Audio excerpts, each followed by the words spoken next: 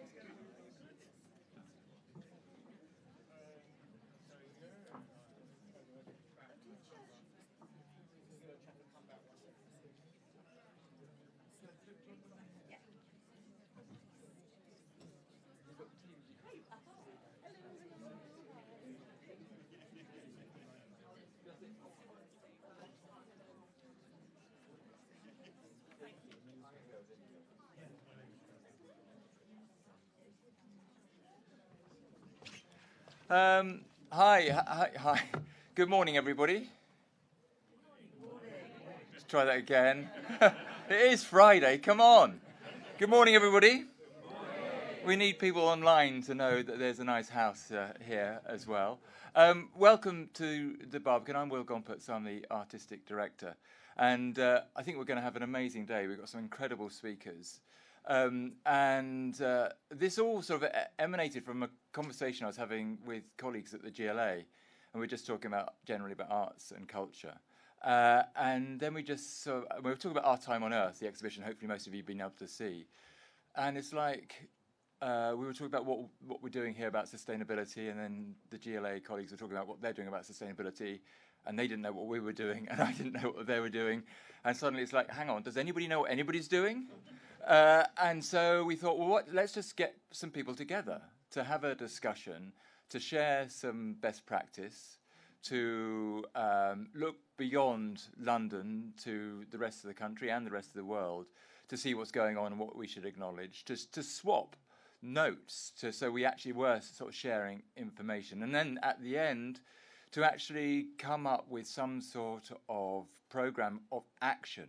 So it's not just talk, it is about delivering genuine change.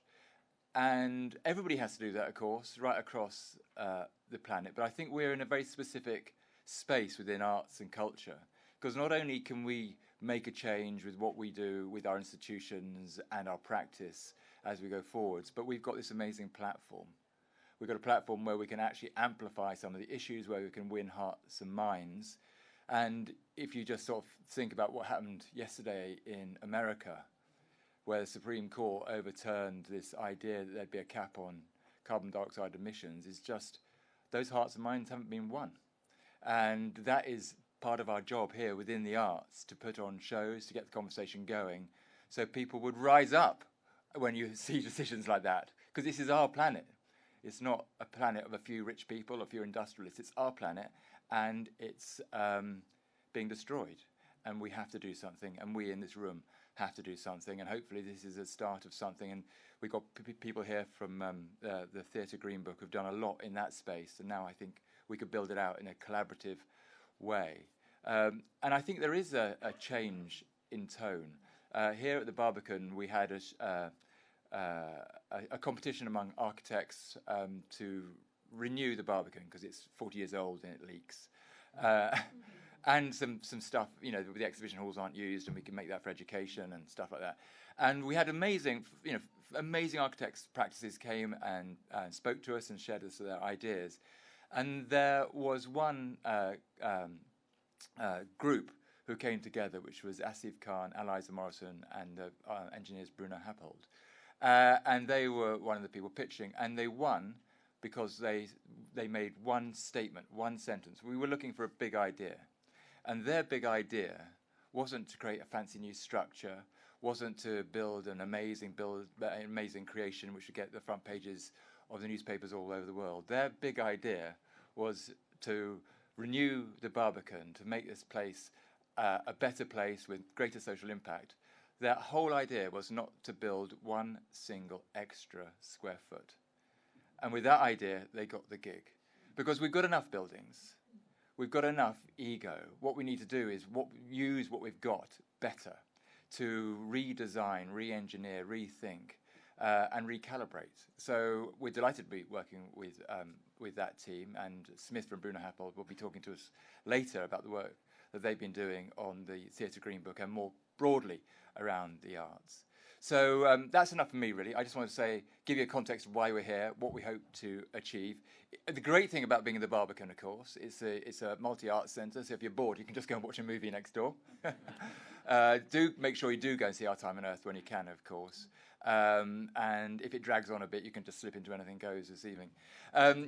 So thank you, everybody, for coming. There's an amazing list of speakers. I'm going to hand over to our host for the day before we hear from Shirley Rodriguez from the GLA, who has been a major collaborator on this. So please, a warm welcome for Dave.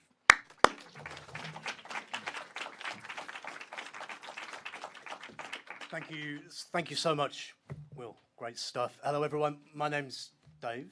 It's fantastic to be here today. Will's done that bit already.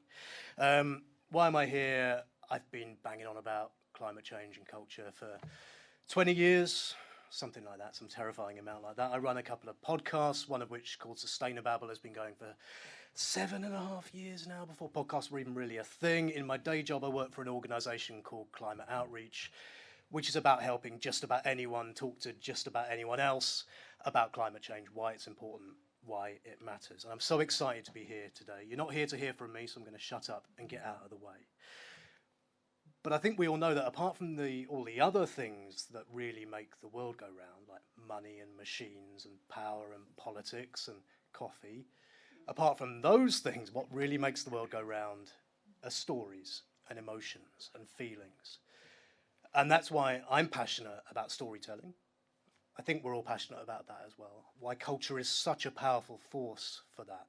And why who we're going to hear from today, from start to end, is going to give us different kind of stories, different ways of thinking about stories, and what that means for a global city like London, my home that I was born in, that I'm very proud, mostly, to still call my home.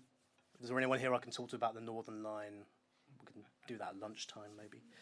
And today you're going to hear from activists, artivists, musicians, curators, campaigners, gardeners, directors, theatre directors, administrators, the works. It's going to be fabulously exciting. You've hopefully seen the programme. We're going to start today with a few energising speeches, starting with Shirley in a second, who I'll introduce. There is a break.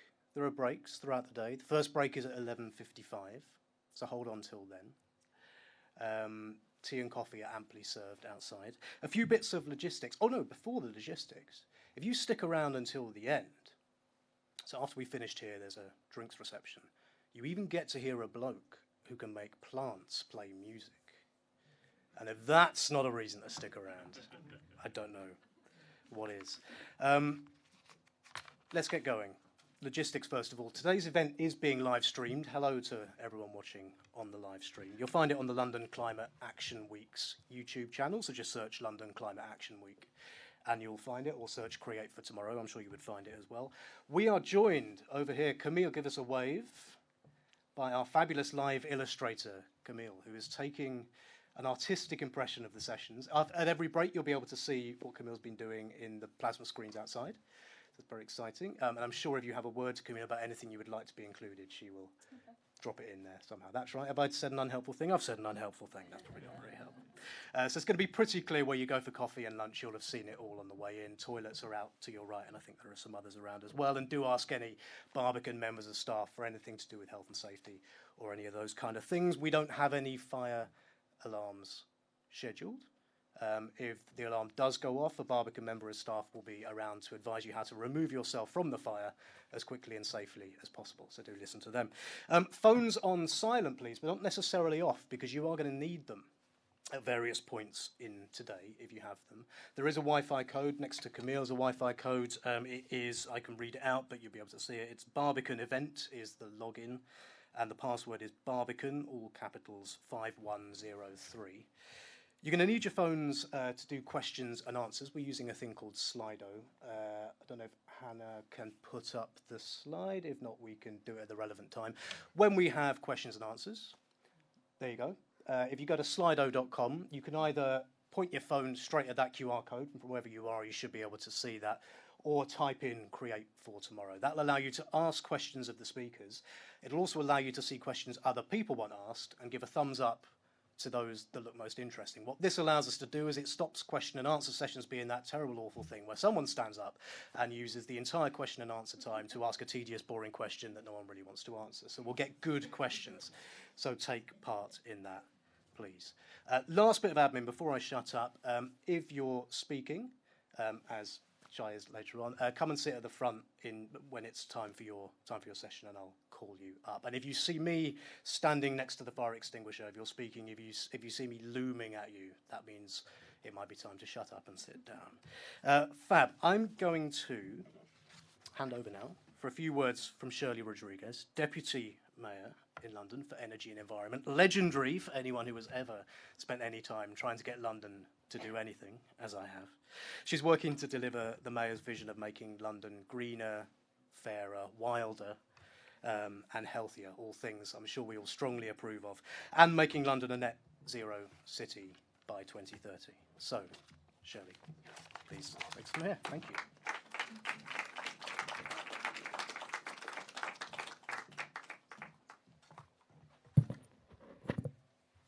Good morning, everyone, and thank you, Will, for inviting me here today for this amazing event. And it's really great to be here in person, to see so many of the world-leading cultural organisations at this event. And I'm really looking forward to hearing a bit more about the actions that you're planning to take as you come together to rise to this climate challenge. As Will said, it really is about action. We are facing such dark forces and headwinds that it really is incumbent on us all to take action. We're facing an existential crisis, and the science is absolutely unambiguous. We're already seeing the impacts worldwide, from last year's forest fires, this year's wildfires raging across the world, to flooding, which affected London directly last year, but we've been seeing massive flooding events across the world already. So we have a responsibility to act now and not delay. And the Mayor of London, Sadiq Khan, declared a climate emergency in 2018, and we really want all of us, all of you, to work together as a sector and with Culture Declares to respond to this emergency. As you've heard, the Mayor has set a net zero target for 2030 because of the science, the evidence. We want to make sure that we're contributing to meet net zero targets globally. It's absolutely crucial that we cap warming at 1.5 degrees and avoid climate catastrophe. And we've heard that 1.5 degrees is already on life support. Every day we're seeing increasing evidence of tipping points being reached, the Amazonian forests, the ice sheets, and we don't know. We know there are going to be devastating impacts and consequences from that. We just don't know how much and how far. So as a sector, your voice really matters. You have an absolutely unique role in engaging people on this issue. You reach people in ways that politicians can't. You fire their imagination and help them find meaning. You make sense of their lives and the world around them and allow them to see challenges through different lenses. So the Mayor is looking to you to help show leadership in tackling climate change, both as institutions, leading by example, the platform that Will mentioned, but also as individuals. And we need you to help us communicate this compellingly as you can, and with urgency again and again. There isn't time to delay. The Mayor often talks about doers and delayers, and we know that many national governments, we've heard, the SCOTUS decision yesterday, are delaying. Fossil fuel companies are delaying using Ukraine as a green pass, as Sadiq calls it. But there are many of us who are doing, and we want more of us to be doing. We need to take those actions, especially as we head into COP27 later this year. And there are already some great examples of how leaders in the culture sector are engaging us as Londoners on the impacts of climate change. The Barbicans, our Time on Earth's exhibition, which I hope you enjoyed at this morning's private view, and I'm going to have a look at later, shows us radically different visions of how we might adapt to a changing climate and a future. And the Mayor's London Borough of Culture, Lewisham, is using its platform to call for action on the climate emergency, using art and performance to engage and inspire the local community to take action on issues including air quality. The causes of climate change and air quality, the pollutants are very much the same, and the solutions are often very much the same. And air pollution is often more resident with people than necessarily climate change. So we're trying to use every angle that we can, every lens we can, to communicate this issue. And I know you'll be hearing more about the London Borough of Culture from Lewisham later today. But as I've said, we all need to do more. And the Mayor is passionate that London can be and should be a beacon as a clean and sustainable city. Clean air, good public transport, energy efficient buildings, more green spaces. Who wouldn't want those things? And we saw that during the pandemic and the lockdown, that people saw the impacts, the changes that could happen and want those to carry on. But the problem is the impacts of climate change that has already been incurred is happening now, and it's falling hardest on the most vulnerable. So that's why the Mayor is absolutely clear that our response must lead to a fairer, cleaner, greener city. It's a matter of social justice as well as environmental justice. So that's why, as I've said, he set that accelerated target for 2030. And we've been taking action. For example, if you're in London, you may have heard about the ultra-low emission zone, which we expanded last year, rolling out more than 800 electric buses. We're delivering more than 300 rapid charge points. About a third of the UK's charge points are here in London. We're also supporting businesses across London to help reduce the amount of energy they use. So I've just come from another event where the Mayor's Business Climate Challenge is challenging businesses to reduce their emissions by a minimum of 10%. And actually, we heard today that businesses taking part have reduced their emissions or their average, their energy bills by about 10%. So there is a good contribution to their bottom line as well as to climate change. We've been mobilising funding from government and from the private sector to help us improve the energy efficiency of our buildings. And as part of the Green New Deal mission, which is working with all the major organisations across London, the boroughs, businesses, cultural organisations, academic institutions and so on, we want to double the size of London's green economy by tackling climate change, the ecological emergency, tackling air pollution. We have a huge green job sector here. We want to double that. And we've invested £10 million, for example, to help support projects that will do that and create a greener and more resilient public realm and secure around 1,000 green jobs for Londoners. And earlier this year, the Mayor announced his plan to issue a £500 million green bond, along using £90 million worth of GLA funding. And we're developing a project pipeline at the moment, initially with the Transport for London, the sort of organisations that he controls, but looking to local authorities and other organisations across London. So, hopefully the Barbican could be part of that. We've committed to set up a green financing facility because we know we're going to, the cost of retrofitting our buildings, making London zero carbon, low carbon, is going to be immense. Cleaning up our buildings, as I said, leading by example, is absolutely critical. So, for example, Transport for London launched a power purchase agreement It's the biggest energy consumer in London, so that happened on Monday. The London Fire Brigade launched yesterday its first zero-emission fire appliance, starting to blaze the trail, really, for how we can turn our fleets zero carbon. We've been working on divestment, so our pension fund has now fully divested from all extractive fossil fuel companies. We're working with cities across the world to do the same, and also across the country. But, these are just a sample of things that we can and should be doing. But, of course, the Mayor can't do this alone. So that's why we're really pleased and want to work with partners like cultural institutions, like the boroughs, London councils, and so on, from a whole host of issues. But we do know there are practical challenges to taking the actions needed. Where do you get the information and advice? So that's why the Mayor is helping the sector to deliver innovation by funding the development of an in-depth business case, which will support the future development, for example, of London's first set and prop recycling centre for theatres, a really big issue for all cities around the world. So we're great, it's brilliant that we're going to help pilot that. And this is the next step in enabling London's theatres to move towards a more sustainable way of producing theatre. And following on from the incredibly well-received Theatre Green Book, the Mayor is also working with the Arts Council England, Renew Culture and Borough Happold to develop an Arts Green Book. So this will provide the guidance and standards to help move UK's cultural buildings towards zero carbon and provide a tool to support the production of sustainability plans. Because, we just need to know what we need to do, set that pathway, set the targets, and monitor and measure what we're doing so that we can demonstrate that we are taking action. So what we want you to do, please, is show leadership. Your leadership will absolutely make a difference. So cut your own missions as institutions and individuals. Use your platform to engage and inspire audiences, and come together and commit to taking more and faster action. And together we can really make the difference. Thank you.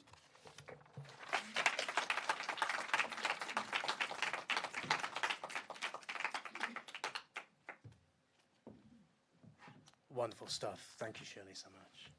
I'm going to hand straight on to our next speaker, Feintier Balogun. Speaking of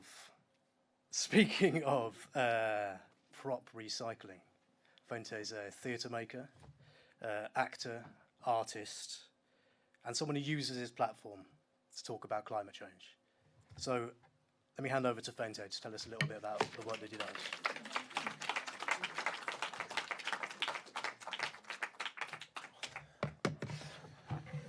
Oosh. Hey people. Hi. Give me a second, just load up my laptop. Okay. Here we go. Hi. My name is Feintier Balogun, and as was said, I am a theatre maker, actor, writer, all types of different creative things, sometimes a bit of a dancer. And today I want to share a little bit about my life. But before I do that, I feel like we need to break the ice a little bit. So, hello. Hello. Can you say hello to the person next to you? Hello. Can you say the person on the other side of you, say hello? And behind you, can you say hi? Who's behind you? In front of you, there are people in front of you. Can you say hello? Don't be shy. Look them in the eyes. Okay, now pick one person you've said hello to. Either side of you is probably easiest. You have exactly 15 seconds. I would like you to share something, anything about your life with this person. Ready? Pick a person. You got 15 seconds. Okay, here we go. 3, 2, 1.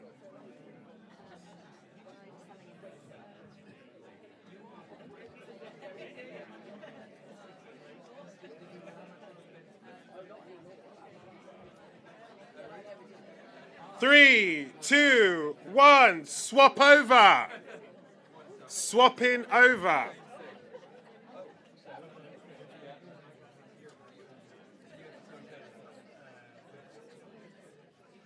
Three, two, one, and stop. Oh, really polite. Bloody hell. Thank you. Okay, now with... Hold up. So with everything you've surmised from that person, I want you to boil it down to one word. Just one word, just one word. Now, with that one word, you have 3 seconds. I want you to just all together shout it out at me. You ready? 3, 2, 1, and... Thank you so much for playing with me, and for everybody at home, I'm sorry you can't be here, but the vibe is very, very nice. The point of that is to open up the space. From this moment on, for the next couple of minutes I'm speaking with you, we are in community with each other. We are representatives of the arts, the collective ability to chemically change the hearts as well as minds of people. The spaces to facilitate safety, community, organisation, the connections to reach out to the most underprivileged areas. I want you in this space right now to feel like you can speak. If I ask a question, you can answer it. If I ask you to call and respond, you can call and respond. I want you to be here in this space with me and together because I want to share a little bit about my life into activism. Now, to be clear, I'm not an expert, I'm not a scientist, I'm just a person who was annoyed and has Google. Now, I assume we all have an understanding of what climate change is. That's it. Yeah, okay, so the sun emits heat towards the earth warms up that heat, releases it back into space. However, on its way out, it's massively held up by greenhouse gases we have in the air, correct? Correct, okay, yes. So I'm going to say the more the emissions, you're going to say the hotter it gets. Ready? The more the emissions? The more the emissions? Fantastic. Now, we know in the 18th century, we gained a massive amount of wealth from the Industrial Revolution, from whence we became dependent on fossil fuels. And we've been tracking our rising temperatures since then. So we talked a little bit about that 1.5 degree temperature limit that we want to reach. Now, often we talk about 1.5 and 2 degrees increase in temperature, but what do we mean? We mean the average heating of the entire globe, even the places that are mostly covered up with snow. Now, 1.5 doesn't seem a lot. It's an average temperature. It gets really hot, but why? Because the more the emissions, the more the emissions. When I said I was doing call and response, I wasn't joking, you know. Now, the fact that I'm talking to you about climate change today is bizarre for me in my trajectory of things because I am Nigerian. So when my mum said, what do you want to be when you're older? It wasn't so much a real question as it was a rhetorical question. The answer was a doctor, a lawyer, or a businessman. So saying I wanted to be an actor was closer to the root of disappointment and disownership than it was to anything else. How could I keep my family safe?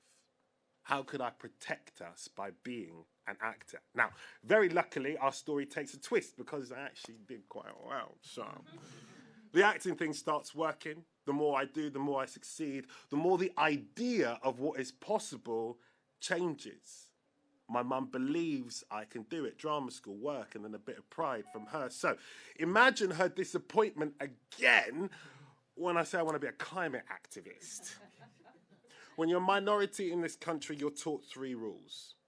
Keep your head down, do your work, and don't get into trouble. And I was actively breaking those rules again and again and again. So me and my mum, we argued and argued every time we met up. And on our last argument, I took my phone and I put it under a pillow and I recorded the entire thing because I wanted to prove her wrong with her own words. So I went home and I listened to the recording and I thought, oh, fuck, she has some good points.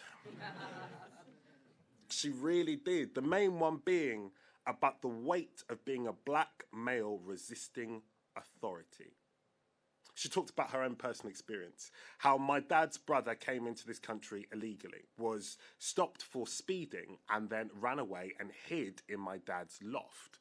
Now, the police came round, found my dad's brother, and arrested him. Then they arrested my dad without shoes, and they detained him for 12 hours.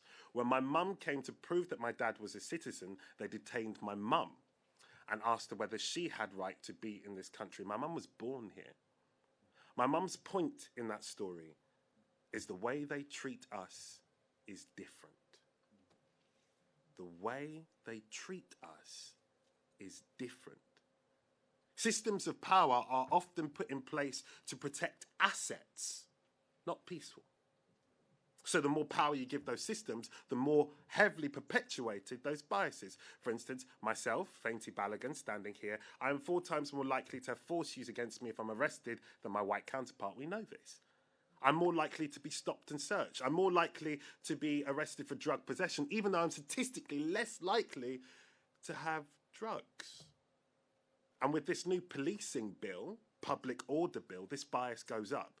Noise restriction on protest, criminalisation of protesters without having to convict them for a crime. Police can now stop and search without reasonable suspicion, and there is an outlaw of peaceful protest tactics. So the fear is real. And we are running into this fascist nightmare. So my thinking has changed. No longer climate change, but climate justice. I took my mum's voice recordings and we made a talk. Then from that talk, we made a film with Complicité, which we managed to film and put on in this very room. We wanted to deliver the idea that climate justice was achievable, something we could all fight for and reach out to as many people as we could, but we needed more. We needed to mobilize and organize. Close your eyes. I want you to imagine a magical technology has just been invented. See it, visualize it.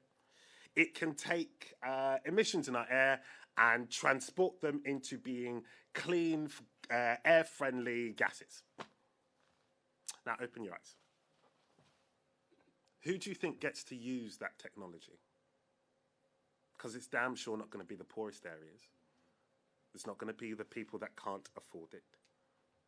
It's not going to reduce consumption, deforestation. It's not going to work within our system because it doesn't change or challenge our system. We know this because we see it in everyday policy. And the list goes on and on and on. The poorest areas are the areas that have the most amount of pollution, situated near main roads, near airports.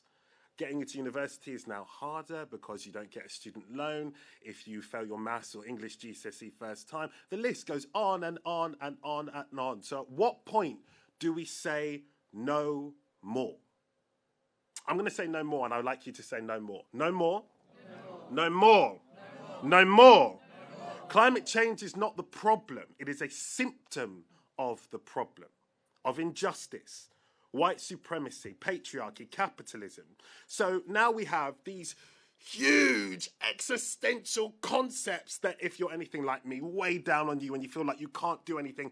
And then you hear phrases like reuse, reduce, recycle, and you think, thank fuck, because I recycle when I can. I reduce when I can. I buy the green products when I can, even though they're the most expensive products. I'm reminded of a quote. It is easier to imagine the end of the world than it is to imagine the end of capitalism. I'm no expert, but I know that our system doesn't exactly work for us. It is based on exponential growth with finite resources, and those resources often coming from the poorest areas, the colonized areas. We know this. We saw this in the Industrial Revolution. We're seeing it right now. So at what point do we say no more? No more. No more. We have to be more radical. More than just reusing from past productions. More than just holding events to discuss the state of the world. No more. We must deconstruct the lie that change is an individual process and start working together with grassroots movements. Be strategic about audiences we are hitting, events we organise. And when we hit, we need to hit hard. We are done perpetually creating and not sustaining, protecting, erasing and not joining, being swallowed by fear and not fighting. No more. No more. No more. I give love to the Kill the Bill movement, to the Cop Watch UK movement, to Sisters Uncut, all groups giving us knowledge on how to move forward. I give love to this event. Let's go forward together, plotting, using it to continue the work, because if we are not actively trying to do something, it's useless. It's not useful. Let's be useful. Let us work together with grassroots movements. Let us organise. Let us be meticulous about how we plan and move forward, to continue to give power to the phrase, no more. Thank you.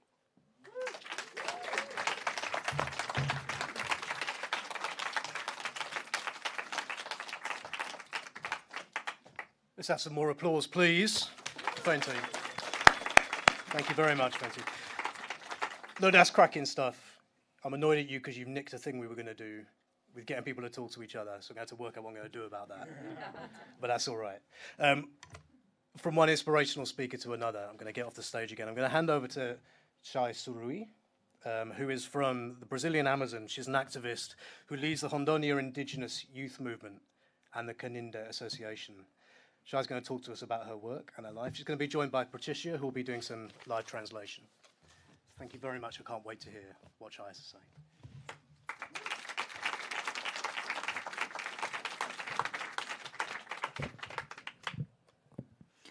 Hello.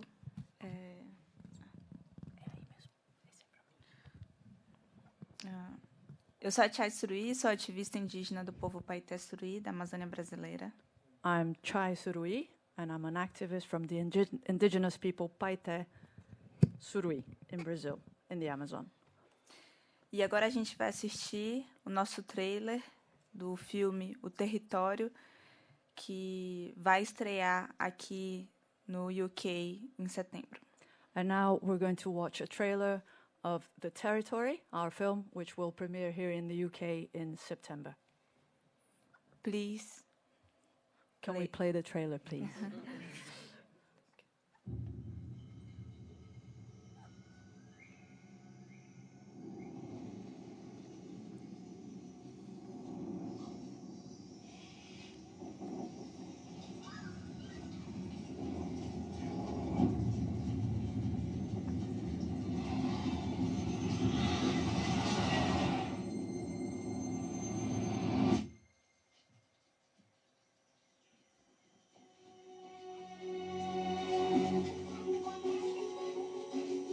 A floresta, os rios, é a nossa casa,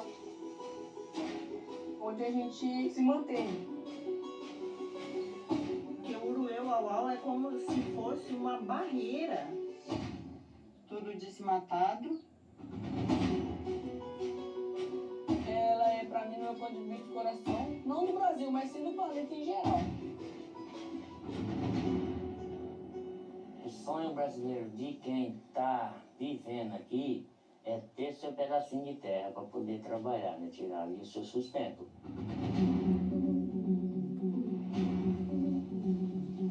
Produzir alguma coisa para fazer nosso Brasil para frente.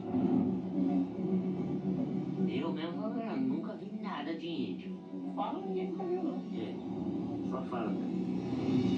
E o que eu fico revoltado é que a gente ainda é considerado bandido, pessoas que atrapalham o país, entendeu? Desce no corpo, vai estar no rio. Não tá nem, eu acho.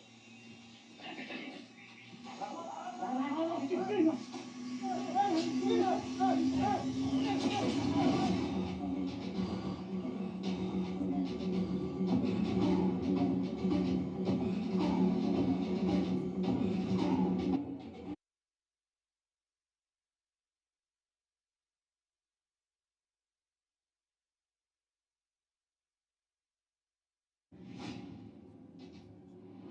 Se quer acabar com o povo indígena, acabar com os isolados, a gente não vai permitir que aconteça, não.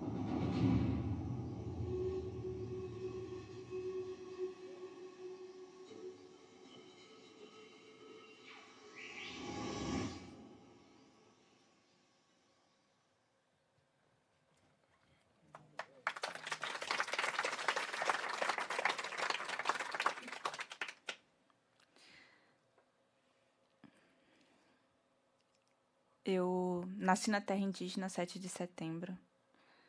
E a Amazônia é a minha casa. I was born in the indigenous land of 7th of September, and the Amazon is my home. Com meu povo, com meu pai, e com meus tios e com toda a minha comunidade, eu aprendi a importância de viver em harmonia com a natureza. With my community, my parents, and everyone around me, I learned the importance of living in harmony with nature. E mais do que isso, que a Amazônia não é só a minha casa, mas todos nós estamos conectados com ela. And the Amazon is not just my home. I've learned that we're all connected to it. Eu sou a floresta também. I am also the forest. E eu cresci lá, que é muito diferente daqui. Que aqui tudo tem o seu tempo exato para acontecer. And I grew up there, and it's a very different thing to growing up here. Here, everything is on a schedule. It has its own time to happen. E eu vejo que aqui, muitas vezes, a gente está preocupado com muitas coisas e esquece de se preocupar e de olhar para nós mesmos. I see that people here are concerned about a lot of things, but it seems to me that they forget about worrying about themselves and looking within. E aqui vocês dizem que tem qualidade de vida. Porque, né? Vocês dizem que aqui tem mais conforto. And you say that you have quality of life here because you have things that bring you comfort. Mas lá, na minha terra, lá a gente, quando está cansado, a gente vai descansar. Quando está com calor, a gente toma banho de rio. E a gente não se apressa para tudo, né? A gente tem o nosso tempo de fazer as coisas. But where I come from, in my homeland, we don't do that. If you're tired, you stop and you rest. If you feel hot, you bathe in the river. You're not constantly in a rush trying to get things done. E mais do que isso, lá eu aprendi, e um grande filósofo indígena fala sobre isso, mais do que a humanidade. And I learned also, and there's a great indigenous philosopher who talks about this, I learned more about humanity itself. Porque aqui vocês escolhem o que é humano, o que não é, o que merece respeito e o que não. Because here it seems to me that you choose what's human and what's not human, what deserves respect and what doesn't deserve respect. E eu aprendi que a humanidade e o respeito vai muito mais além. And I've learned that humanity and respect go far beyond that. Mais do que respeitar o outro, a gente tem que respeitar os animais, as florestas e os espíritos que vivem lá. More than just respecting other people, we have to respect animals, the forests, and the spirits that live in the forest. Mas, como vocês viram no nosso trailer, e depois eu convido todos a assistirem ao nosso filme, isso está sendo ameaçado. But as you saw in the trailer, and I'd like to invite you all to watch the film, all of that is under threat. Vocês imaginem que vocês estão na casa de vocês e alguém chega sem pedir licença, começa a destruir tudo, a ameaçar a sua família, os seus pais, as suas crianças, e diz que agora aquilo é dele. Imagine for a second that you're home, and out of the blue somebody comes in and starts destroying your stuff, and starts telling you that that's no longer your home, and threatening your parents, your children, your family. E eu gostei muito desse discurso, porque eu acho que aqui a gente está aqui para falar realmente de justiça climática. I really liked what you said, because I think we are here to talk about climate justice. I follow you in the Instagram. E porque falar de justiça climática é falar sobre pessoas, é falar sobre racismo ambiental, sobre desigualdade social, sobre desigualdade de gênero e sobre uma luta anticapitalista. Because to talk about climate justice is to talk about people, to talk about social and gender inequality, to talk about environmental racism, and to talk about an anti-capitalist fight. Porque hoje a gente está vendo que quem está sofrendo principalmente as consequências das mudanças climáticas são os povos originários, os países mais pobres, a população preta. Quem está na linha de frente disso e quem contribui muito pouco para que essas mudanças climáticas aconteçam, mas quem está lutando principalmente contra ela. Because we see that those who suffer the causes and the consequences of climate change now are the indigenous peoples, the ancient peoples, the black population. In short, people who are contributing very little for climate change to happen, but who are suffering most of the consequences.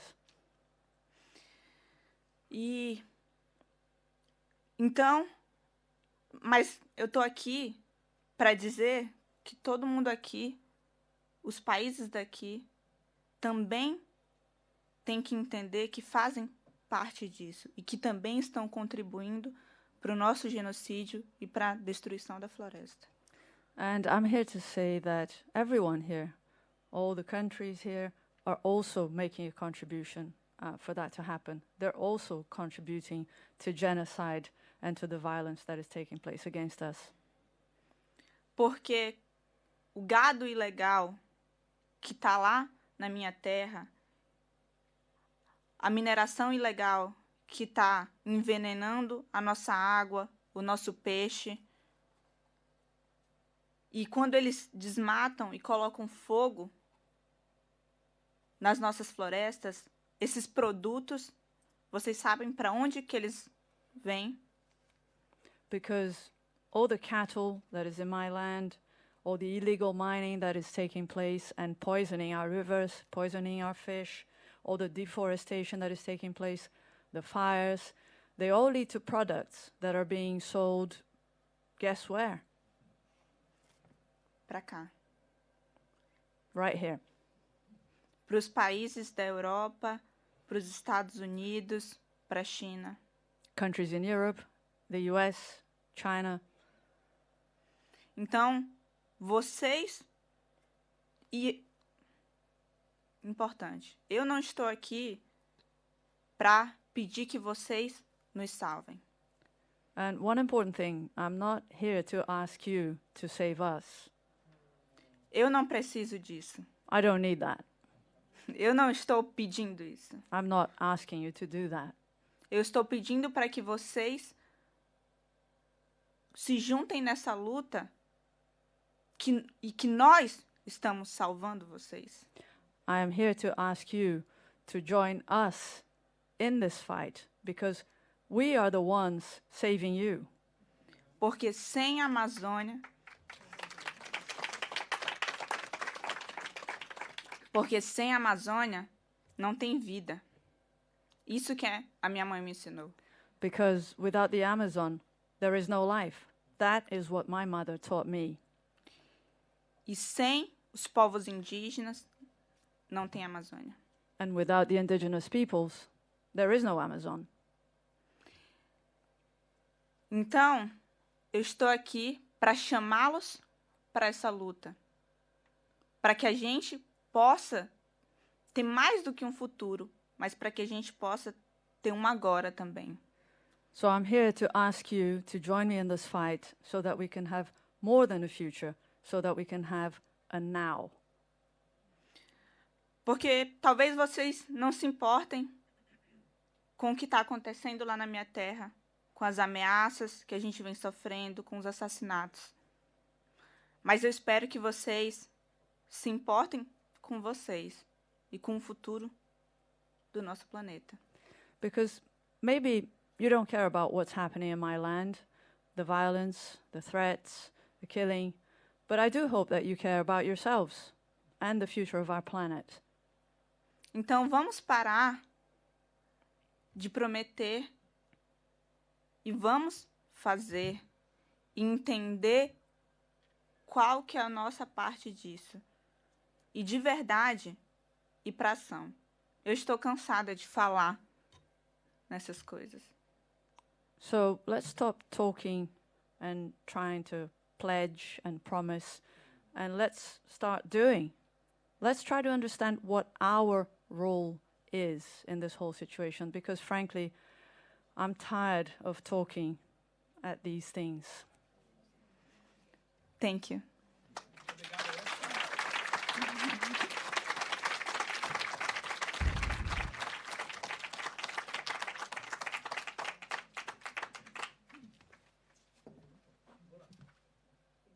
Power of storytelling. Thank you so much, Shai. I'm not going to do the thing I'm going to do now because you've totally messed it up. So we're going to do it later. It's fine. It's fine. We need to get some time back anyway, so it's all good. It's all good. We're going to stick on the theme, on the challenge of doing, and we're going to think now about culture, about inclusion, about respect, about justice. Culture can reach people, can tell stories in a way that other things can't do, connecting with new audiences, new people in different ways, getting people to think differently about the underlying problems. So how can we all do that? What is the do? What do we do about that? We're going to have a panel session now. The way it's going to work is we're going to hear from a few speakers in turn. They're going to give you a short presentation on their work. Then there'll be a panel discussion, which will be chaired, and I'll introduce the chair in a second. And this is where you get to use your phones. So we're going to use the Slido.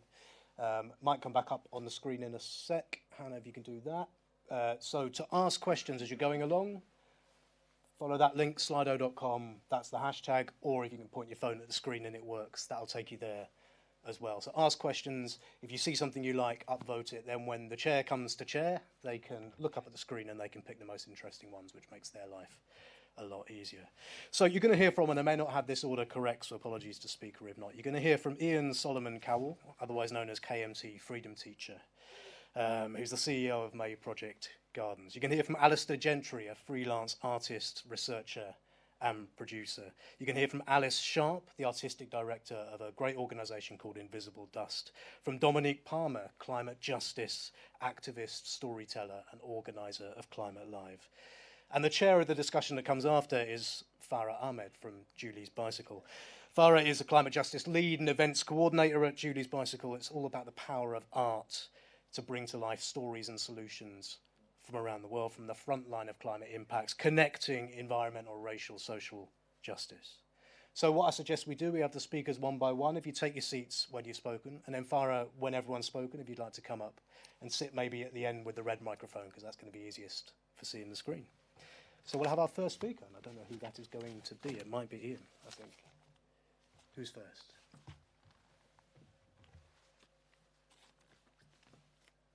I'm not sure. I'm going to invite Ian up to the stage. In you come.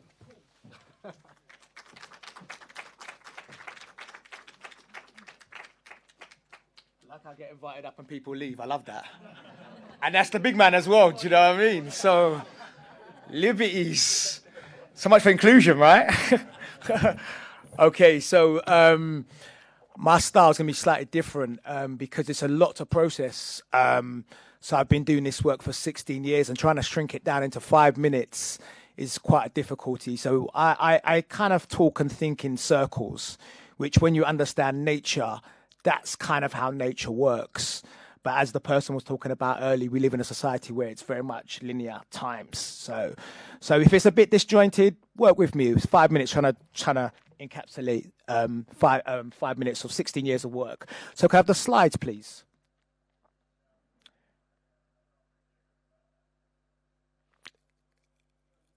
No, maybe not. Okay, so while I get the slides up, so basically, if I say plant more trees so that we can breathe, you're going to join in, right? So if I say plant more trees so that we can, plant more trees so that we can, plant more trees so that we can, plant more trees so that we can, cut down the trees, there's no more you and me, so we plant more trees so that we can. People are still, some people not breathing now. I can see you in the back, all the way in the back, I can see you. If we're talking about a movement, inclusivity, then we need to join in because basically my audience is not just for you, it's for nature. So everyone, let's go again, one more time. Plant more trees so that we can. Plant more trees so that we can. Plant more trees so that we can. Cut down the trees, there's no more you and me, so we plant more trees so that we can. Plant more trees so that we can. Plant more trees so that we can. Cut down the trees, there's no more you and me. You and Mother Nature, harmony. Close your eyes, visualize, dream. We plant more trees so that we can. Cut down the trees, there's no more you and me. Household waste disposed of naturally. In your compost bin, put fruits and veggies. 420 abuse got the sheaf, but we pee in the water. Don't forget the increase in cancer. We know the truth. Look at the toxins they place in the food. May Product Gardens giving nature a hand. Reconnect the elements as we work the land. Solutions don't come from or bought from a pack. Location the garden in more than the back. No time to talk, only time to act. I said no time to talk, only time to act. So we plant more trees so that we can. Plant more trees so that we can. Plant more trees so that we can. Cut down the trees, there's no more you and me. So we plant more trees so that we can. Plant more trees so that we can. Plant more trees so that we can. Cut down the trees, there's no more you and me. No slides yet? Wow, we're having fun today. And I can't even blame Gemma because I made a mistake about the track earlier as well. Do we have the slides or not? Is yes, no, no? Yes, no?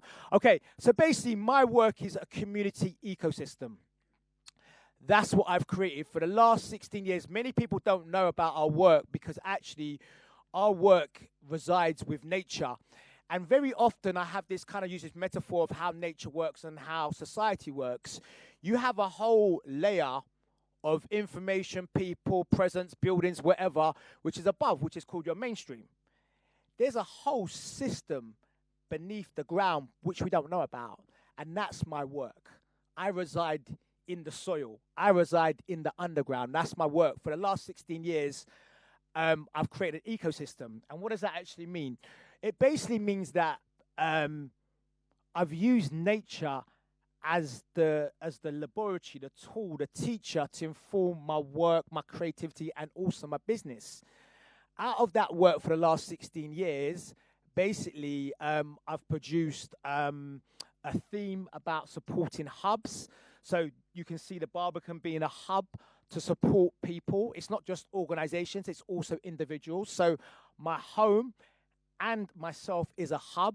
So my home, basically, I live in a council house. For the last 16 years, it's been open to anybody from the community to learn about how to grow food, how to build naturally, how to build solar panels, anything to do with nature. That's basically the work we've been doing. I then have the award-winning Hip Hop Garden program, which is probably the most transformative youth program. And then also I have an event called Come We Grow, where we actually bring nature to the man-made environment as well, because it's always like, you know, some people they're a bit timid about going into nature. You know, it's a bit scary, it's a bit complex, it's a bit fearful. So we bring nature into the club. So one example of that is actually, hey, make some noise. So we bring nature to the clubs, basically. One example of that, we actually brought an apple press into the club, and we got the people to press the apple juice, and the cocktail waiter from the apple juice made their cocktails. So that's one example of the stuff that we do as well. The next thing we do is myself as an artist. Now I'm dyslexic, hence the confusion with the slides and also the music, because I'm always like, how do you sequence information? So basically, off the back of that, I use music to raise awareness. But what's unique about my proposition is that it also has a social action, and it's also participatory. I don't do music for entertainment. I do it to have an action associated with it. So when I say plant more trees so that we can breathe, everything I'm talking about is my lived experience. The video was filmed in my garden, which has a forest garden. And not only that, there's a reference to the Amazon people in that track as well. And I did this 6-7 years ago. I made this track. So there's a relevance, there's a connection there as well. And lastly, because the community, it's very interesting, we have these pledges and we have these, everyone talking about how much money's been invested into the green economy. But the thing that's not invested enough into is people. And that's been my experience. Like for 9 years, out of these 16 years of creating all this work, we were completely self-funded. We didn't have no funding whatsoever. But yet we managed to create a whole ecosystem off the back of that. So let's go to the next slide, see what we can come up with as well. Oh, is it me who got the slides? What's the deal? Am I in charge? Okay, so that's basically the album that's coming out, and that's my basically mentor and my business partner called Mohammed Yahya, who's a super artist. He's basically supporting me on this journey as well. And the reason why we call it Forever Green Planet, because basically, despite all this kind of, this kind of conversation about climate change, how much time do people actually spend in nature? If you look at statistics, it's actually 60% of our time is spent indoors. So that's why we say it as a fair. My office, my rehearsal space is in my garden. That's my journey. Next slide, please. Let's whiz through these as well. Okay, social media.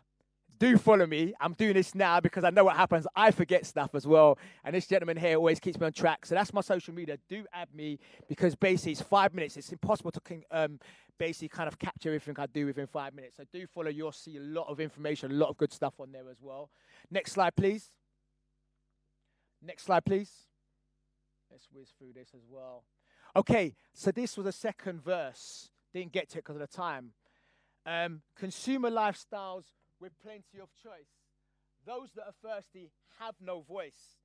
Not in a discussion, not from the West. Indigenous cultures, but we know best. We are Westerners, we think we know best. We are defining this climate movement. We're defining all the sustainability.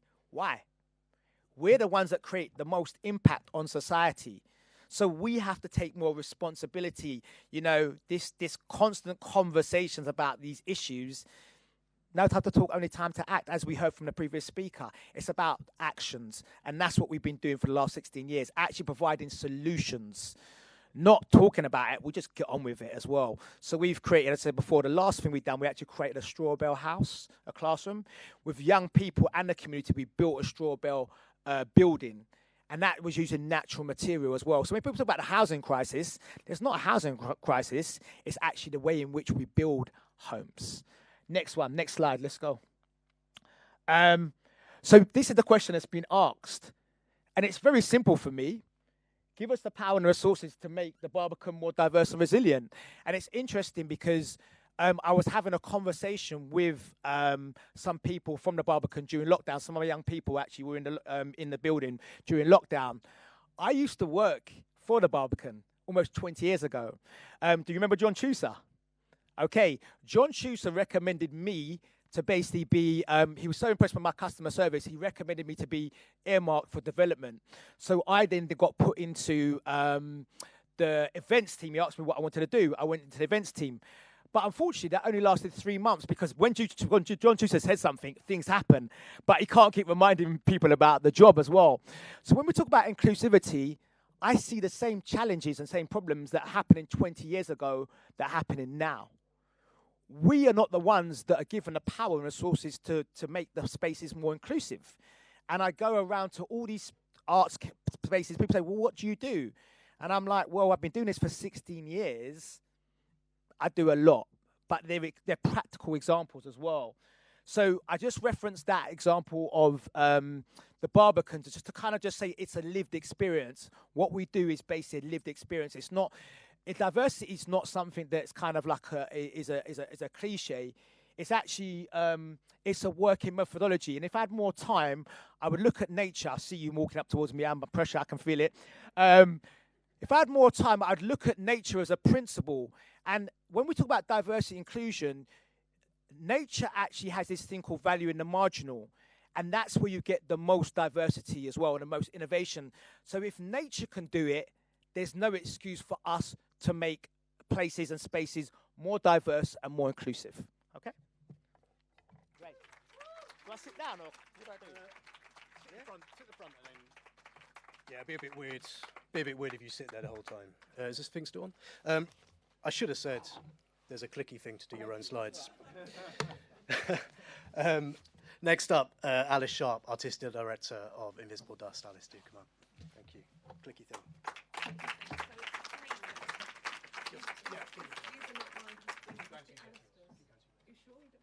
Oh, that's Alistair's slides, not mine. So do you want Alistair? I think that's still... No, keep going. Keep going. Okay. Hello, everybody. Quite difficult acts to follow. Poets, incredible Indigenous speakers and actors, and I'm none of those. I'm a artistic director of Invisible Dust, but I have been around in the climate and art movement for a long, long time, and I set up Invisible Dust in 2009. And Invisible Dust, we work between artists and scientists. You might think they're very, very different, but actually we bring them together and set up some really amazing projects where artists can do what Shirley said, which is fire the imagination, and art in places where it's really relevant to where people are. And I wanted to give a few examples of the work we've done over the years, looking at where we've really prioritised inclusivity. And if we look right back in time to 2011, just before the Olympics, I worked with an incredible artist called Faisal Abdulwala. Now, Faisal was really concerned about air pollution. It's come up already in the discussions today. And he was looking at the air pollution that is very, very high in our inner cities. Hackney, Tower Hamlets, Newham, all suffering a lot of air pollution and affecting the poorest the most. You may not know, but a poor diet means that air pollution does much more damage to your body. And so it really does affect the poor. And he made this incredible film which was showing athletes who were actually running in the Olympics, talking about race, talking about gender, and saying about how we need to kind of look at how we are treating our cities and bringing that broader issue in. And it was a fantastic piece because he also was talking about the fact that a lot of people in these local areas have got very low car use, actually. And what happens is the commuters come in with their big cars and run through Tower Hamlets, Newham. You know those big roads, most people who know it. And the poor people live next to them, and they are the people that are taking in the air pollution. So a very political message there from Faisal. Going on to another really important project for us, Human Sensor, which was first of all shown in Manchester. Kasha Mulga had a fantastic idea, which was to actually embody a person in this incredible costume. And the costume changes with the air pollution. 6 dancers walk across streets, firstly in Manchester, then we did it in London. And as the dancers are walking along, the costume changes colour with those air pollution damaging gases. PM10, NO2 actually goes red or a darker purple. And it's really making that invisible air pollution visible. And it was an incredible project for us, not least because it had international significance. We showed it, the videos from this project went round the world, it went viral with AP Press, and actually wherever you were in the world, whether you were in Tokyo, whether you were in Sydney, you could understand that air pollution is something that affects us all. Which shows you another important point about art and climate. Art is the universal language. People can get that message much easier than a scientific report. A scientific report needs to be translated. You might not understand it. Art has that immediate resonance with people, so that's really, really important. Going on to women, very, very important to the whole of this, and great to see an Indigenous women speaker, I know spoke at COP, a very significant lady. Under her eye, women are most affected by climate change. We had Christiana Figueres, the leader of the IPCC 2015 talks. We had Margaret Atwood talking about how women are leading the struggle for climate change but are the most affected. If you look around the world in the global south, if anyone's visited different countries around the world, it's the women who are the healthcare providers, it's the women who are running the families, it is the women who are doing a lot of the work. And so the women are at the front of climate change struggles around the world. And it was really fantastic to bring women together in 2018. Indigenous Voices. We had a real fantastic opportunity to work with Flourishing Diversity, a London-based organisation, but work with Indigenous voices throughout the world. We had listening sessions, and I think it's really, really wonderful to hear it basically saying, I am a tree. Indigenous people do not separate themselves from nature. We've got a huge amount to learn in the West from Indigenous voices. In the artists that we spoke to, the artists that we involved in the projects and made their own commissions, they are part of nature. Their ancestors, their history, their family is nature. There's no separation as nature being a resource to be used. Another really, really important thing for us to understand in the arts. And then I'm coming on to the most recent project which we've been working on, which hopefully people have seen because it's right across London at the moment. It's amazing exposure for us and for Dryden. Dryden Goodwin drew his son, a very, very emotional thing for him. He was 6 years old, and we found out by talking to the air pollution scientists that children's lungs are affected much, much worse than adults because they're growing. It's actually, in some parts of the world, they're saying that the children's lungs are smaller if they're exposed to higher levels of air pollution. And so Dryden was very dramatically affected by this, and so he drew his own son, and then we projected it really big scale. The drawings are absolutely beautiful. They're about that big. And we projected it in 2012 on top of St Thomas's Hospital, opposite the Houses of Parliament. Obviously, it was a message to government, but it was also something across London, the vulnerability of a child. You can see these beautiful drawings as they were echoed, about 1,000 of them that he did, and then animated on top of the hospital. It was a real fantastic project for us. And let's come on to today. We worked with Lewisham Borough of Culture, fantastic culture year that we've been part of, and we worked. Dryden's in the middle there with the suit on, so we can tell it's him at the opening, and he's there with his 6 sitters. And so Dryden came up with a new idea for his project, which was to draw his son again, which is, you might recognise him, he's in the little grey hoodie, who's now 16, who was in the original Breathe, and then a young boy to have that resonance with the earlier piece, and then the rest of the people are air pollution activists. So this time it's a real active message. It's a message of get out there. It's people like Mums for Lungs. It's, as people may already know, Rosamond. Now, Rosamond's very important to this story of air pollution, and probably people already know. She lost her 9-year-old daughter to air pollution. The coroner's decision was a landmark piece for environmental projects, which was basically the coroner said her daughter had died of air pollution. This is the first time worldwide this had happened. And so Rosamond has been an absolute tireless campaigner for cycling, for walking in our cities, to really try and make those changes that we all know we can make. And it was great to hear Shirley making some of them. There's an interesting point about air pollution. It is something we can do something about. If you've ever been to a city where they really, really tackled air pollution, you can taste the air like you can in the countryside.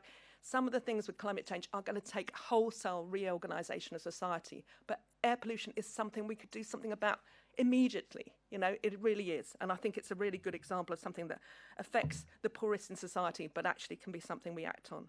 So my last few slides are just showing this project, which has got. There's him drawing his son. You can see how beautiful they are. These drawings are fantastic. This is bringing, one of the best artists in the UK into local communities and working with local people. Absolutely beautiful. Here's Catford Town Hall. And we just did this arrangement with JC Deco, and hopefully people have seen these. These have gone not only across London, but actually across the UK. And here's them in Glasgow, under a bridge in Lewisham, and I'll just finish on this final slide.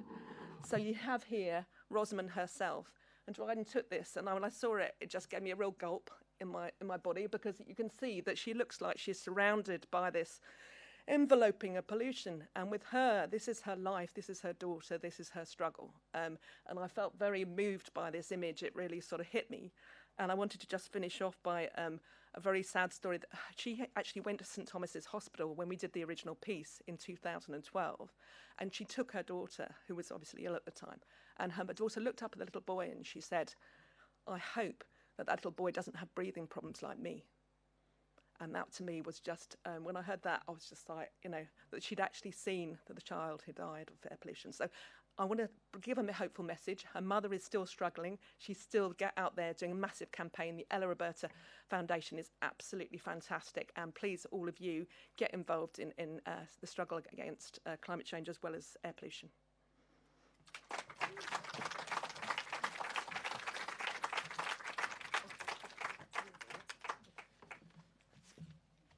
Thanks so much, Alice. I'm going to pass the clicky thing on to Dominique. Dominique Palmer, you want to come up? Here she comes. Climate justice activist, storyteller. Clicky thing right here. Hi, everyone. Hi. It's really great to be here today and hear some really amazing, cool people speaking who are doing really great work. So yes, my name is Dominique Palmer, and I am a climate justice activist and an organiser in Fridays for Future International, which is a global youth movement that organises climate strikes, and Climate Live, which are global youth-led concerts bringing together climate and the music to engage, educate and empower people to take action for climate justice.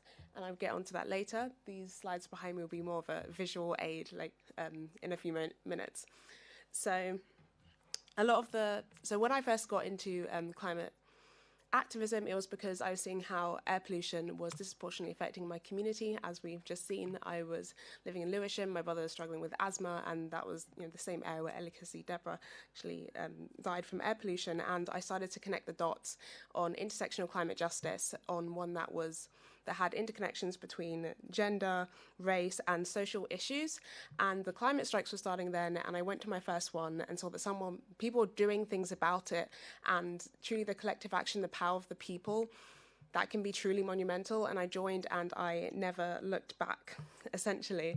And from there, it was a whirlwind of climate strikes and organizing with other organizations. And that year I went to COP25, and that was a real turning point for me. It was incredibly disappointing, and at that moment I really came out and I went, we need more people. We need to mobilize more people. This needs to be an intersectional, intergenerational fight, and we need to engage a new audience into the climate movement. And it really struck with me that the climate crisis is also a crisis of connection, of a lack of connection with nature, with our communities, of constantly extracting and never giving back. And what a better way to connect people than to draw on the arts and something that connects people so deeply. And I realized that the climate doesn't have to be something that is separate from the arts. And so that year we started doing more festival campaigning in the UK Student Climate Network. And my friend had this idea. She saw that there were concerts for different social issues happening, like in the past. There was, I forgot the name of it at the moment, but the big one that happened, that Live Aid, yes, that is the name. And she said, why don't we have concerts for the climate? Why don't we do that? We can engage new people. And I was like, that is an incredible idea. And so I joined the team, and we really just came up with the idea to engage a new audience into the climate movement, educate people on the front lines of the climate crisis, and also empower people. So they listen to these stories, they listen to activists, and then they see how they can get involved in these active campaigns they can get involved in, and how they can actually support people. Because, especially in a country like the UK, we have a responsibility to platform voices that are being impacted by the climate crisis today, and culture is such an incredible and powerful way to do this. And I know how much the arts deeply connects people as a theatre kid back in the day, myself, and someone who's always loved music, an aspiring actor, someone who really connects to the arts. And storytelling is something so powerful, and it's also, when we look at the climate crisis, it's not just about statistics and data and these graphs, it's also about real life people and emotions. Like, this is emotional, and it is something that requires a cultural shift. And so that storytelling and the arts just goes hand in hand.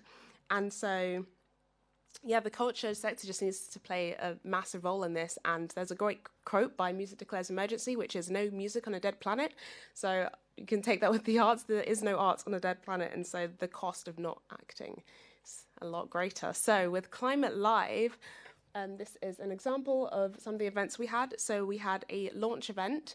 We decided, why don't we get an artist and try and get fans involved and see what we're doing, and look at the concerts that we're doing later this year and try and engage them and educate them on the climate crisis.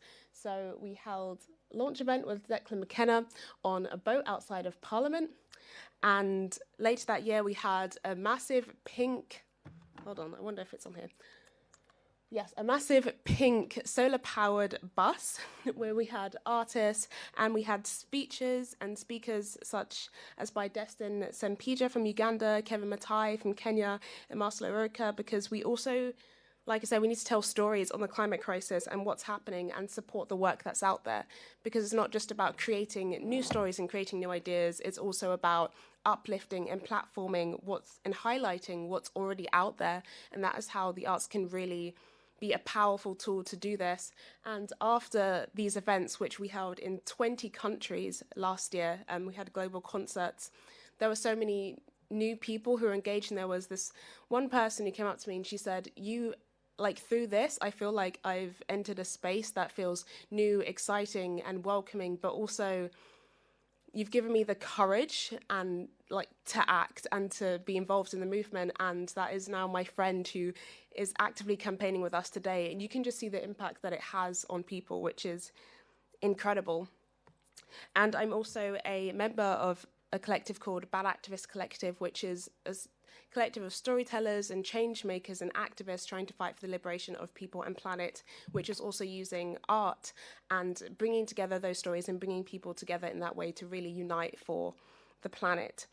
And here in London, especially, institutions are so incredibly powerful and influential, and we have that energy out there. We have those ideas. It's such a cultural hub, and truly it can be part of creating a better future, because another world is possible. But we have to be brave enough to imagine it and dare to actually shake up the status quo and shake up the system and really push for that cultural shift that we so desperately need. And the arts can really be part of leaving a lasting legacy when it comes to the climate and creating a better future. So yes, that's our bus, and that's our events.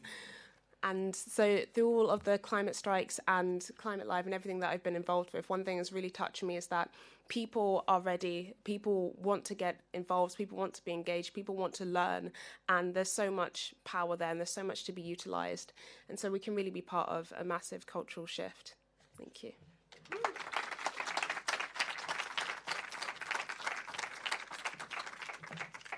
Thanks, Dominique. I'm sorry for looming over people.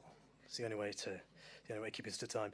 Last but definitely not least for now is Alistair Gentry, freelance artist, researcher, producer. Alistair, do come up. Here's the clicky thing. Thank you. Right, hello Barbican, hello Internet. Yeah, I'm Alistair. I'm an artist and writer, and I also work as a producer and researcher in the arts. And I'm a freelancer at the moment, and I live below the official poverty line of the UK. I also have permanent damage to my lungs from having COVID, and I live right next to the A12 in Waltham Forest, just to pick up on some of the things that have previously been mentioned. So, a couple of years ago, I was working for Unlimited, who are the UK's national funder for disabled artists, and in fact, the world's leading funder for disabled artists. I've done a bit of work for them as a freelancer since, but yeah, this is pre-pandemic, but just pre-pandemic. So yeah, this was instigated by Joe Verrant, who is the senior producer, now director of Unlimited. And this was it was on the model of a hackathon, basically. We had a shared online document that people could contribute to. I was moderating it, but people could say what they want. People could come in and edit what other people had said, not edit what other people had said, like notate what other people had said. All nations of the UK are represented, about 100 disabled artists, arts organisations who work with them, and disabled-led arts organisations were invited from artists who'd been funded by Unlimited, allies and colleagues, other organisations. So these have all been anonymised. I don't have time to go through the whole thing because it's massive, and I should also point out the absurdity that somebody can correct me if I'm wrong, but I'm, as far as I know, the only person who's done this research in the whole of the UK, and I am the only holder of this knowledge at the moment. So, good for me, in a way, but that's ridiculous. That shouldn't be the case. Okay, so this is one of the questions. Do you think environmental discussions by organisations ignore or discriminate against disabled people? Yeah, so this is a quote. Discussions and activism around climate emergency put an emphasis on self-sufficiency and almost survivalism. So, again, we maybe don't have time to unpack this, so all I can do is really provoke you. So the lessons from this was, yeah, a lot of activist groups and debates have an unexamined privilege problem they need to address if they mean to be fully inclusive. Yeah, so when I'm talking about survivalist rhetoric, I'm talking about things like kind of the idea of going back to nature. It's like, well, yeah, that's a great idea in theory, but as a disabled person, I'm visually impaired. If I go back to nature, I need somebody to help me out with finding food, or I'll die. You know, a wheelchair user can't go back to nature. Nature is not flat. So there is a certain amount of kind of weird, unexamined logic there that applies to very normative, able-bodied, often white people's experience of life. Again, you know, I wish I had time to go through this. There's some actual quotes here. You can find all this online at weareinlimited.org.uk. You can find the full report. So I'm just going to whiz through. Yeah, sometimes disabled people have to think more about day-to-day survival, financial stability, and barriers put up by society. How can disabled people be environmentally responsible, and is it a priority? I put this quote because it's the one that just stabbed me in the heart. The DWP is going to kill me before climate change does, so that's my priority. Yeah, non-disabled people can greatly underestimate the basic daily struggles of disabled people, including their poverty. Accessibility and sustainability don't have to be contradictory.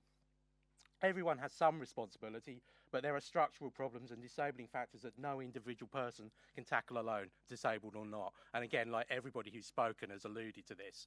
And I just want to say again, you know, there cannot be racial justice, there cannot be climate justice or any type of justice without social justice, without us erasing the gap between the rich and the poor.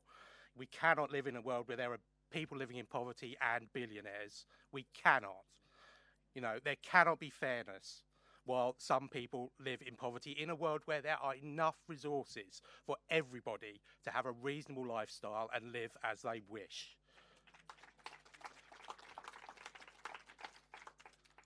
So, yeah, there's some more quotes there. Do you think it's helpful or productive for organisations, etc., to declare climate emergency? Yeah, this is a nice positive one. Be kind and get behind the positive news stories that can encourage positive change. But people also said there's quite a lot of scepticism, particularly from disabled artists, about declaring emergency, but what does that mean? There's no point declaring emergency if you don't act like it's an emergency. It's like, well, the house is on fire, and it's like that famous kind of meme of this is okay, you know, the dog sitting and having his coffee while the house is on fire. There's still quite a lot of that, actually, in the world and in arts organisations. You know, this is not fine. We are not fine. Yeah, and again, as other people have said, doing something, though, is better than doing nothing. You know, the worst thing you can do is just throw your hands up and do nothing. Do something. Yeah, more quotes again. What kind of support would you need for your organisation to be more environmentally sustainable? So, yeah, again, this is a huge thing, again, to do with social justice, too. A shorter working week would be a future ambition for the arts sector. Less activity, but doing it in a more environmentally and socially sustainable way. Artists, I know from experience as an artist and a curator, they're constantly doing things on a last-minute, ad hoc basis. Arts organisations are asked to do the work of government, medicine, social workers, architects, town planners, on a fraction of the budget. You know, if I got paid for all of the things that I do and have learned to do myself, I would be on, you know, about £500,000 a year, at least. You know, I'm a producer, I'm a writer, I'm an artist, I'm a performer, I'm a kind of an organiser. You know, it's just all of these things that some people get paid really good money to do, and I don't. So, yeah, shorter working week, universal basic income, so nobody is beholden to landlords and they can walk away from shit jobs as well, which is a thing that's plaguing our society as well. The idea that you can have infinite growth on a finite planet, no, you can't. So yeah, we need clear, objective and reliable information about what we can do, and people are already doing it, so we're not duplicating effort, which there's a lot of too, because we don't share, like for example, me doing this research and nobody else in the UK. And just money. You know, money is the solution also. Some of that money that's being sucked up by people who don't deserve it should be going to the people who do, to do the work that needs to be done. Yeah, so that's the end. Yeah, I've gone through super quick. I'm sorry if it's like really kind of mind-blowing, but yeah, you can find the whole thing on the Unlimited website, and you can also contact me. I'll be really happy to share this with you in any way that is suitable for you. So thank you very much.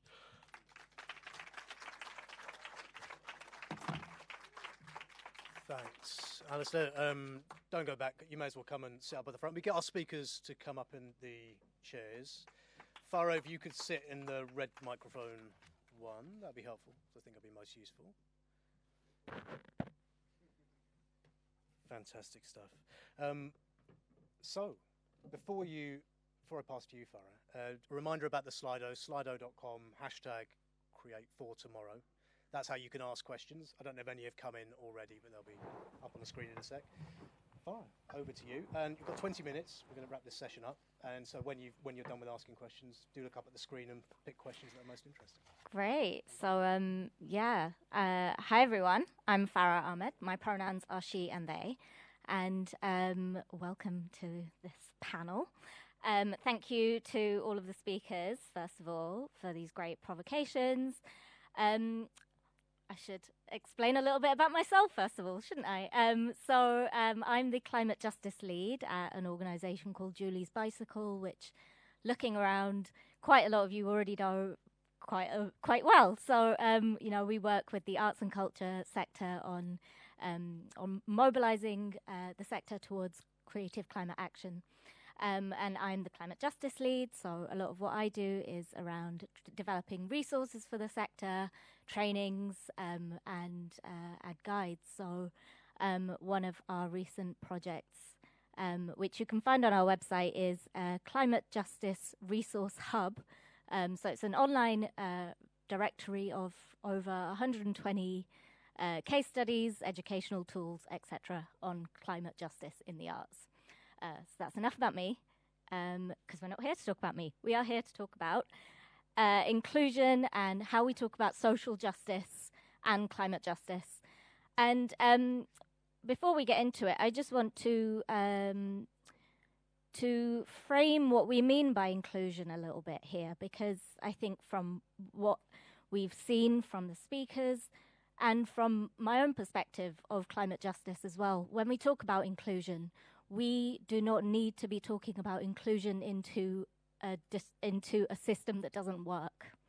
We need to be talking about disrupting, taking apart that system and rebuilding it in a way which is inclusive of people particularly impacted by climate harms. So this isn't a representation talk. So actually, I'm going to start with Alistair as it's all very fresh.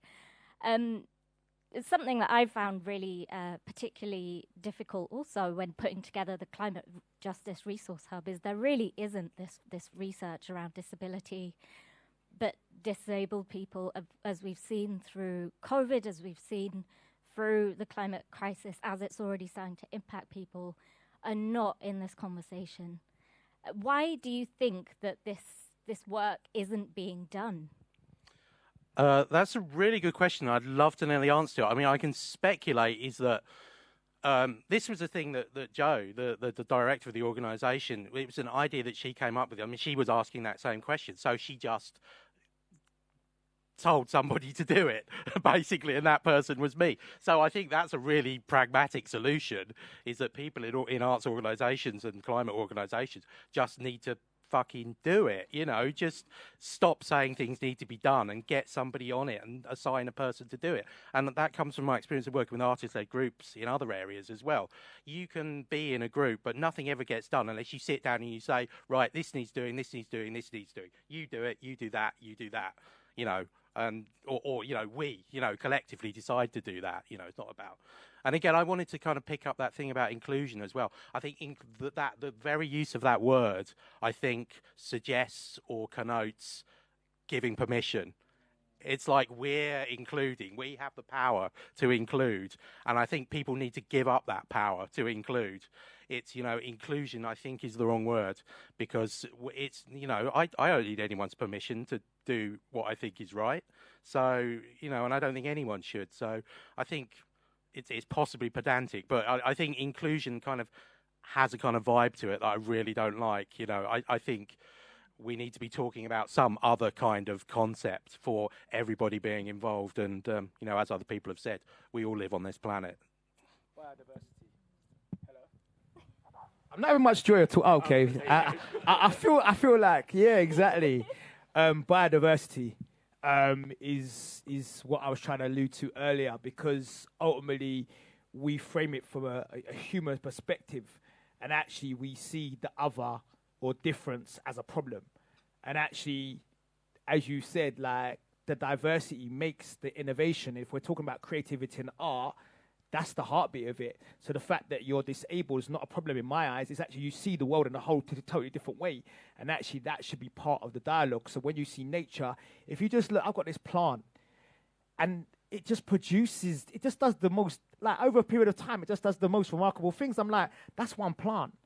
So we're all individuals. Like biodiversity is what I really like to use. And that's why I feel like I use the terminology for nature because it's much more embracing, it's much more vast, it's much more encompassing rather than saying inclusion, because all these things, as you said, are definitely human or predominantly man-made as well. So biodiversity is definitely a thing that I would allude to much more in terms of the process. Yeah, and just like in nature as well, the loss of one person's uniqueness is a tragedy for the whole planet. You know, like the loss of one plant, one type of animal, one person, you've lost everything that they were, and that is a waste. Ecosystems again. Yeah. So that's basically what I was trying to talk about with May Project Gardens. It's an ecosystem. It's not one thing. If something's lost from someone else, then the thing whole collapses, and that's what we are. But we've created environments where that doesn't have an impact. So we can ignore disabled people, we can ignore the black people, we can ignore women gender pay gaps because we're not impacted by it. That's not an ecosystem. And when we actually start working in an ecosystem kind of way, which is much more kind of in nature, then we can feel the impact of other people and make it more inclusive. We'll use that word for the time being. So does anyone else have anything to add to that? Yeah, just that. Like you said, the conversation that's been around inclusion, trying to include people in the conversation, like within the dialogue, especially as like black woman and youth climate justice activists, I face a lot of tokenism within these spaces, and it's like you said, it's like the permission to be invited in, and it's like having a seat at the table, but this table that is, you know, causing this destruction. Exactly. And it's like actually need to shake up the table, smash it and build a new one, essentially.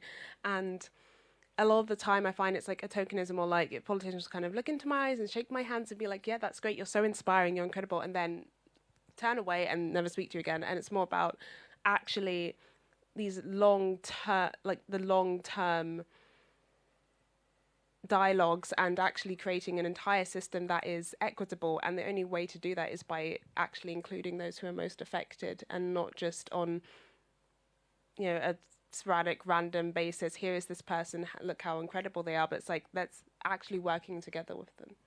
Yeah, and that what you're talking about, it also feeds into the huge kind of racist, colonialist and everything is narrative that people who are marginalised are kind of chippy and angry, you know, because we are the ones who always have to be so angry, you know, to get ourselves heard. So there's this whole kind of thing that becomes self-perpetuating. Sorry, I was just going to comment on about nature, because I think one of the things that we're talking about in this discussion is about getting a much larger group of people involved in climate. We really want to spread it out, and just hearing Ian's talk's very inspiring, because you can see a lot of things he's talking about immediately grab very ordinary people. You don't have to be someone who knows masses about climate change to get involved in projects. And the lovely thing about nature is everybody is connected to nature. Even if you don't have a garden, you can look out the window and you can see a bird. You're very aware, particularly COVID, we were all very, very aware our little spaces, whether it's our balconies, whether it was just the park around the corner. And I think nature is an incredibly important way in, particularly if you're looking at spreading to disadvantaged communities where people find it quite difficult because they're actually trying to get tea on the table. Food prices are going up, fuel prices are going up. Actually, the emergency for a lot of people is getting that food on the table. And so I think if you can find a way in through something like nature, it's a really good way of involving people. And of course, artists are fantastic at that. We've done projects about bees. Everyone loves bees, and you immediately get the interest from the children and the families. People get really straight in there. So I just think that's a real important thing. The other thing I wanted to say was the kind of importance of having the voices of the people who are the disadvantaged groups. And I think there's a real problem at the moment where it's still very top down. And actually with climate change, it affects everybody. Rich, poor, global south, global north. Everybody is affected by it, but who are going to be sitting around the table making those decisions for the future? And I think in the arts, we've got a massive responsibility to really reach out into the communities and ensure that they are the people who've got the voices for the future. Great, thank you. And I mean, on that point, so yes, everyone will be impacted by climate change, and many people are already being impacted. We're not all in the same boat, and I think that it's important to acknowledge that and to voice that. So when we're working with people who are more impacted, particularly Ian, I know you work with migrants, and working with disabled people, and working in places like Lewisham. Like I lived in the borough of Lewisham for 12 years, you know, just down the road from where Rosamund, Casey, Deborah and Ella lived. So when we're engaging with people, especially, you know, a lot of you in the audience here might be from organizations that aren't that are white-led, that are full of a lot of middle-class people. There's lots of statistics out there about the diversity, not just of the arts sector, but also the environmental sector, and where people who are impacted sit within those organizations themselves. How do you make sure that what you're doing is genuinely uplifting people's voices and not speaking over them? And creating a long-term legacy for what knowledges and solutions are already held in those communities. Because as Shai said earlier, people aren't waiting to be saved. People have the knowledge. Indigenous people have the knowledge. Frontline communities have those solutions within them. I'm going to start with Dominique. Do you have something? Yeah, I think it's about starting with the basis that people aren't voiceless, because a lot of kind of the phrase of be a voice for the voiceless and speak on behalf of them, and it's like people aren't voices, their voices just aren't being heard. And just starting with that basis of platforming and highlighting people and the work that's already being done is, you know, an incredible place to start. And that's where, you know, the real change happens. And, you know, a lot of in Fridays for Future, for example, a lot of the international campaigns that we've done, in like our shift over, because we used to just do like it was very, very like Western centric and Western focused, especially with the narrative, the climate strikes and everything. And we actually started having this international network and people who are on the front lines, who are in the global south, who, you know, are experiencing the climate crisis today, actually shaping the narrative. So not just giving a platform in the sense that they're doing like speeches and being uplifted like online and within the events that we're doing, but they're actually shaping that narrative itself. I think that's incredibly powerful. And that can also be done through storytelling, like you've mentioned. And that is done by actually giving people the resources and the space to do that. Ian, do you have something to add? To me, we talk too much. Like, we talk. And actually, if we're talking about even the fact that we're having a conversation here, it's very much a Western that kind of modality in terms of how we kind of come together. Actually, we need to do. So for me, we're inside. Why are we inside? We're talking about climate change. I never understand that. Like, whenever we talk about like climate, we're always inside a building. I'm like, we should be outside. Like, do you know what I mean? So I'm not sure about the British weather, Ian. Well, but that's the whole thing. But the point is, I do the cold water showers and all that kind of stuff as well. The reality is, this is the climate we live in, so we have to get more resilient to that climate, rather than be like, oh, let's tuck up because then you tuck up in your home, then you're putting your bills up, we're contributing to that. So this is why nature is the antidote for most of the solutions. But my point earlier, to answer your question, is the experiential. I'm also neurodiverse, so I have an invisible disability, so I don't know the same challenges, but I have a real issue because people are like, oh, you look very confident, But actually, the thing that I like to do is experiential learning. And that means giving people the tools and the agency to do stuff. Like when we built the Straw Bale classroom, we had different sectors of the community. And one person said, I can never imagine LGBT, refugees, and Black Panthers all in one space. But the reason why it worked, because they were actually doing the work. They were actually part of it. And very often we see, we come and have a conversation. Let's, hopefully, off the back of this, let's see how many of us will give the tools and resources to come back to the Balkan and go, okay, let's program a festival. Let's do some outreach. We are the experts in this field. And actually what they need to do is actually bring us together and let us do the experiential work. That's basically what we do at my house. This is like a garden. Like, it's a council house. But we've had people from China come to us. We've had people from Japan, India. Our clients, corporate, are Lush, Warner Music. Like, I think you hooked that up, actually. Yeah, I did. Big up yourself for that. Thank you very much for that. Love that. But how's that even possible with a garden? It's a council house. I don't even talk about money. I'm still in a council house. But the only reason why it's possible, because we put people at the center of everything that we do. And it's a slower process. When you've got people that have mental health, disabilities, refugees, women included, the majority of our team is women till recently, because actually they're the most underrepresented.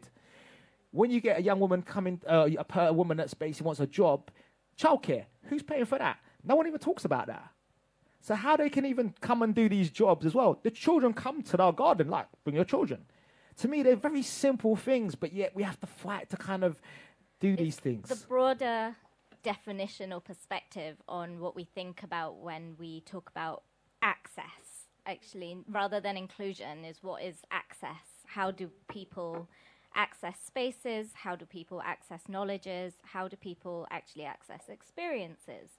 And for all of it, like, I'm probably also a bit neurodiverse, and and you know, it's when your brain doesn't work in a specific way, or you come from a culture or from a sort of storytelling perspective where things are not done in a kind of linear Western kind of way, it's harder to participate in those kinds of perspectives. I mean, and just to echo what's already been said again, just give us the damn money to do the work. You know, just give the people who know what needs to be done the money to do the work, because that's what equity is. It's it's giving everybody a tall enough box to stand on that they can all see over the fence. Some people need more boxes to stand on, and so be it. You know, that means they get more resources.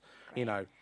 Thank you. I also think it'd be really good if arts organisations look at a lot of things that affect people in poverty, and I think that's really important. A really good example of that is fuel poverty. And fuel poverty is an absolute win-win for climate, because if you tackle fuel poverty, which, as we all know, everyone's absolutely, scared as hell for the next energy increase for all of us in the autumn. If we can actually get fuel poverty insulating homes, you obviously reduce carbon emissions. You're going to make people warmer, happier, and it's great for the climate. So there are things like that which are really, really important. We should be pushing both the GLA, we should be pushing governments on these things, because it's really fundamental. And I think actually the fuel crisis, which is ongoing, is going to be terrible this winter. I think people are going to be in a terrible state, and I really think it needs addressed, because it's going to affect so many people. Yeah, and it's also something that cuts across. This is where you do start to see where we are seeing poverty, fuel poverty campaigners, Disabled People's Action campaign, all participating in this and talking about it as a climate justice issue. We're going to go to some questions from the audience. I just wanted to say that the housing thing is the issue, is because we don't design and build the houses. So if you get disabled people to build the houses, they're people that poor to build the houses. That's why we did the straw bale classroom. It was like showing these young refugees that actually they can actually build their own vision of what they want to do. The solutions are there. They're there. But we're not given the resources and power to actually implement those solutions. So the solutions for everything are always here. I'm going to go with the first question, which is, how's your work engaged with wider policy, and is there a risk that your projects happen in their own world without impacting policymakers? And I want to add to that, is there a risk that it also doesn't impact the wider movements for change that are happening, depending on where you see the power to create change? Let's start with you, Dominique. Yes, just quickly, because I know we're running got limited time. So obviously, like the strikes and applying pressure, that's policy advocacy in itself. But with Climate Live and bringing like music and the climate together, we tried to utilize that to actually bring youth demands to COP26 and actually raise the profile on this, and also engage more people to actually get them on the streets, to get them protesting, or to get them contacting local representatives, to get them just raising the alarm about it. And that people power and that pressure is incredibly powerful, and that does apply pressure on policymakers, the collective action, which I think a lot of us don't realise just how powerful that can be. Yeah, I always say that what's the one thing that scares governments, and it's collective action from the people. So who's really got the power? Alice.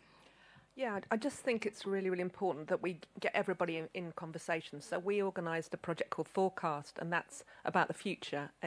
What ideas are shaping your view of the planet's future? And that opens up this discussion. You can have scientists, you can have policymakers, you can have artists. actually getting people together and having those discussions in a very open way. You're not saying that the future is going to be X or the future is going to be Y. Actually, the future is going to be very different. Even us lot around this table will all have our opinions. So I do actually think there's a real important about opening debate, opening discussion, and allowing different voices to be heard. I think that's really fundamental.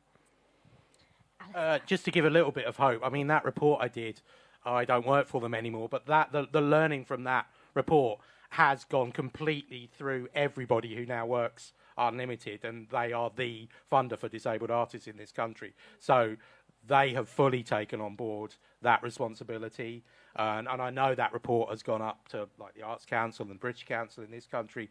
So yeah, those things, it does matter. You know, this kind of stuff does matter. And yeah, also can I just quickly say we need complete, total electoral reform in this country, abolish first past the post, and have proportional representation so that every single vote counts and every voice is represented in our politics from local government all the way up. We're fixing everything here today. Sarah, can I just mention a very small thing? One positive thing that has been achieved, and I know your organisation, Julie's Bicycle, and we had a massive campaign with the Arts Council to ensure that environmental responsibility was one of the pillars of Let's Create for the future. It started out, I don't know if you remember, page 12, about a sentence, and we were lobbied and lobbied and lobbied, and I know Alison from your organisation did as well. And now it is one of the 4 principles. So every arts organisation that gets funding for the next 10 years, or the next 4 years, isn't it? The next MPO is not 10 years, but Let's Create is a long vision strategy, has to have environmental responsibility at its core, and will be monitored on that. So, and it means not only the very important work of carbon reduction, it's actually getting out there, holding events, you know, doing artwork. So that is a really positive thing that's happened for the Arts Council, and I'm really interested to talk to other arts organisations about what they're doing and, you know, really push this, because it's a real opportunity.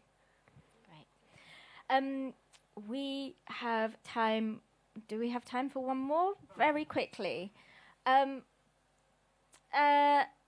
Shouldn't the main people we focus our work on be the rich who cause the problem, not the poor and marginalised who don't?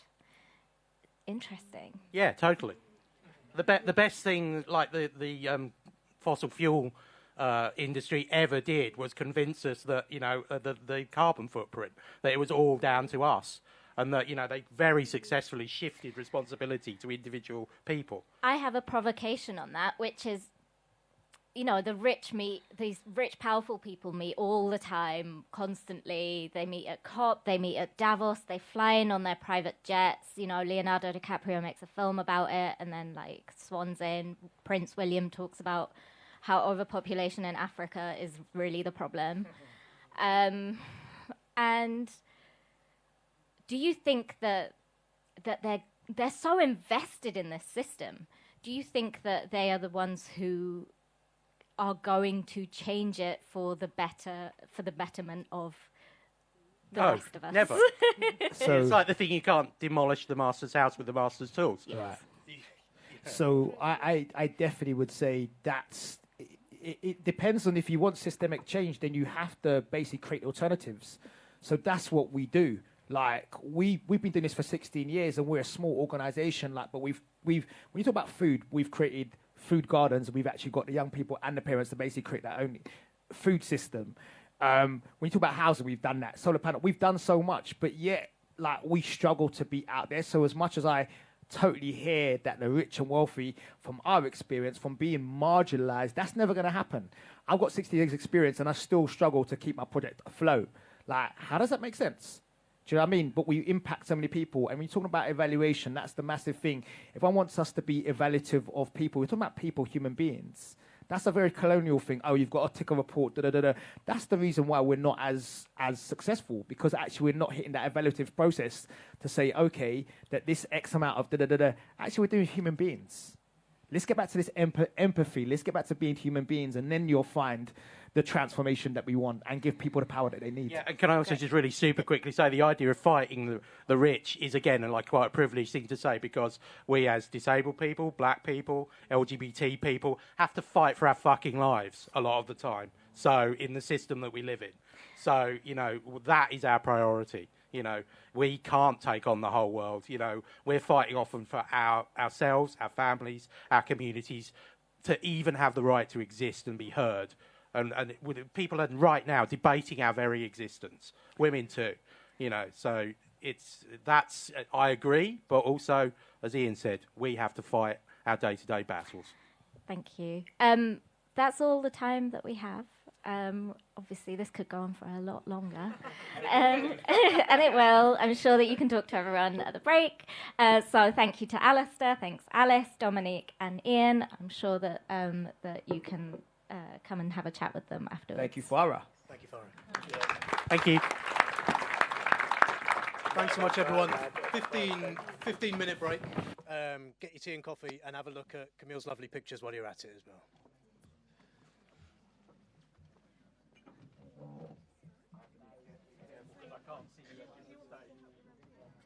No, I'm all right. I can see the steps here.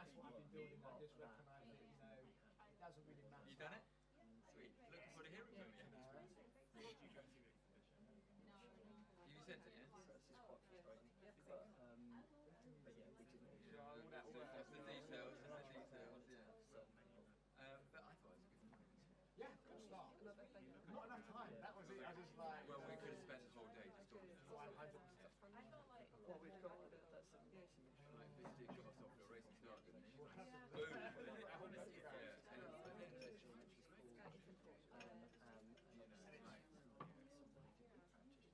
It's funny, we've seen him before. Or not.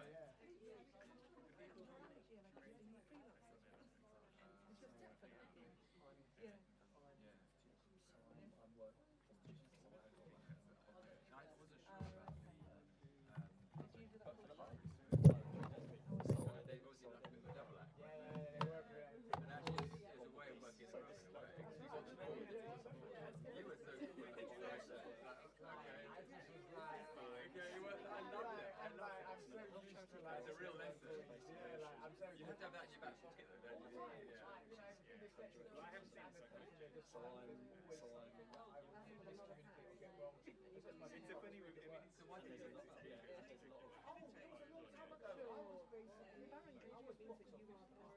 And then I got promoted to So what I try and do is we have quarterly meetings. Okay. Yeah, and they were really good. Right.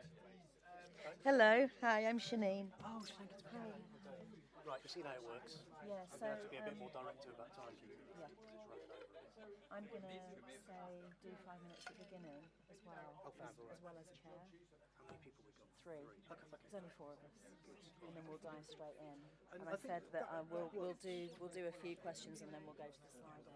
There's a load of questions. Yeah, there's lots of people engaging, so I just want them to be asking the questions rather than me.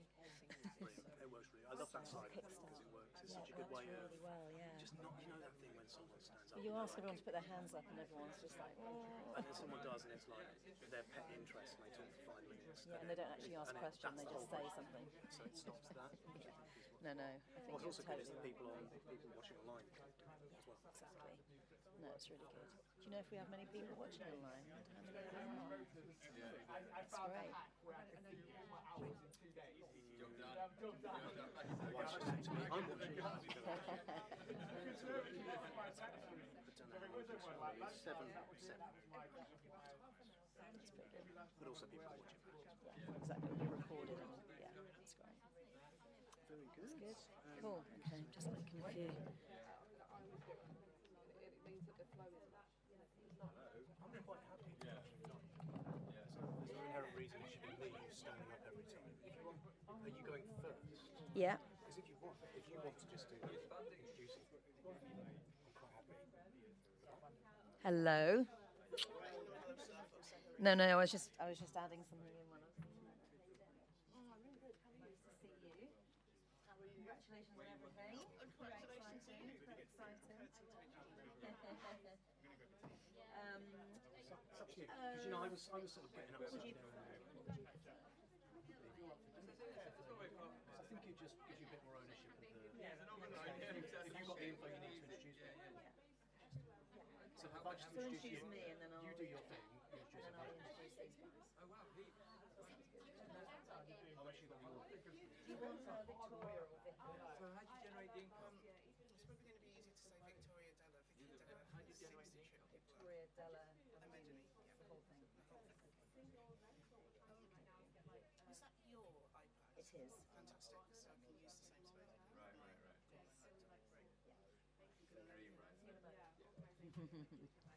Yeah, so I've gone through the order, so it's going to be Simon, then Victoria, then Ben. So I've got that, yeah. Yeah, but it would still be good for you to do the timing thing. Be good for you to do the looming. Yeah, no, that would be grand.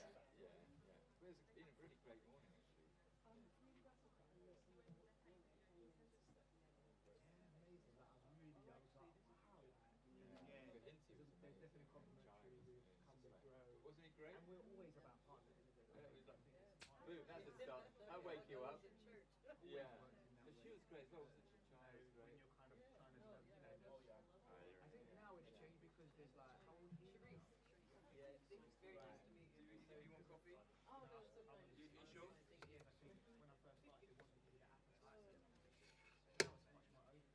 Now it's much more open. Might always work.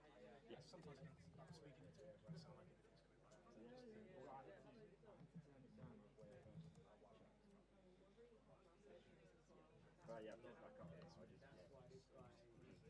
trying to not overload the stream at all.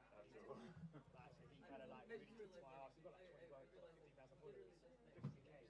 He's an artist. He's really been pushing me and getting my. So that's what we've got a team to do that stuff.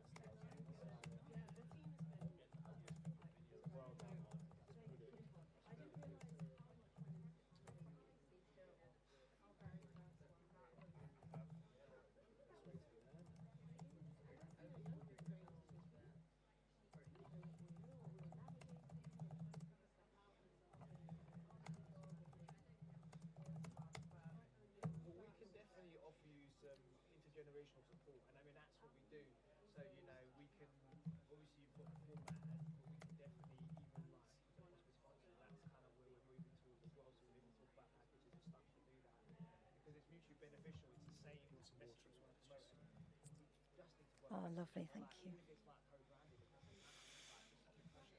Like, let's just do the thing. You know what I mean? Yeah. Might have that as well. There's so much from each other, and that's what Lovely, thank you.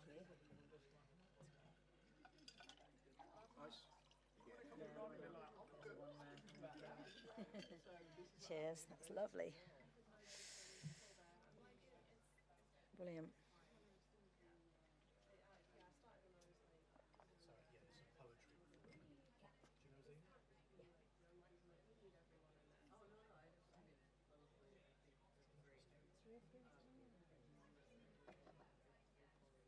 Zine? It's an interesting time where people are just starting to become one of the very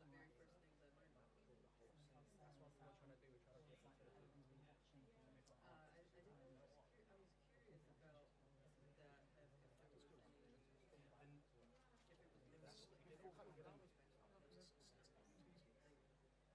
I was curious about yes, behave.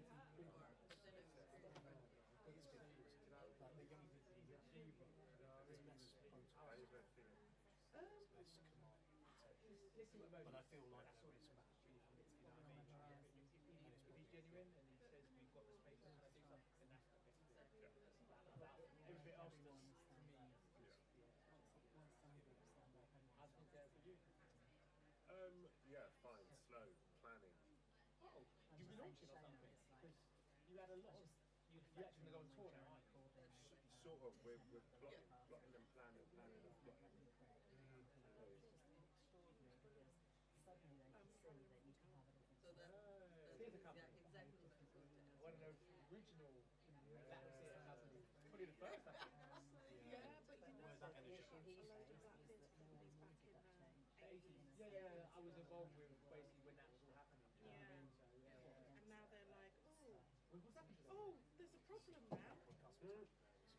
Anyway, I just want to say it was great talks and getting re-energized. I feel like Official, yeah. I knew what was coming today, so I knew the thing, the deadliest, bro. The Danishes, bro. Cinnamon, bro. I'm on my own activism journey. Yeah. I kind of spent many years just keeping my head down. Okay, I'm just going to do this. Don't stop. Well, what it was is I used to work in, so every like event. I think there are good lots of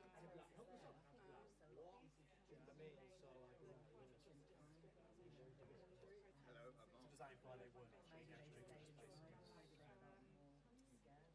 Good. It tells you more about Sunday. So we had the most amazing day at the council offices. So the chief exec is like, look, I'm going to rethink my policies. It's the new induction process for every council. We're just doing the evaluation now. Yeah. And I love the panel discussion. I could have sat there for hours to hear it more. There's loads of kids in the city. Anyway, I'll leave you with it. despite being Thank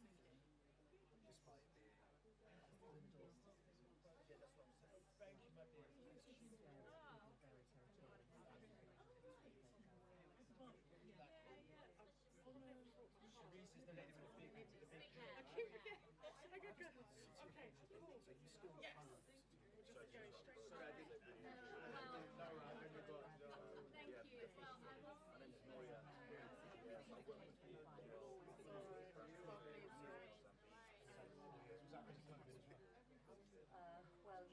you win it, and then you have like 3 years to plan. So like we won it in December 2017, and then your year after we relayed it in around about 6 months. So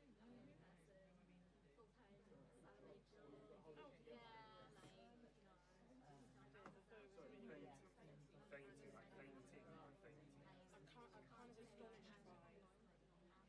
Well, that would still because you have to say with these kind of events, like you don't know. doing all of this amazing stuff. Decide when it's be like. How was Thursday? I mean, how? No, I mean, hello, nice to meet you.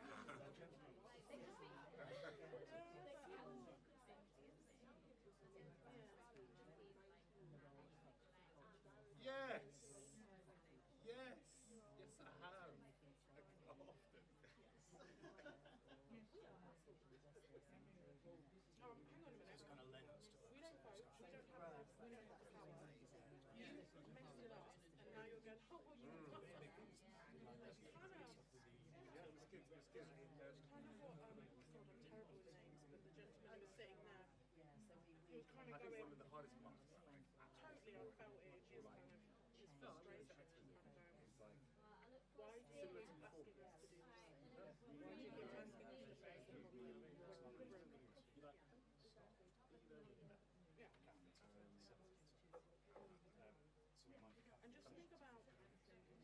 Why do you keep asking us to do this? Why do you keep asking us to face the problem? Yeah. And just think about where the Labour should be. Are we going to be able to get to July? Perfect. Well, just because you were talking before about actually seeing practical examples, and you want to talk to me about actually, as soon as it goes up, I don't know where you're going, but we, in Bristol now, we've landed a space here now. We've got UE on board, we've got Trinity, we've got space that's open up, and we really want to bring you back. And depending where you want to go, but we'll go in and see where the line is as well.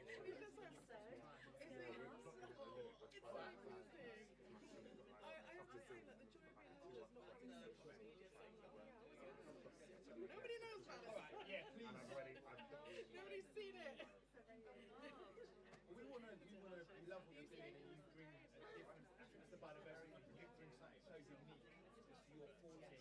We want to bring that in because actually we're like, this is something special. Do you know what I mean? So that's what we're doing. So when we grow, we do an event where, you know, you're doing your performance and live stuff. Crystal's really good for that, or like or the filming, whatever, or even like having on board with a party, be able to protect the actual base. Just let me know what your capacity is. I mean, yeah. You have a great night. Thank you so much. Big up, man. Thank you so much.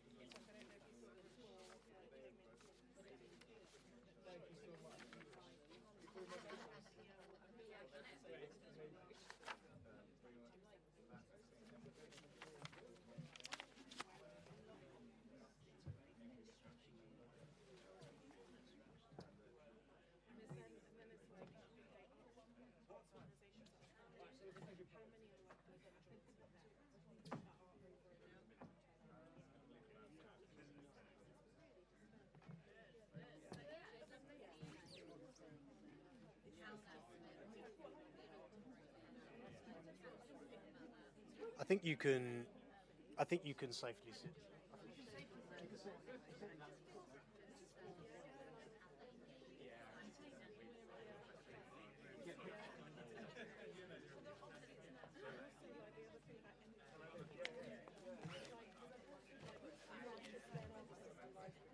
Fab.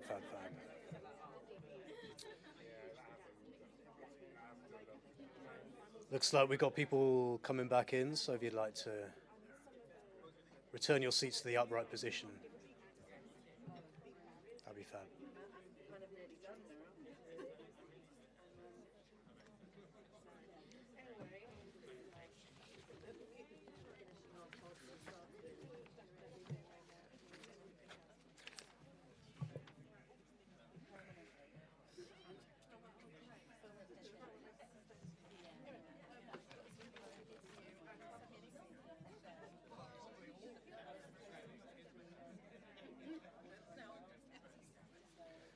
Zena, are you here? Are you in the room?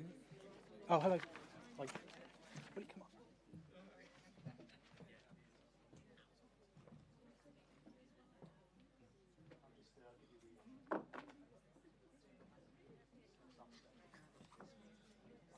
Then you can come up here.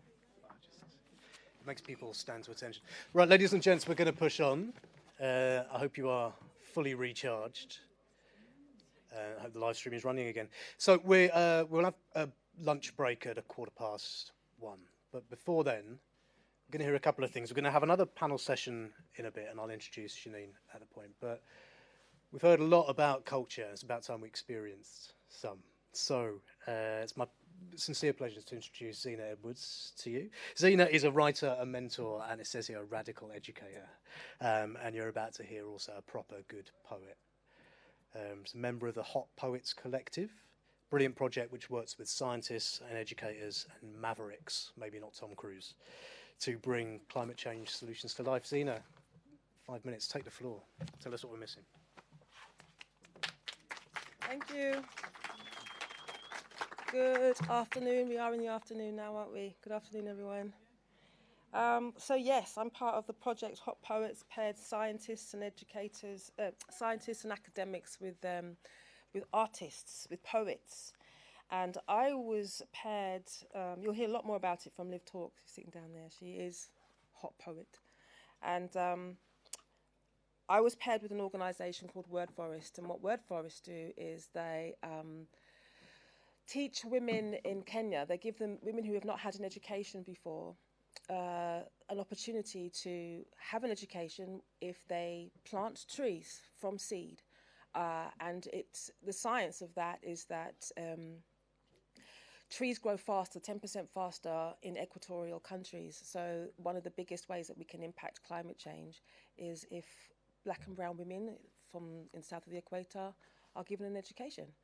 And this poem is called Mother of the Forest because Word Forest is the name of the organisation, Tracy and Simon West. They are the innovators, the couple who are running Word Forest, and they're also writers. So inspired by their writing, inspired by their marriage, where they had a forest bought instead of wedding gifts, they said buy some trees and we'll plant them in Kenya. So this is called Mother of the Forest. On her lap, wrapped in bright-coloured kanga, her hands at rest. One on top of the other, folded wings of an African dove, calm, gentle. Mother of the forest, red earth in the creases of her palms under her nails, at rest. Her hands that cup seedlings, tree children to whom she is custodian, adopted parent to an ailing mother who is sick due to a climate dangerous to all life who walks upon her skin. She is mother too, 25 and in school, to learn a new compassion, an earth connection her ancestors would have not needed to know. For their bond with the land is sealed in their songs and dances and stories about the vegetation that ate the sunlight and exhaled the food for our lungs. Fables about elephants and lions who lived among them, respecting each other's space, free from colonial price tags that have weighed heavy about their necks, their fur, their tusks for 200 years. Her name is Grace, and she has walked for 2 hours to come and learn, to see her homeland through the enlightened eyes, to see herself as Wangari Maathai sees her, as the neck that turns the head, as the straightest spine that does not bow lightly and carries a nation in the swoop of her determined chin. You cannot enslave a mind that knows itself, that values itself, that understands itself. When you educate a woman, you empower a community. Well, these are words like fertile food for Grace's mind. So Grace eats with her fingers and is fed, and tells stories her grandmother told her under the last fig tree, as ancient as memory, that survived a genocide. They tell stories of the animals that could speak. And Grace plants a seed that remembers a lost culture, discovers her own hidden genius for agricultural business, enjoys writing and maths. And after she has carried water, pounded maize meal, and holds a pencil for the first time, her eyes hold an ocean of green spreading into the future. She feeds her children with food rich from her garden, whose soil she turned with her own hands, with a humble bow in her back, thanking the ailing mother. She sows into the mouth of each open row, and she is proud that the food she feeds baby, wrapped tight to the beat of her heart, is ugali and plantain fed from her own garden, fed from her own mouth into theirs, to help them remember that they are ancestors returned, that they are children of the soil too. Thank you.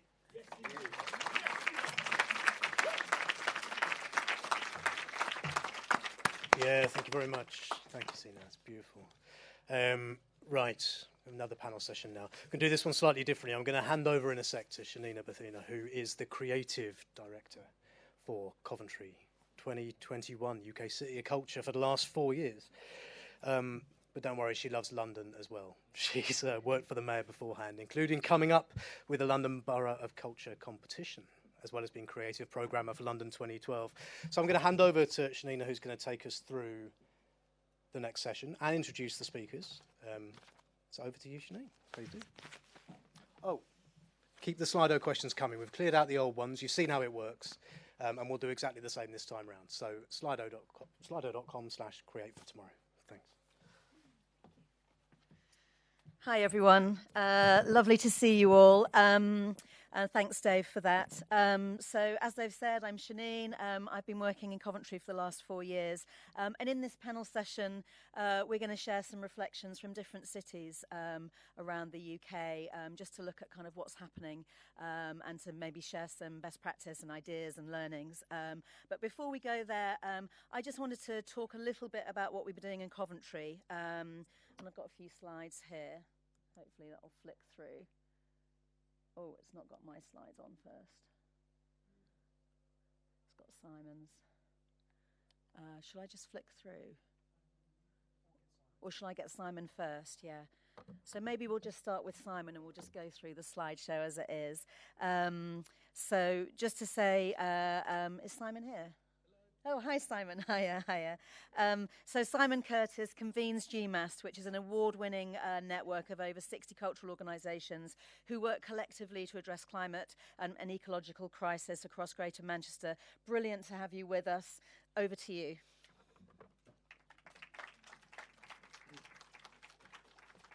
Thank you. My warm-up's ruined.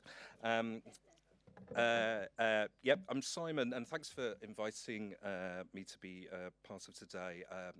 As you've heard, I act as convener for a place-based network called GMAST that evolved from the Manchester Arts Sustainability team. And I wanted to take a little bit of time to share our story. I've been thinking a lot recently about knowledge and wisdom and how they're different. And over Christmas, I read Amitav Ghosh's The Nutmeg's Curse. I don't know if anyone's read that. A colleague recommended him, and in turn, so do I. As a South Asian man living in Brooklyn, he's really challenged my Western perspective on climate and helped me find a language to join up some things that I knew were connected. So I decided not to waste these slides on logos and timelines and pictures all designed to make things look really slick. And instead I've opted for some proverbs that inspired me along the way and say much, hopefully, in fewer words. They're attributed to Native American peoples across the last few hundred years, peoples whose history I discovered I didn't really know terribly much about, and then a colonial history that is really beyond terrible. It's been 10 years since Culture convened to respond to Manchester's first climate change policy, a collaborative journey that started that would see the development of a regional network focusing on the climate crisis. A network that brought together different parts of the cultural sector. It also brought Julie's bicycle to our city and started a long-lasting relationship. And since that first meeting at Manchester Art Gallery, we've slowly built a community within the cultural sector, sharing and learning from each other. And right at the beginning, our ethos was that this was a collective challenge that we have to meet by working together, that we share each other's success, whether gaining knowledge or developing practice, and that we would approach our impact as a sector and embrace local targets. So back then, green or environmental wasn't really front and centre where we find it now. Those acting on it and the cultural landscape were often lone voices in organisations. And if anyone ever asks me what's been the best thing that GMaster's done, I'd say it brought those people together and helped develop them. As the years rolled by, the momentum and commitment grew, and remarkable that all this happened through a period of considerable funding reduction for the city and sector that we quaintly called austerity.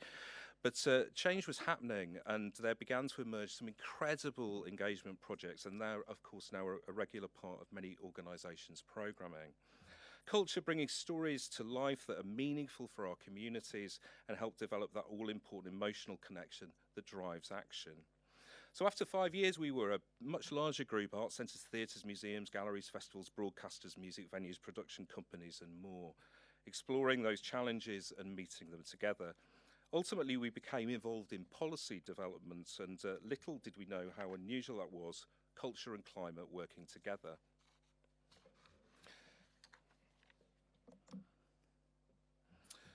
Manchester's good practice was recognised by the EU's URBAC programme, its focus driving change for better cities. It presented the GMAS model and its contribution to the city's climate change policies, and we began to explore how we could share what we'd learned. The project became known as Sea Change and would run across 3 years with 5 other cities. It was a different kind of project because it involved cities and their cultural sector to network, collaborate, and then shape action jointly. All the cities were very different, but all had culture at their hearts. In many cases, because we were visiting, it was the very first time that culture and environment had been asked how they could work together. GMAST is part of something called the Manchester Climate Partnership, and it's a sector-led approach directing the work of our local climate change agency. The University of Manchester participates, as does MMU, and local networks focusing on health, wellbeing, social housing, faith. And they come together with the City Council, business, the airport, the Blue Football Club, and the power network that operates for the Northwest. And there's also a youth board. The model provides new connections in the city and brings sectors together who might not have collaborated. And it's got academic learning at the heart of the evolving strategy, and it helps us define our focus. And recent projects have included exploring consumption-based emissions, adaptation and resilience, many minds, many perspectives, great thinkers and great communicators. As a cultural network, we've looked hard at the barriers to action and developed resources to help instill the confidence to build a more sustainable approach into cultural practice. Cultural organisations bring together knowledge and stories, and that's such an amazing bridge. And some organisations are well on their journey, others just starting out, but the ethos for the network remains the same. We're in this together. We need to, very important one, we need to face this challenge, and it comes in all sorts of ways. You know, our rapidly evolving world, our obsession with extracting resources, government policy in all kinds of ways, challenge that comes through holding to values in the public domain, challenge that comes from truly embracing divestment, embedding circularity, effectively decarbonising operations, cafes, gift shops, choosing when we travel and how. Challenge that comes from telling the stories that expose the pain of our history.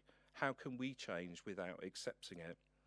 Climate doesn't sit on its own, much is related, and so challenging inequalities everywhere has to be at the heart of what we do. I wanted to advocate today that meeting these challenges with a place-based focus can really help us learn and evolve our practice. It gets us out of our own echo chamber and into local action. It helps us take our place in a community and connect with policy and drive change. It makes us question our values and so our practice. The cultural response to climate is key to the systemic changes we must make. If we only look at this through an economic lens, we are missing too much. The market, as we see, serves itself. All culture created in what we now call the climate crisis must reference it in the choices we are making and the resources we use. Culture is a great example of collaboration. It has to bring together such different skills to make it happen, and what better place to explore change. Just got one more. Yeah. A couple of years ago, and I'll be super quick, a couple of years ago we were asked to respond on behalf of the sector to our local climate change strategy, and we developed a framework. And that came kind of from a meeting with the cultural leaders in the city, all those different organisations, and trying to find a way to commonly talk to everybody, no matter what their discipline is or the scale of their organisation. So here goes. It talks about understanding policy, obviously our position within the carbon budget, planning our reduction, engaging with people, reducing the impact of cultural places, and changing our practice, and highlights the strength our sector brings to help imagine, inspire, inform, innovate, and include. And we think that's the biggest impact we can have. And at the heart of this framework sits action, but I wonder if being might be better. We know culture as a convener, ambassador, placemaker, and part of the health and well-being of our communities of all ages, advocating, demonstrating a safe place to explore our feelings, a great place to examine our fixation on consumption and embrace other models, and working more closely with the wealth of knowledge and wisdom that exists in every place. So after a decade, we're 60 cultural organisations working across the city, and we're looking at what the network needs to be in the future to better support the sector across our region. And it's really exciting imagining different models of leadership and exploring how and where climate is intertwined. And I think I mentioned at the beginning of this, it's the story, it's about people. The living legacy of that meeting 10 years ago is a knowledgeable, networked community across our cultural organisations, doing brilliant things across the sector in all kinds of ways, going well beyond facilities and production. And now we're seeing more climate-focused roles emerge in the sector, and there's a generation to make them work rich in knowledge and wisdom.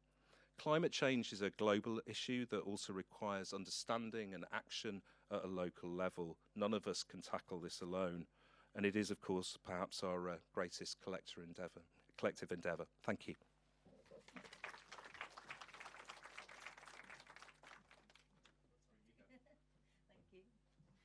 Thank you so much, Simon. It's really interesting now to move on to really talking about the role of partnerships, policy making, and the action that we can really kind of create through that process. So thank you so much for that, and we'll talk more about that in the panel. I'm now going to look at who the next slide is. Let's have a look.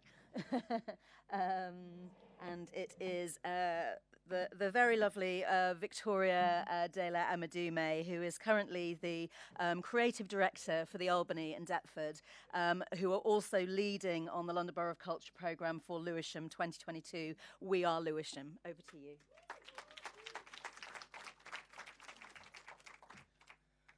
Oh, thank you for having me. I feel like we're all going to say the same things in different ways, but here I go. Lewisham has one of the highest proportion of working age people living on benefits in London, and it's in the top 20% of deprived local authorities in England. But in 2019, Lewisham was also one of the first local authorities in London to declare a climate emergency. It set out an ambition for the borough to be carbon neutral by 2023. But it's clear that there is a really vicious cycle between social inequality and climate change. Climate change and consumption are usually framed as environmental issues, but they are fundamentally social justice issues, with those most often the ones most impacted being the ones most often routinely absent from mainstream environmental dialogue. Our Borough of Culture programme, We Are Lewisham, aims to harness arts and culture to galvanise action on climate change. Our bid for Borough of Culture was supported by over 5,000 residents, and it was developed collaboratively through a series of workshops across the borough to shape the themes and the starting points for our programme. And it's through this consultation that we realised the urgency of the climate emergency and environmental sustainability on our residents, and in particular to our young people.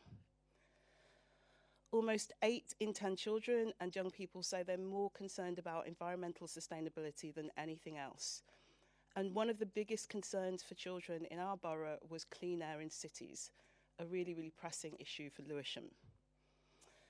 However, what we also found out in the consultation was that people didn't feel confident to articulate this in their everyday lives. They felt too anxious or too disempowered to address it. Our programme tries to make the case that arts and culture can provide a powerful and dynamic way to look at and to talk about climate justice, one that feels relatable, relevant, and hopeful. So we have a series of major artworks, UK and international artworks, that are arriving in Lewisham, and they're exploring climate change from a range of different perspectives. Breathe 2022 is a striking public artwork, and it's appearing across Lewisham on sites close to the South Circular. It's presented by Invisible Dust and created by Dryden Goodwin, and the work relates explicitly to air pollution and the death of Ella Adu Kissy Deborah. It depicts, in a series of sketches, local climate activists of all ages struggling for breath. Sun and Sea, which is co-presented by the Albany Lift and Serpentine Galleries, is a sprawling tapestry of bodies and lives against a striking operatic libretto. It's an artwork that paints a strong image of the relationship between people and our planet, and it's all captured in one afternoon on a crowded beach. Now, these projects are the ones that have made the press, but I wanted to talk about some of the other key projects in our programme that are impacting our people and our borough in really, really powerful ways.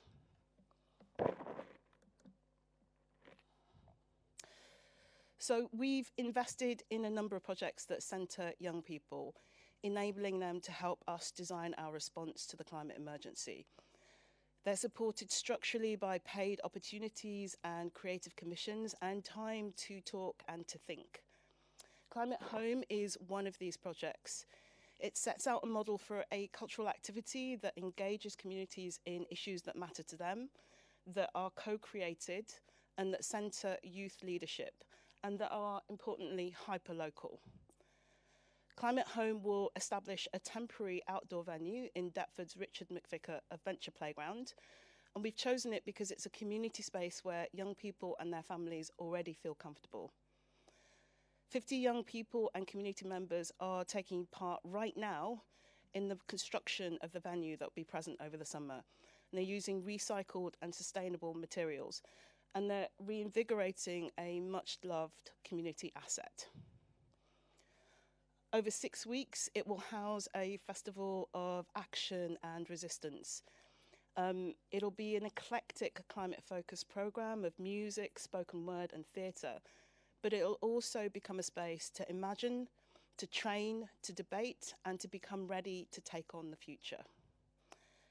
It's all curated or created by Lewisham-based young people who, most importantly, are being paid to take the leadership of the project.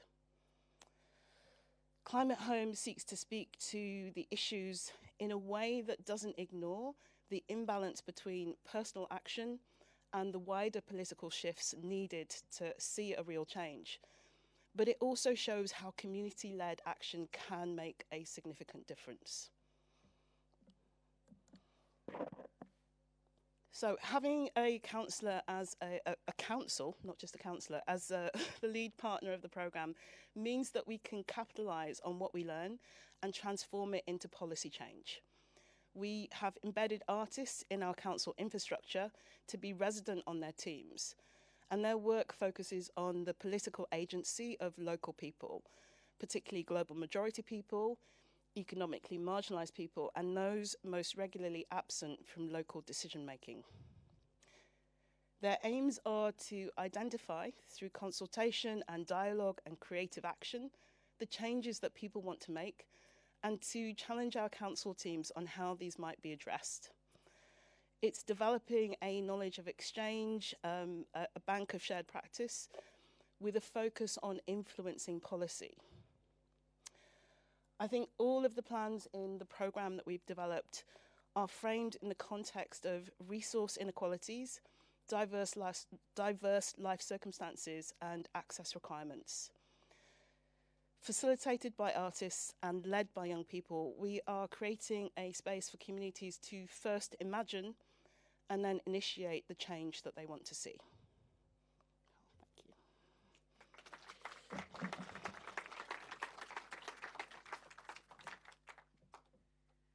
Thanks so much, Victoria. I think it's so interesting when we start to think more of a place-based approach, because actually then we're thinking about where we need to be in the community, who we need to be working with, and that real people-centred approach, which really comes through so strongly through the work that you're doing. And good luck for the rest of the year. Okay, so our third speaker is Ben Twist. Ben is the director of Creative Carbon Scotland, who are a charity that are putting culture at the heart of a zero carbon Scotland. And he has 25 years of experience as a theatre director with in-depth climate change knowledge. So over to you, Ben. Thank you. Thanks very much. You can find out about Creative Carbon Scotland on the website, which I'm sure is somewhere.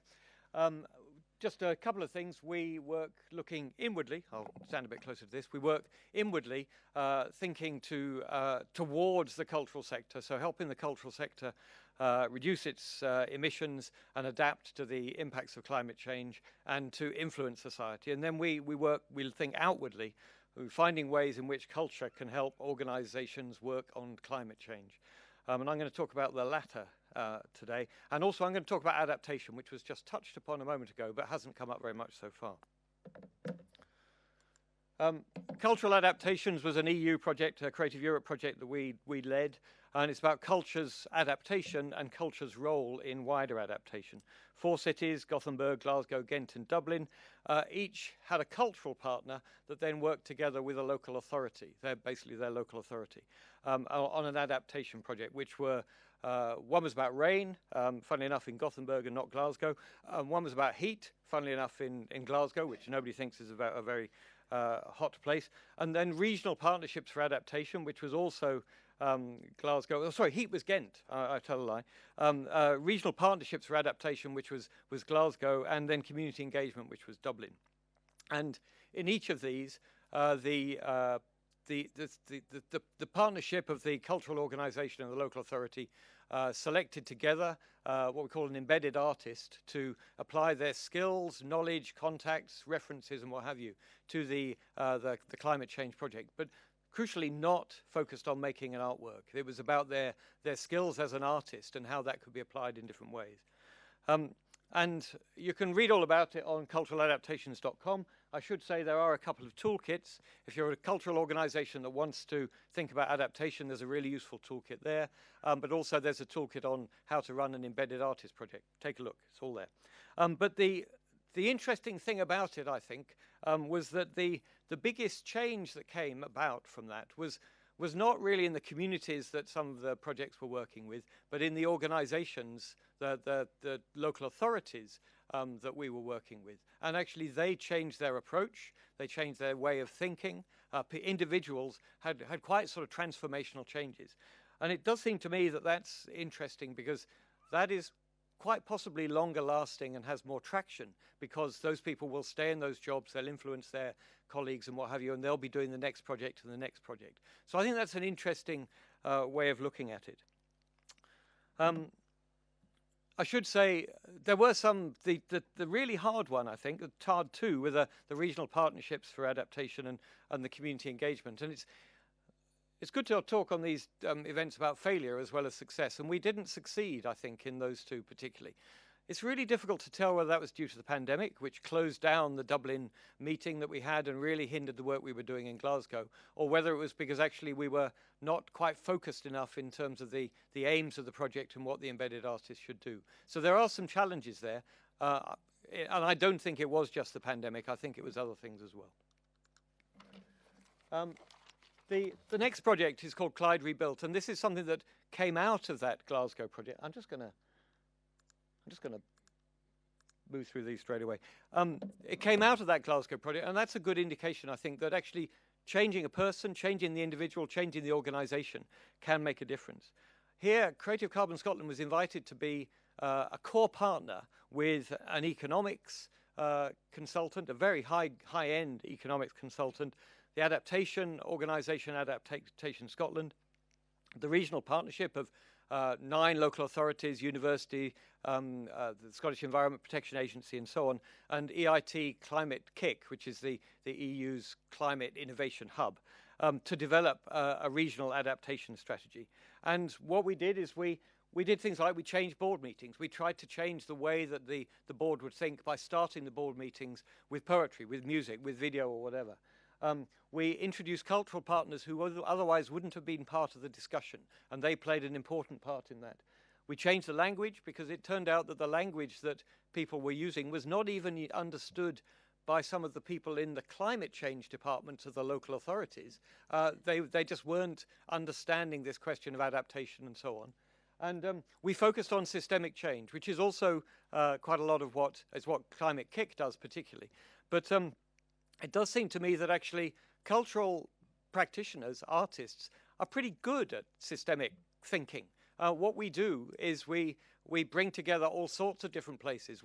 As a theatre director, I brought all sorts of different voices and individuals into the room and tried to manage that sort of extraordinary, rich, combative, quite often difficult group of people, actors, composers, designers, whatever, writers, into a whole that was always going to change. It changes in every performance and so on. So I think there's actually something quite interesting about complexity that artists are quite good at handling, and maybe we can bring this in for these organizations. The other thing to say is, I can see him moving, simply coming from different backgrounds, actually when you've got engineers, accountants, local authority, economists and so on around the table, actually somebody coming in with a different perspective, perhaps who can unlock the cultural, the imaginative, the emotional side of those people who are around the table making decisions is valuable. There's various reports you can see. We're now talking about a project around the UNESCO City of Music in Glasgow, so that change is continuing, and that's me. Thank you.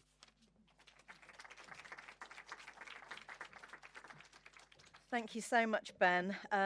Really interesting to start to hear that kind of real strategic development with partners and thinking more about that kind of global policy making as well. We'll pick some of that back up, I'm sure, as we go into the panel. We're running a bit over, so I'm going to just move forward and just tell you a little bit about what we did in Coventry, but I'm going to skip through quite quickly. So I just wanted to say that Coventry is a city of activists. It's got a massive grassroots community who do a huge amount of great work every day. And when we came into the City of Culture, we wanted to promote this sense of Coventry as a caring, collaborative and dynamic city. And I think our Green Futures programme is a really good example of that. Back in the 1970s, the People Party was set up in Coventry, and it was really very much a response to people explosion on our planet and concerns about the long-term impact that more and more people would have on our natural world. And so when we were thinking about what programmes we wanted to do and we developed our Green Futures programme, we talked very much to to the Heritage Lottery Fund and also to the Warwickshire Wildlife Trust to really start to think about, you know, how can we do something that has action at its heart, that is about people and that follows what people want to do and say and lead and change, but also has a sense of joy and engagement and can really maybe change the narrative around some of the discussions we're having around climate crisis. And so these were some of the ways we work at the Warwickshire Wildlife Trust. What I would say about Warwickshire Wildlife Trust is they had a huge amount of research that they'd done, lots of data they gathered, huge insights into Coventry and the surrounding area, and actually some of the problems and the issues. And that insight that they were able to provide to us really kind of helped us to think about what we then wanted to do. It kind of gave us a really great starting point. So rather than us just deciding on projects or programs that we wanted to do, it was very much built on what they were already doing. And then it really helped us when we were developing our theory of change. I'm sorry, it's a really terrible slide. Theory of changes, they're not great things anyway to look at, but they're very, very important. So down the right-hand side, you can see our 4 long-term impacts that we created, working across sector in Coventry, working with the public sector, with business, education, culture, the third sector, really trying to understand what is the long-term kind of ambition, what are the long-term objectives of the city, and how do we start to kind of pull that together in a framework. And then we created 15 outcomes. And so our whole program was outcome driven, very much based on that theory of change framework. And there were kind of 4 key areas of focus for our program, which really helped us when we were thinking about those strategic partnerships, how we would unite with arts organisations, empower communities, and create large-scale interventions. They mostly speak for themselves, but just very briefly on the Green Code, this was something that we built with the arts sector across Coventry and Warwickshire, particularly venues and building-based organisations, just to really join forces and think collectively about what changes and differences we could make. And we did this with an organisation called Cambay, who worked really closely with us over a period of 3 years to develop that Green Code.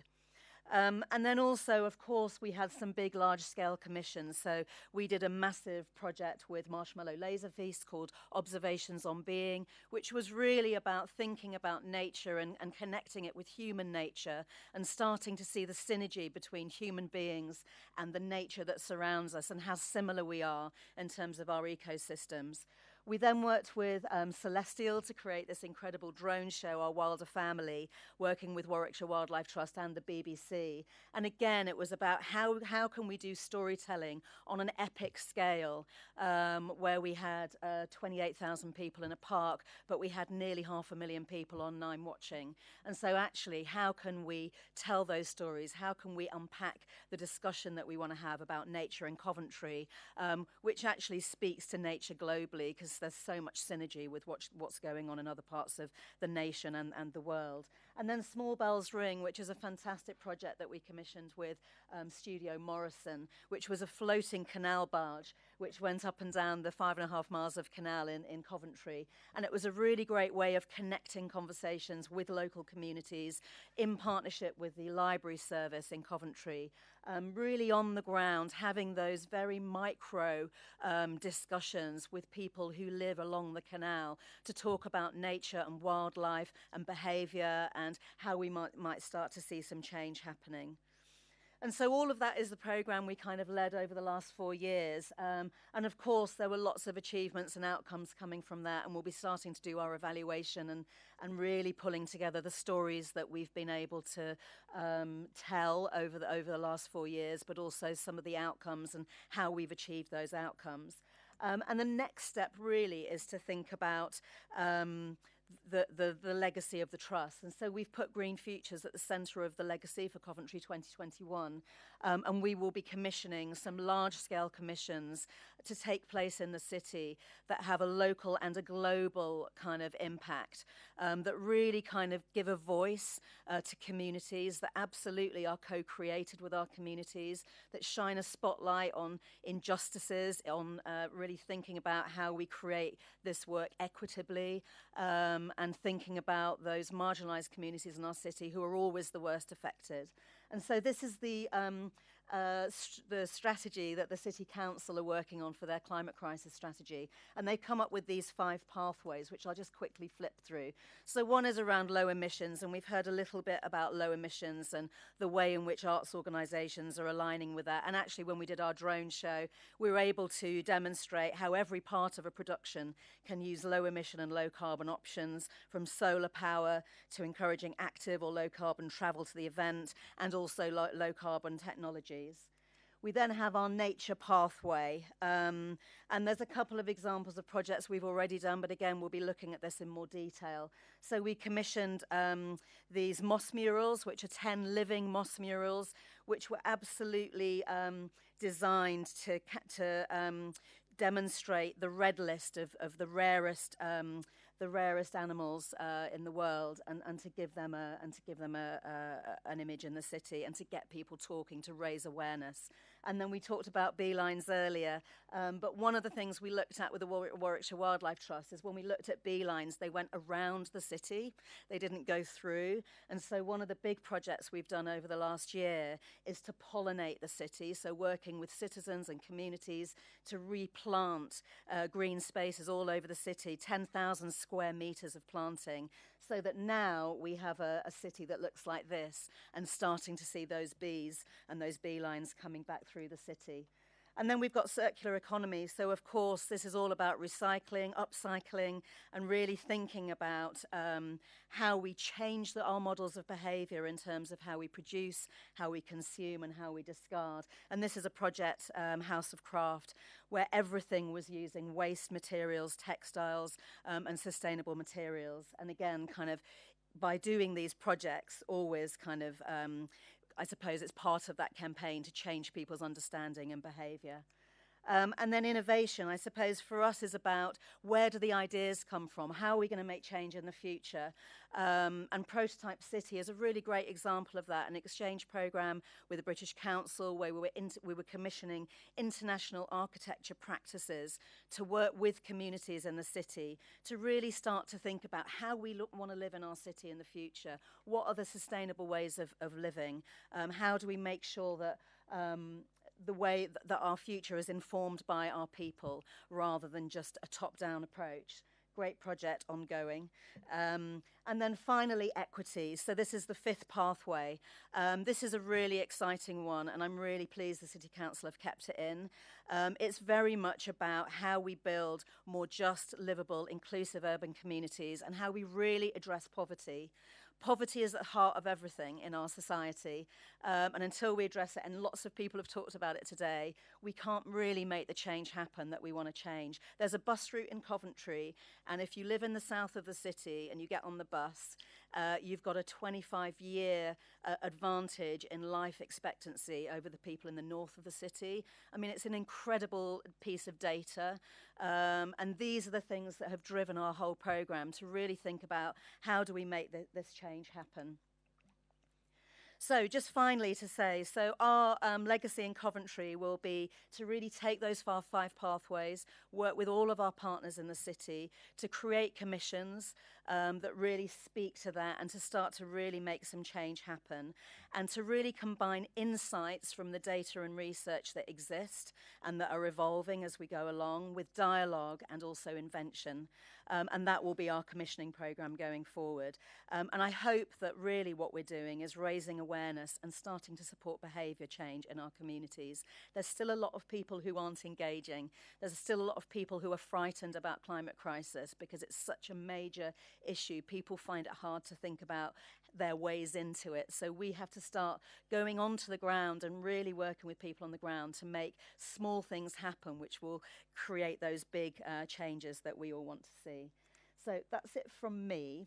I'm now going to chair a little panel. So I'm going to invite the speakers that you've already heard from to come back on, and we'll take a few questions. Thank you.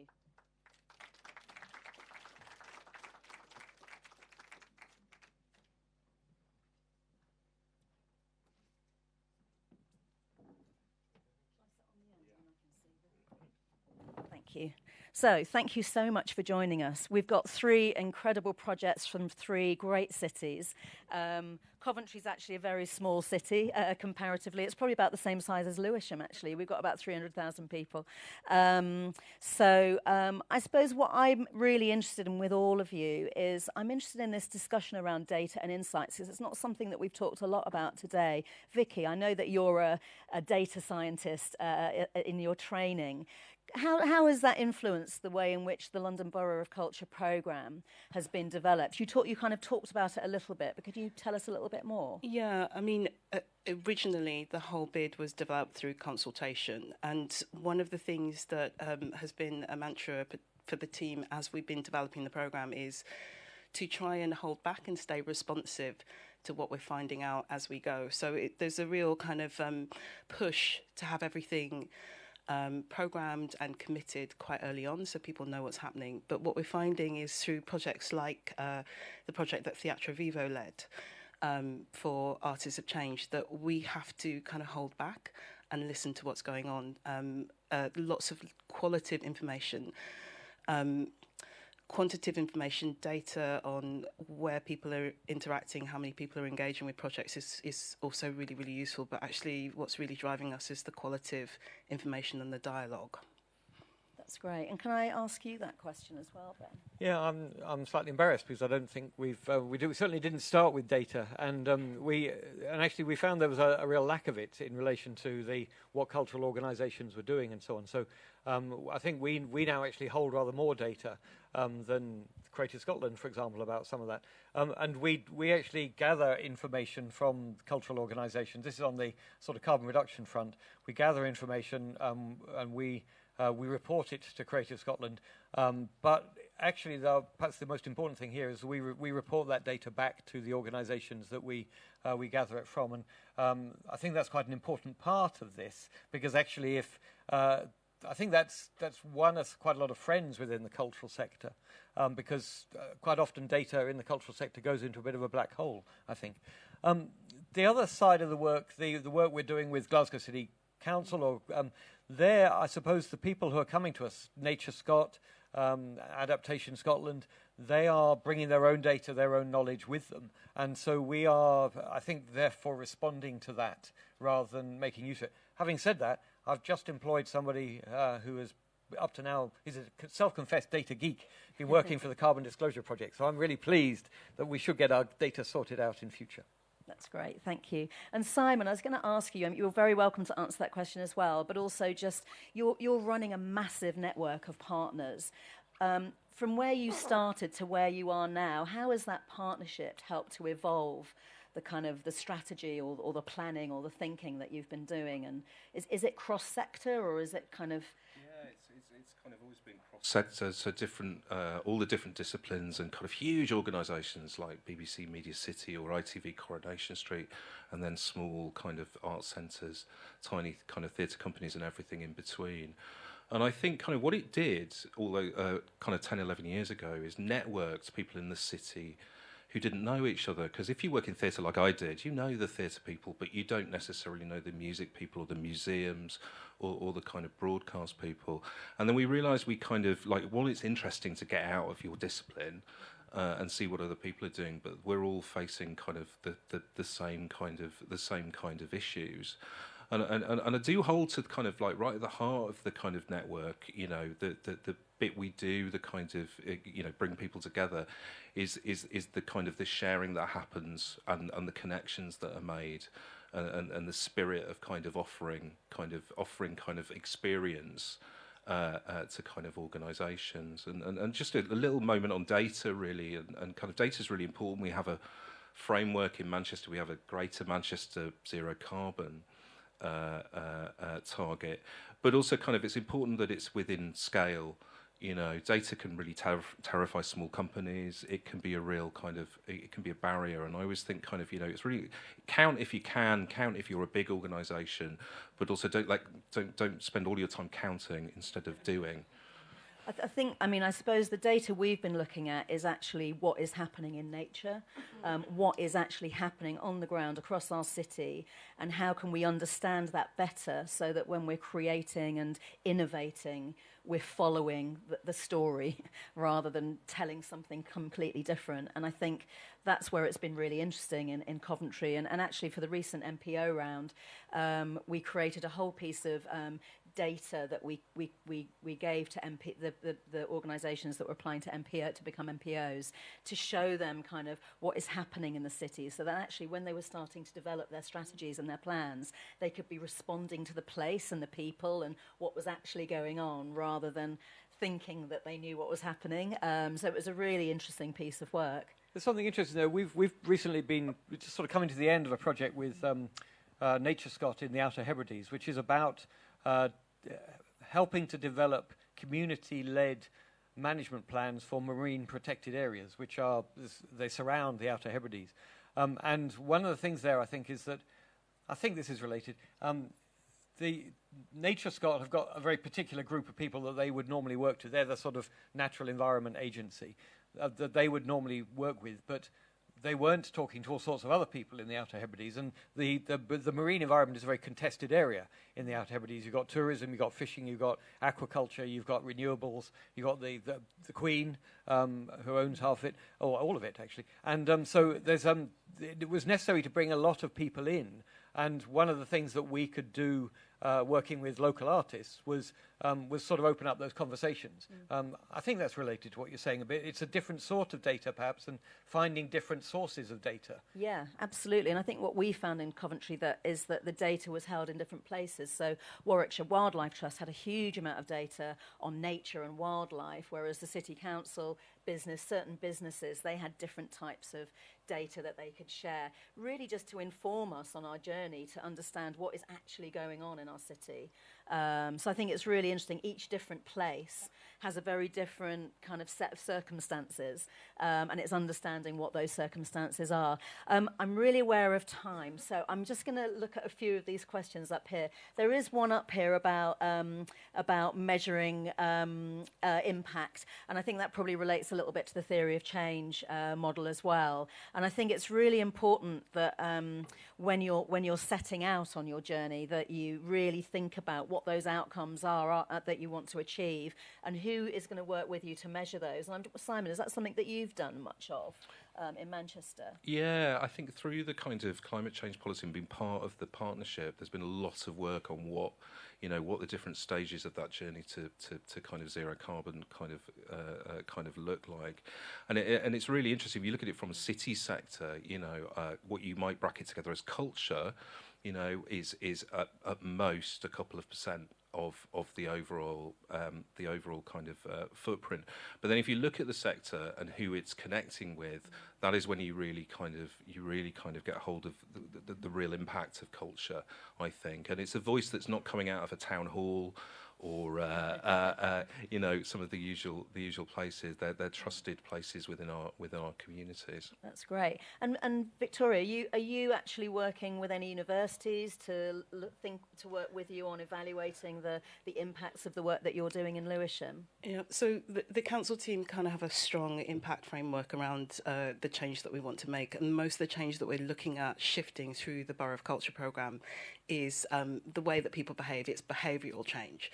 And that's a really longitudinal piece of work. So there are partnerships through the council with universities like Goldsmiths, etc., to look at how we kind of gather that understanding. But I think it's one of those things that we won't see the impacts played out for a couple of years. Yeah, I mean, I know with Liverpool 08, it took about 10 years to really get the kind of rich data through on the impact, didn't it? Sorry, Ben. No, lots of things to say around that. There's a real problem, I think, in understanding the impacts of interventions in complex social systems, which is really what you're talking about. And I would caution against thinking about behaviour change, and I'd talk about system change and maybe social practice change, but that's another long session. But just a couple of things that may be helpful. We found it really difficult to find the way of measuring the impact of arts interventions And we have an embedded PhD working with us who should report in the next year.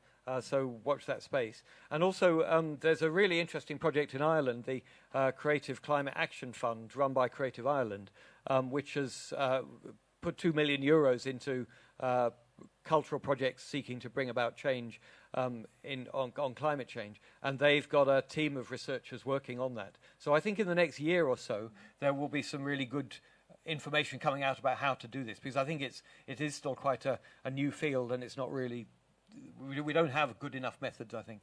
Yeah, and going back to your point, Simon, I think it's also that balance of what do we need to measure and what do we need to just do and get on with, rather than overly spending too much time on that research. But yeah, I mean, for us, it's been absolutely essential in terms of demonstrating how the city is changing, how City of Culture is enabling that change and supporting that change.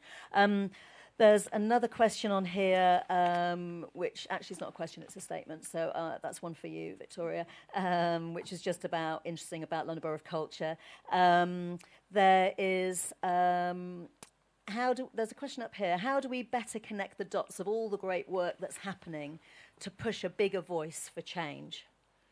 What do you think? And maybe that kind of partly goes to the final question that I was going to ask you, which is really if there was a piece of learning that you could share with our audience here, who are mainly based in London, from your experiences, what advice or what learning would you share with them? So I'll come to you first, Ben. Yeah, I think the thing that we've really discovered is the importance of this partnership working not just with the cultural sector, but working outside with local authorities.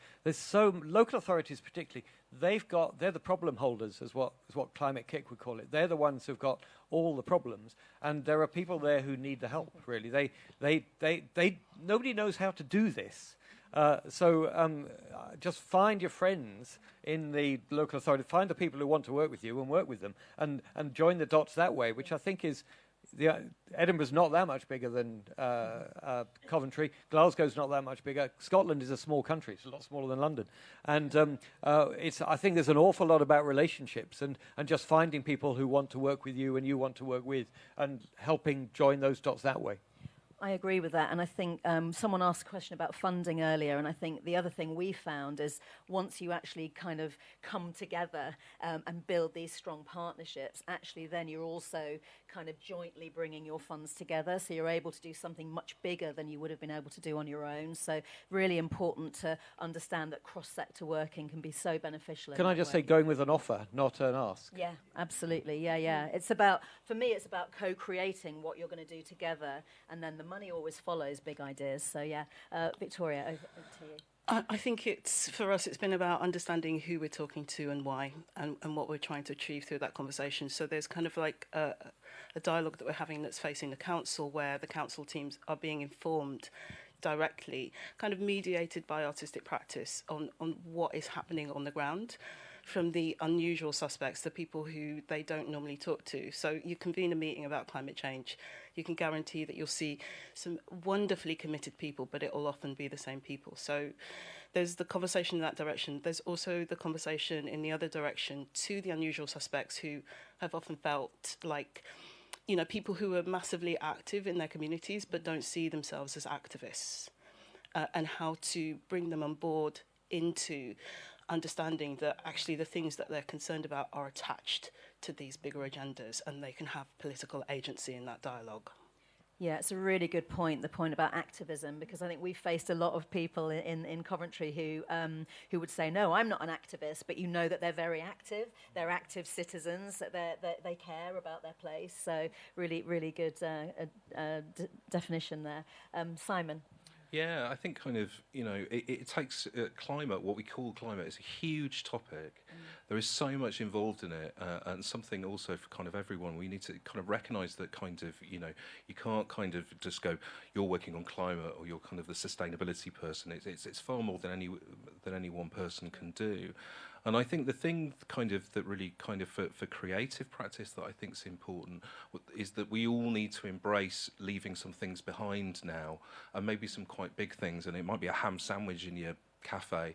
It might be what what you're making things out of. It might be where you're kind of how you're working to kind of promote kind of travel and the choices, because all of those choices are now ours to make and kind of our responsibility, I think.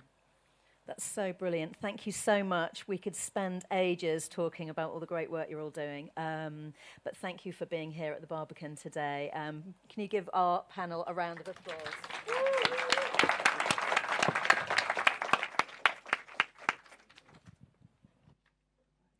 Superb. And you may now give yourselves some lunch, which is served in the vestibule. We'll be back here at 2:15, nice and prompt, please, so that we can pick up where we left off with some more poetry and in more engaging sessions. Thank you so much, and thank you, Shaneen, for chairing that last session. Thank you to you all.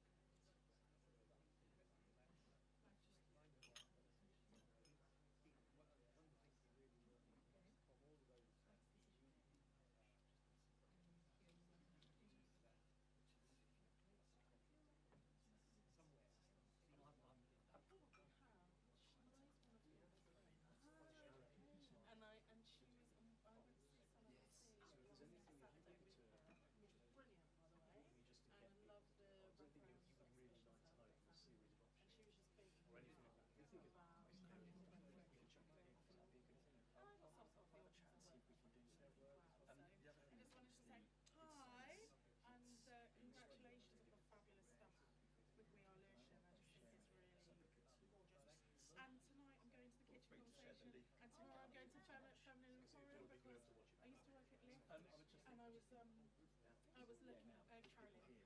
Yeah, I was looking after those artists before I left. The nest collective before I left, and now I'm looking for work. Yeah, I will. I was just like, there's just like a gorgeous kind of synergy going on. Pretty basic.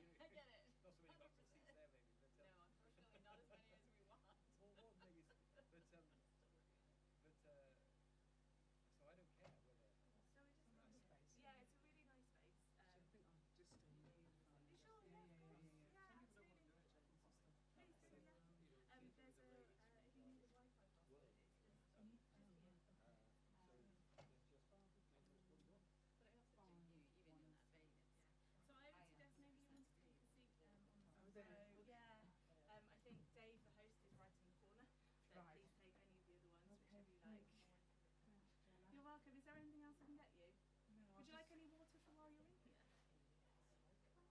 Are you sure? I think they've changed it from the last. Yeah, they have. These are the clean. They're very quick. Otherwise, the ice would have gone already. Yeah, wouldn't it? exactly. But yeah, just let me know if there's anything that you need, and I'll let Dave know that you're in here. So perhaps when he's had his lunch, he'll pop in as well and just introduce himself. Great, thank you. Thank you so much again for No being problem, here. no Really problem. lovely to have you here. Thank you.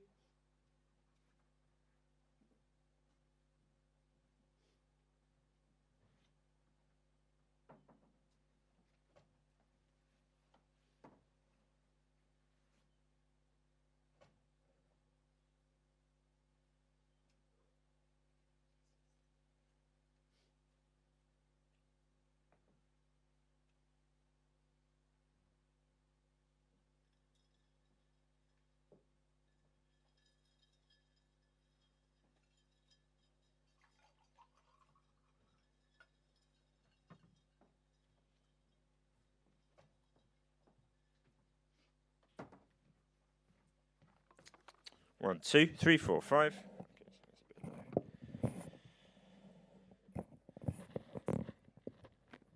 One, two.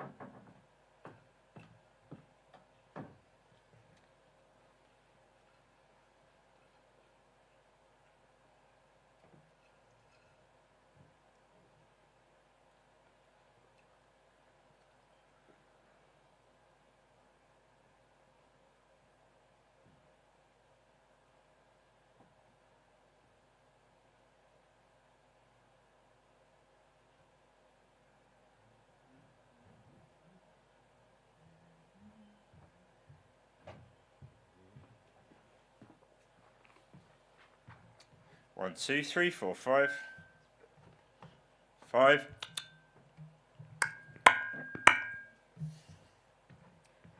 It's a tiny bit tinny. One, two, three, four, five. One, two. One, two, three, four, five.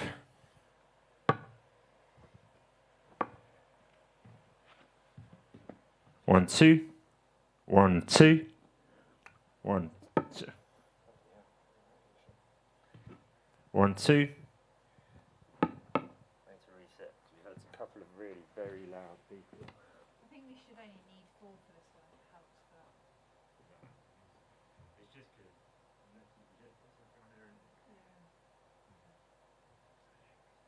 yeah. I don't know whether I make Is Cinema 2 any better than this? Auditorium 2. The one next door? No, they're both right. They're both alright. Just out of interest. Auditorium 3.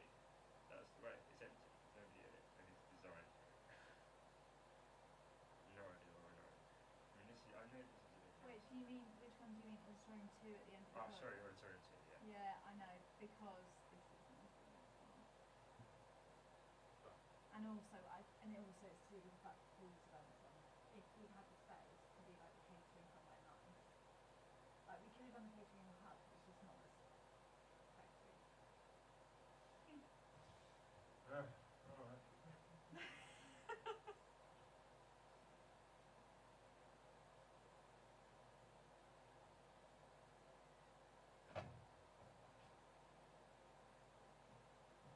All right. Can you swipe me in again?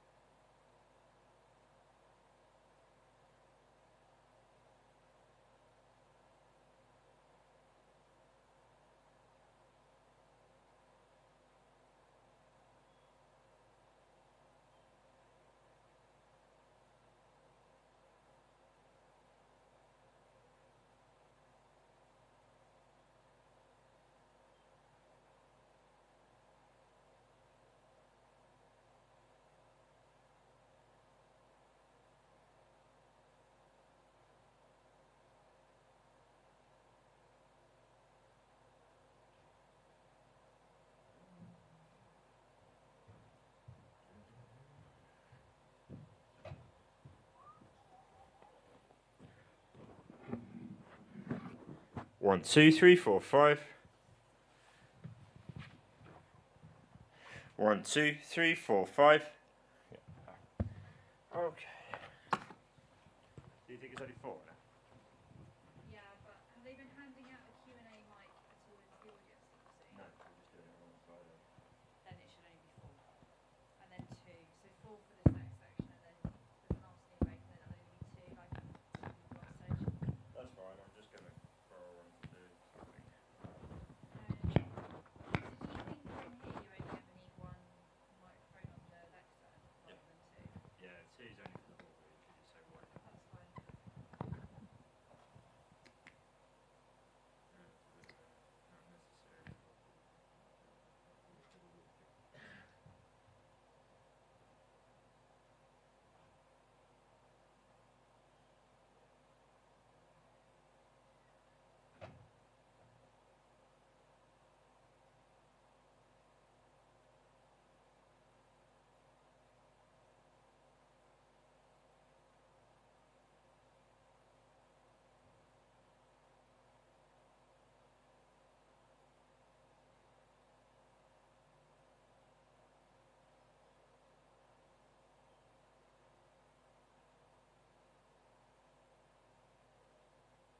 One, two. 1, 2, 3, 4, 5, 6, 7, 8.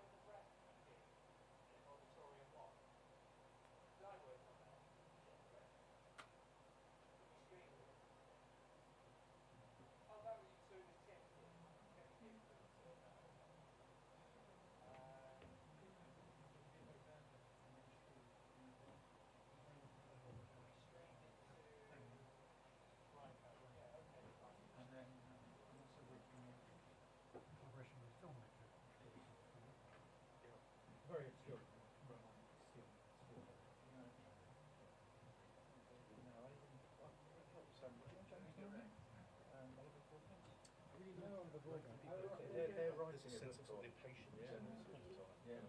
Hi, are you okay? Hi. I'm Dave. Oh, hi, Dave. Will we come back next year? Yeah. Yeah, all right. Me. Hi. Oh, hi, Will. We met ages ago. Do you remember? Decades and decades ago. Don't do that to me. But yeah. Don't do that to me. Couple of weeks. Yeah, a few weeks ago. We've had an amazing time. Oh, good. I'm sorry I couldn't come. No, we're every business. Please have people coming in all the time, but we're doing it and filming it live, so it's Is there, so it's being videoed, so will it be available to watch? Yeah, we'll come with that, and it's been streamed. Sure. All right. Yeah, I'll look out for that.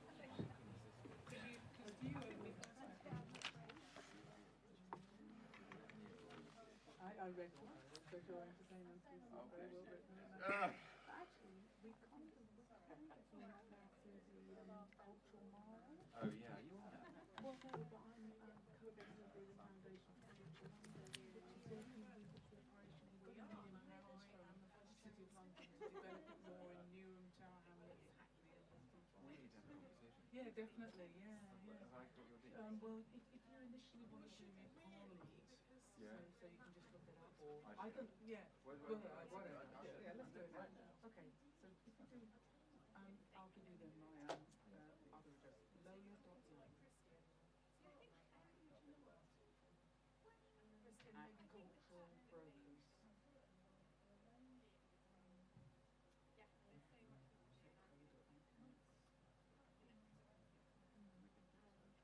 Yeah, so,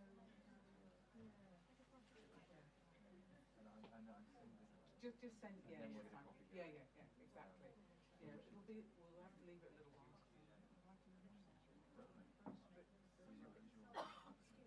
Big tree. Are you?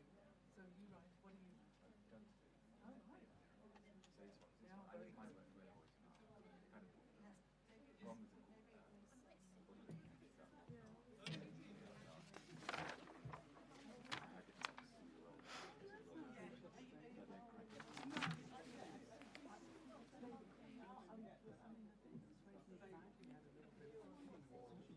Oh no, I wasn't expecting that at all. And and then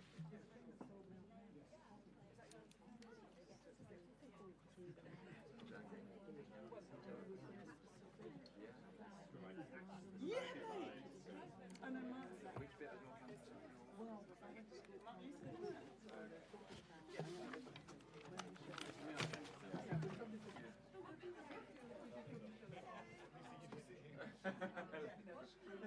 Okay.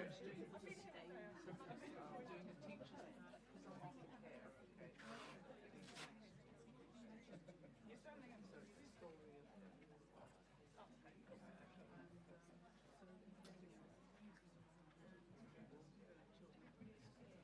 do they publish letters? No.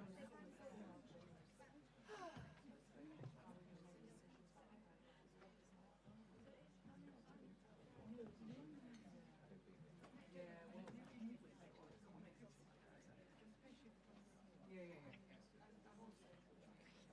Well, oh, hold on, let me finish it first.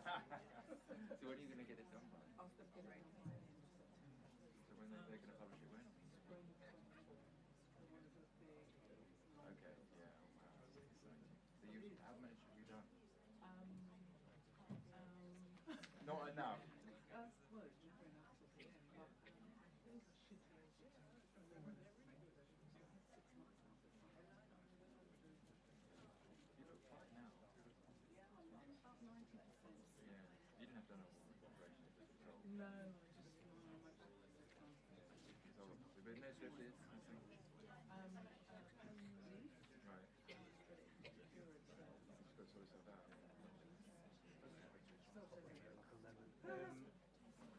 Your session. Yeah. Here's our proposal. I'll introduce the session. Yeah. I'll say that you're going to be chairing it. Yeah. And then I'll, it's probably easier if I introduce the presenter. Yes, no. And then, And then things will come up on the... Don't always the wrong thing, so. Anyway, are you saying you're going to say anything? Actually, yeah, Jen suggested I do it at the end, otherwise it's confuse people in the box. If you say in the share with the red one. Oh, okay. And then the way it's been working earlier is we've got people asking questions that come up on the screen. Yeah, the Slido. So that means you can see any check. Oh, I see. So I reckon ask around what you need to ask. Yeah. And then just up to the screen. Okay. Oh, yeah.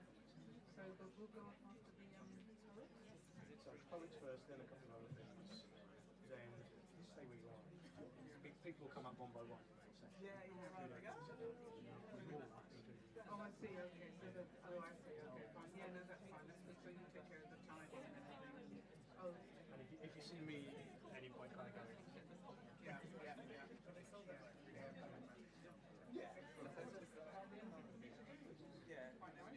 So James?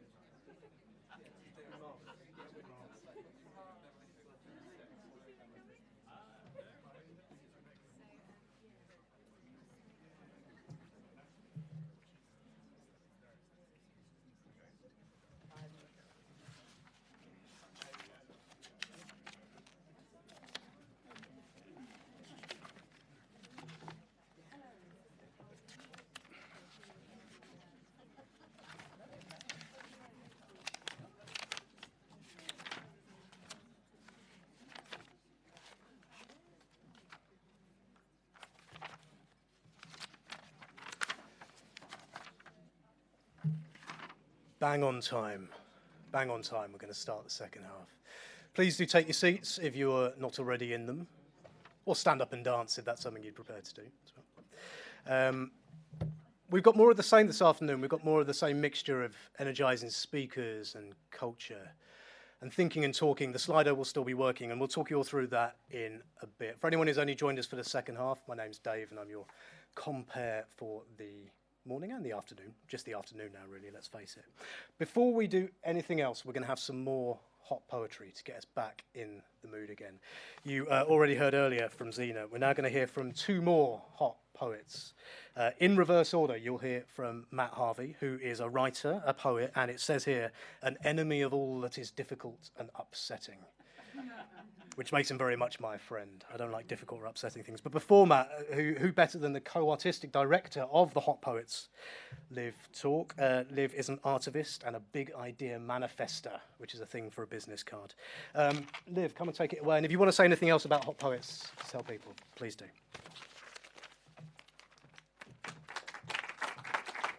Thank you. I feel a little bit like some kind of French art house film at the moment. That's how I imagine the audience would be, kind of spread out in shady corners.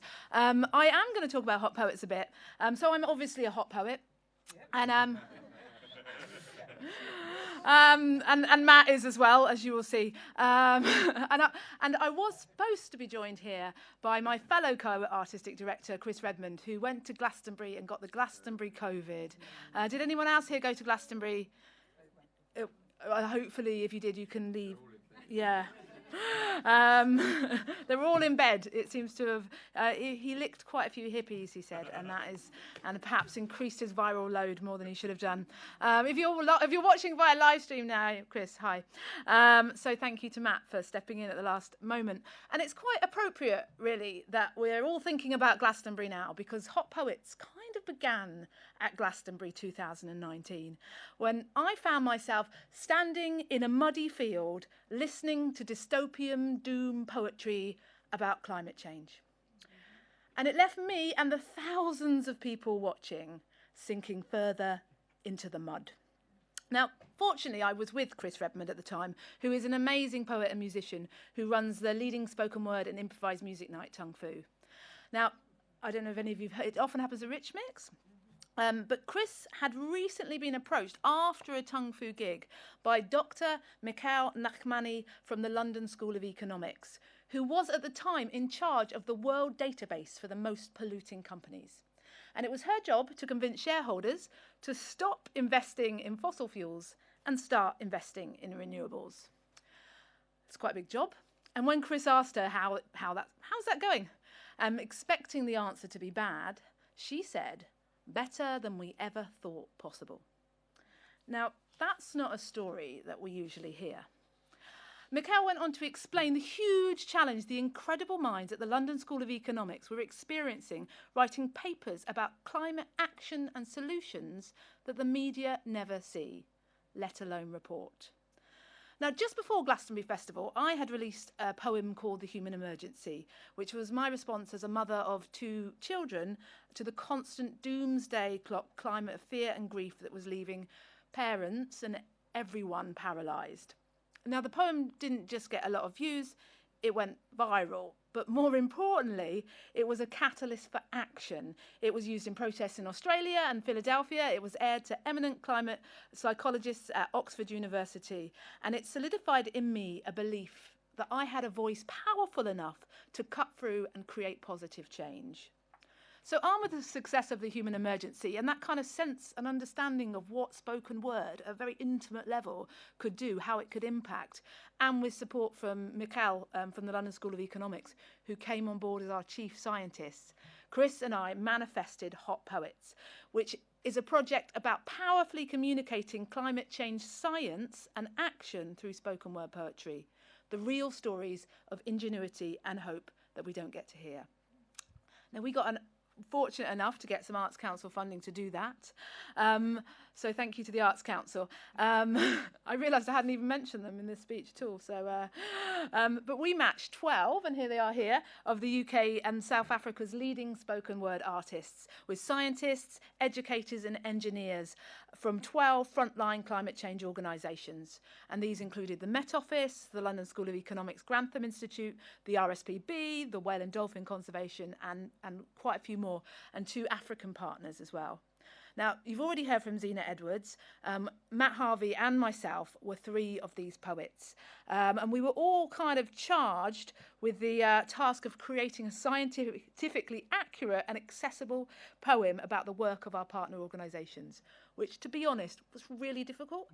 It's a really difficult commission because to take all this really complex information, which is scientific and political and social, economic, and sort of work it down into a poem that, you know, normal human beings can understand and feel, and also that the scientific organisations could really appreciate and go with and back up.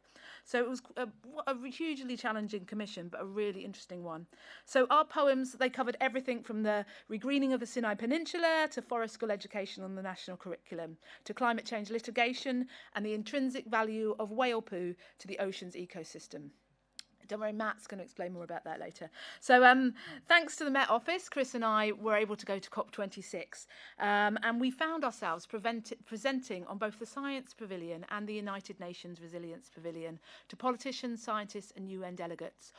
All that from one idea in a muddy field.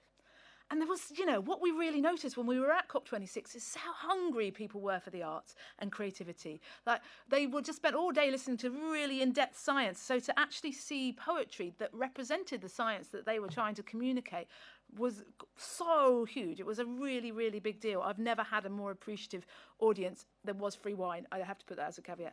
So, I mean, the Hot Poets films we filmed each one of these 12 poets doing their film, and we released them one a day throughout COP26. And these films have now been seen over 150,000 times. They've been performed at live Tung Fu shows and on national radio to hundreds of thousands of people. We've also undertaken an ambitious schools and online participation programme, poetically exploring new sparks and inventions from around the world, because getting people involved is going to have a much bigger impact than just showing them the work. So the response we've had, so as a consequence of the Hot Poets, I've performed at UNESCO in Paris. We've performed at the South Bank in London, at Oxford University, at TEDx London Women. I mean, just as an example, yesterday I ran a workshop on Hot Poets for 50 PhD students, STEM students at Bath University. So it's actually taking the arts into the science and the academic environments and showing different ways of telling these stories to people who perhaps find this a bit more challenging. So the response we've had to these poems and from the project has solidified in me a belief that poetry and spoken word can go further, deeper, more imaginatively into the climate change fight, that it can have real impact and engage more people more positively. And I'm thrilled to share 3 of the poems from the project. We've already heard from Zena, who her poem was based on in the Global South. She was paired with a Word Forest organisation who work with these amazing women in Kenya to grow trees along the equator. Now, for my poem, I was a little bit closer to home, and it was interesting hearing people talking about working with local authorities. I was working with Somerset Wildlife Trust and Somerset County Council for a project called Adapting the Levels. I live in Somerset, and a third of Somerset is below sea level. It's, you know, it's not likely that much of Somerset may last the century out. So there's an amazing project which is looking at how to help communities, how to help farmers, how to basically sort of adapt and prepare for the devastating consequences of rising sea levels and river flooding. So can I use one of these fuzzy mics? Do these work? Hello. Oh, is that okay? I feel like I can't really be behind a lectern for a poem. So this is a poem. So this is my poet self. I just got to do this. Slightly different. So this is a poem called When You Know the Water's Coming. When I was a kid, I loved mucking about in rivers, balancing on rocks, holding my socks, playing poo sticks over rusty bridges, cheering on my soggy steed as it got tangled up in ragwort weed. In Somerset, where I live now, we know the water's coming. We are climate canaries, ever-changing, writhing eels, waiting for the day of mass migration when our childhood playground will rise up to reclaim the summer lands which we have borrowed from the sea. Every winter, to remind us, the sky falls down to paint the fields with its reflection, a mirror for the moon to check her smiling before she blows a wobbly kiss up the Bristol Channel to the shore into the plastic playground at Atlanta's door. Yes, we are all waiting for Poseidon's knock. We are a world waiting with our hearts and sandbags breaking. Centuries ago, my ancestors tried to shape this land, changed the course of the Parrett and the Brew, built their banks and edges higher than the hedges, pumped water from the wetlands to grow maize fields and milk yields, peeled back the soil to reveal the decomposing teeth of bare peat, now belching out enough carbon to swallow the sky. On the high ground above Avalon, scientists gather like storm clouds, magicians of the Mendips with their sand trays and soil samples, leading by reason and example, raising their weather-vane fingers to predict the coming floods. In their minds, they see the waters crest the Quantocks, charge down streets and over doorsteps, swamping sitting rooms and sofas in a tide of pesticides and other people's floaters. But any great magician knows, if you want to stop a wall of water in its tracks, you have to learn the science and adapt. Raise the table off the stage and take with it the water too, 10 inches, give or take a few, enough to soak the bone dust fields and keep the carbon underneath concealed. Reconnect the rivers to their natural drains, the old floodplains. Plant trees along the hills like sponges, horizontal hedges, leaky dams. Then build higher sea defences to give our mouths more future tenses. Lead the farmers of our oldest ways to follow the carbon carrot through the Brexit blight, to become climate guardians in this fight. Rewind, rewild, restore the rivers, learn their primeval ways and secret names. For any kid with a bucket of Elvers knows the earth's deep currents can't be tamed. So yes, save our towns, villages and sofas, but first restore the river's song, because trying to control these ancient waters is where we first went wrong. For the summer people never really owned the levels, and now, before the climate tips, we must prove we still belong. Thank you.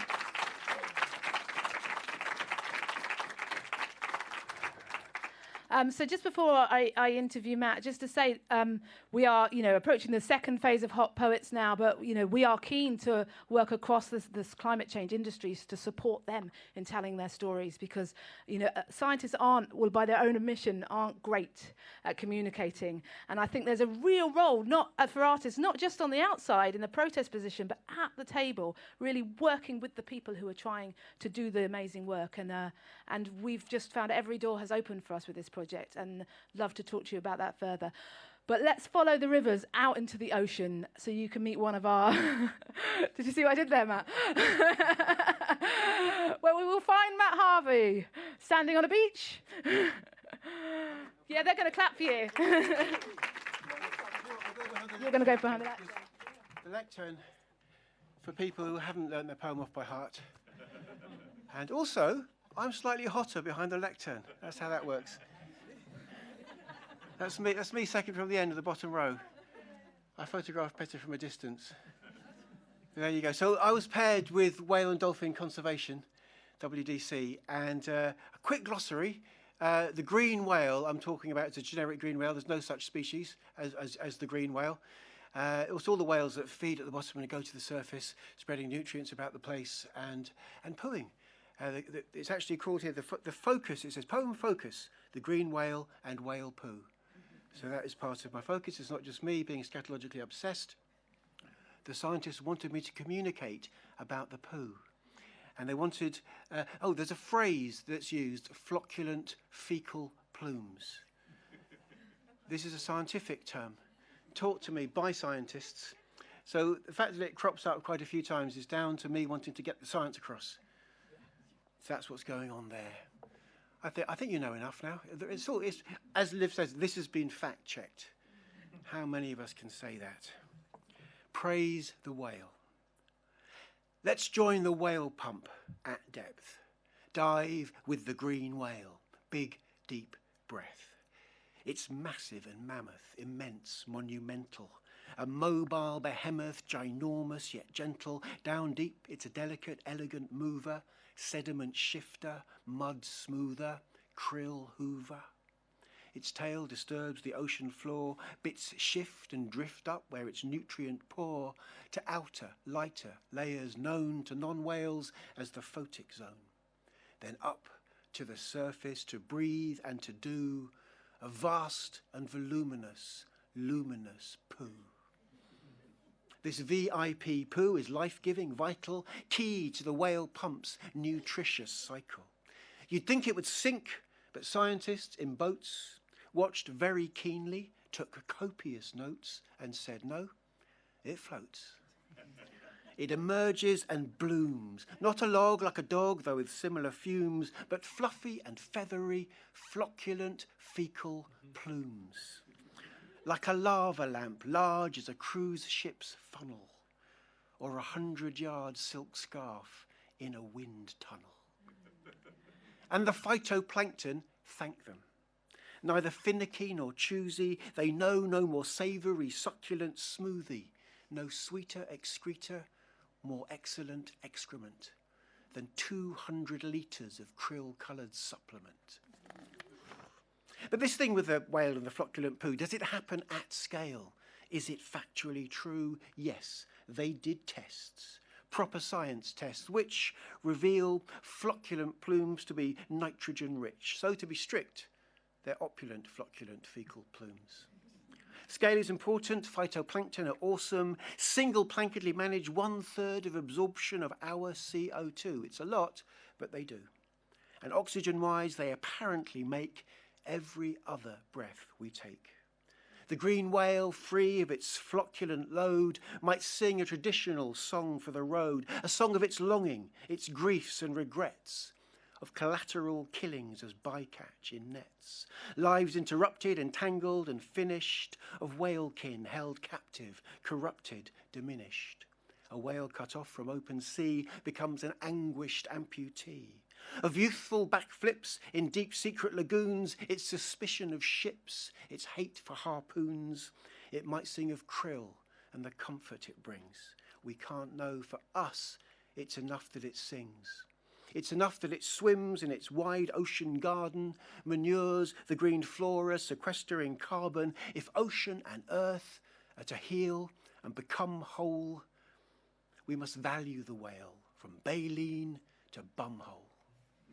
So what can we do? You and me and you. We can, 1, let it be. We can, 2, let it poo.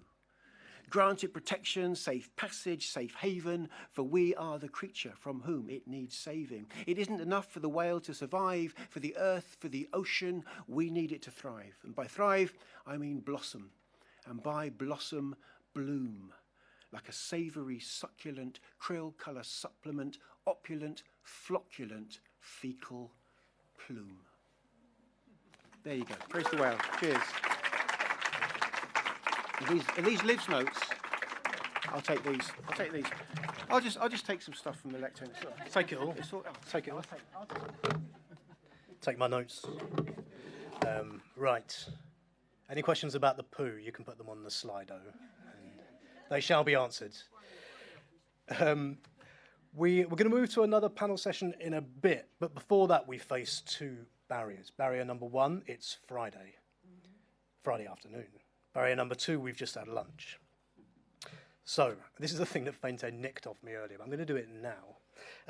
We're going to try a bit of an experiment. What I want you to do is just find someone near you. If there's an uneven number, then just grab 3 people near you, turn to each other, and just for a minute each, I want you to talk about a bit of art or comedy or theatre or music or film or anything that you've seen recently that's just left an impression on you. Just say what it is and say what that impression was. For 1 minute, I shall be timing you.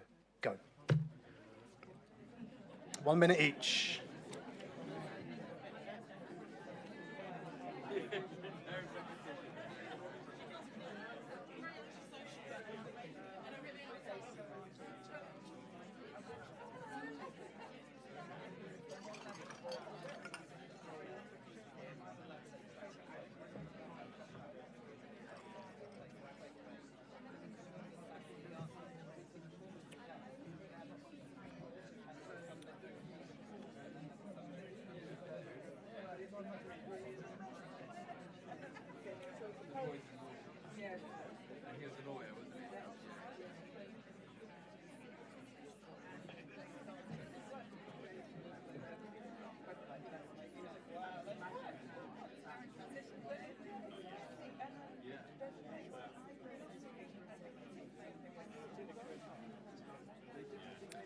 Okay, that's a minute, so now switch over.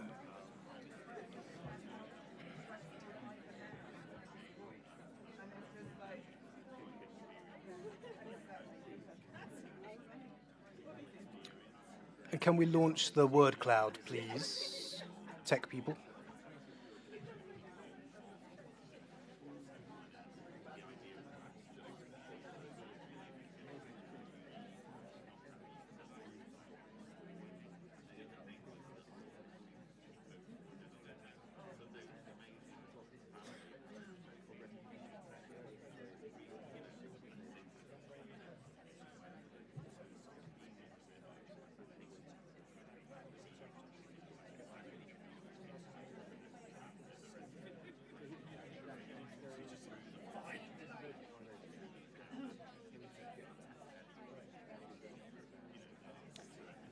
Five seconds. Okay, and now we're going to do a very quick experiment. If you can go to the Slido, if you open it up, if you have it. If not, we've got a counter plan. Go to the Slido, go to the event page, and there's a question here. Just type in one word that you've kept in your head from what your conversational partner said to you. What's the word that you're left with? If you haven't got access to the Slido or you can't be bothered, just shout it out in a minute when I ask. Give people a minute or so to do that. For anyone who's not doing that, let's hear you shout your word. 1, 2, 3. Poo.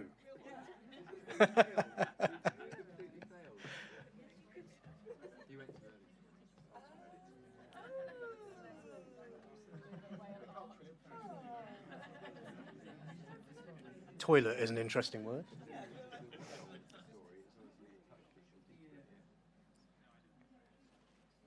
Someone has not followed the one-word instruction, which I'm very annoyed about. They should be seeing me afterwards.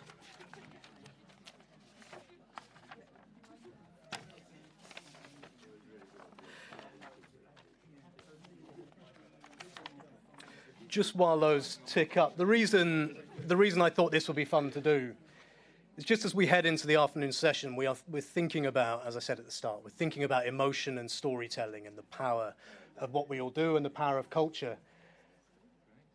And it might be useful to see some of the feelings of this, that well-done culture, entertainment, art, music, theatre leaves people with. This is what we're in the business of. This is what our job is, and this is what our job with the climate crisis is. Hopefully you find that quite an interesting thought experiment.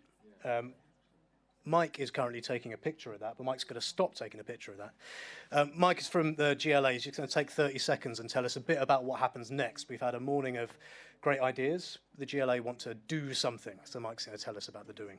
Mike. Thanks, Dave. Hi, everybody. Just thinking for the moment about the power of words. I'm going to give you 3 words to instill inspiration and positivity. Post, event, survey. There we go. So yeah, as a direct action out this inspiring, provocative day, we've got a very short, succinct, I promise, survey to send out to help us understand A, what you're doing, B, what you want to do, and C, most importantly, what we can do as a GLA and collectively in response to today. So think about it now, but this will be sent to you via email at the end of the day. I was going to say that it's mandated and you won't have a free drink afterwards, but that's not in my hands, unfortunately. Thank you very much. Enjoy the rest of the day. So. Right, very good. That's enough ado. Couple of reminders. I don't think I said at the start, which was remiss, that if you are on Twitter and wish to be tweeting, we do have a hashtag, which is London Climate Action Week, so LCAW 2022, hashtag LCAW 2022. If you wish to be doing some Twitter or other social medias are available, I understand. And this is being live streamed. Hello to everyone on the live stream. If you have colleagues sitting around on a Friday afternoon when they should be doing their work and they want something else to do send them an email telling them to go to the London Climate Action Week's YouTube channel where they can watch what you're watching. So please do that. Right, on to our next session. So this is another panel session, and this is about the culture sector and the responsibility that it has as a sector on climate change. What should the priority of the sector as a whole and individual organisations within it be? We're going to have a session that will be chaired by Baroness Lola Young, very kindly come to join us. But before Lola, I'm going to introduce people one by one. First of all, we're going to hear from Femata Conte, who is the Environmental Sustainability Manager at the Manchester International Festival. Who's going to talk for 5 minutes. You'll see me looming over here after 5 minutes. That means your time is up. You. I'm going to go for lectern. Hello everybody. Oh, and the clicker, so we'll do that. Right, fix my dress and do it. Hello everyone. Yeah, I'm Femata Conte, and I've had the privilege of being the Environmental Sustainability Manager at the Manchester International Festival since late 2020. It's brilliant to be in that role, but it's also a role that I've done before because I used to be Sustainability Manager at Arcola. And in one of the things of like what's shifted and changed in the 10 years between and having those roles, it feels like what we were doing at Arcola 10 years ago is really like pioneering and groundbreaking. Lots of people want to be the first to do things and stuff. It just feels like this is normal now. This is what we do. This is what we're talking about. So yeah, there we go. I found this quote, this meme last year when I was talking with our access manager, and it's really about that point of like what the pandemic meant and the space that it opened up. And Sonia Renee Taylor does describe herself on her website as a queer, fat, black poet. And I think that's really important, thinking about the intersectionalities. And I was talking with a colleague about this just the other day, and they told me about an article that Arundhati Roy, I don't know if I can say her name right, wrote in the Financial Times in April 2020 that I hadn't read yet. It's The Pandemic as a Portal. And I think it's really important not to forget that we're coming out of a pandemic, and actually what Arundhati Roy was saying, that historically pandemics have forced humans to break with the past and imagine their world anew. This one is no different. It's a portal, a gateway between one world and the next. We can choose to walk through it, dragging the carcasses of our prejudice and hatred, our avarice, our data banks, our dead ideas, our dead rivers and smoky sites. Or we can walk through lightly, with little luggage, ready to imagine another world and ready to fight for it.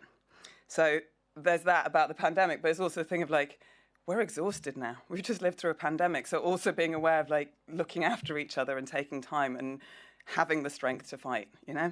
So at MIF, I developed an environmental sustainability policy, had one before, and so I update this on an annual basis, and you can find it on our website.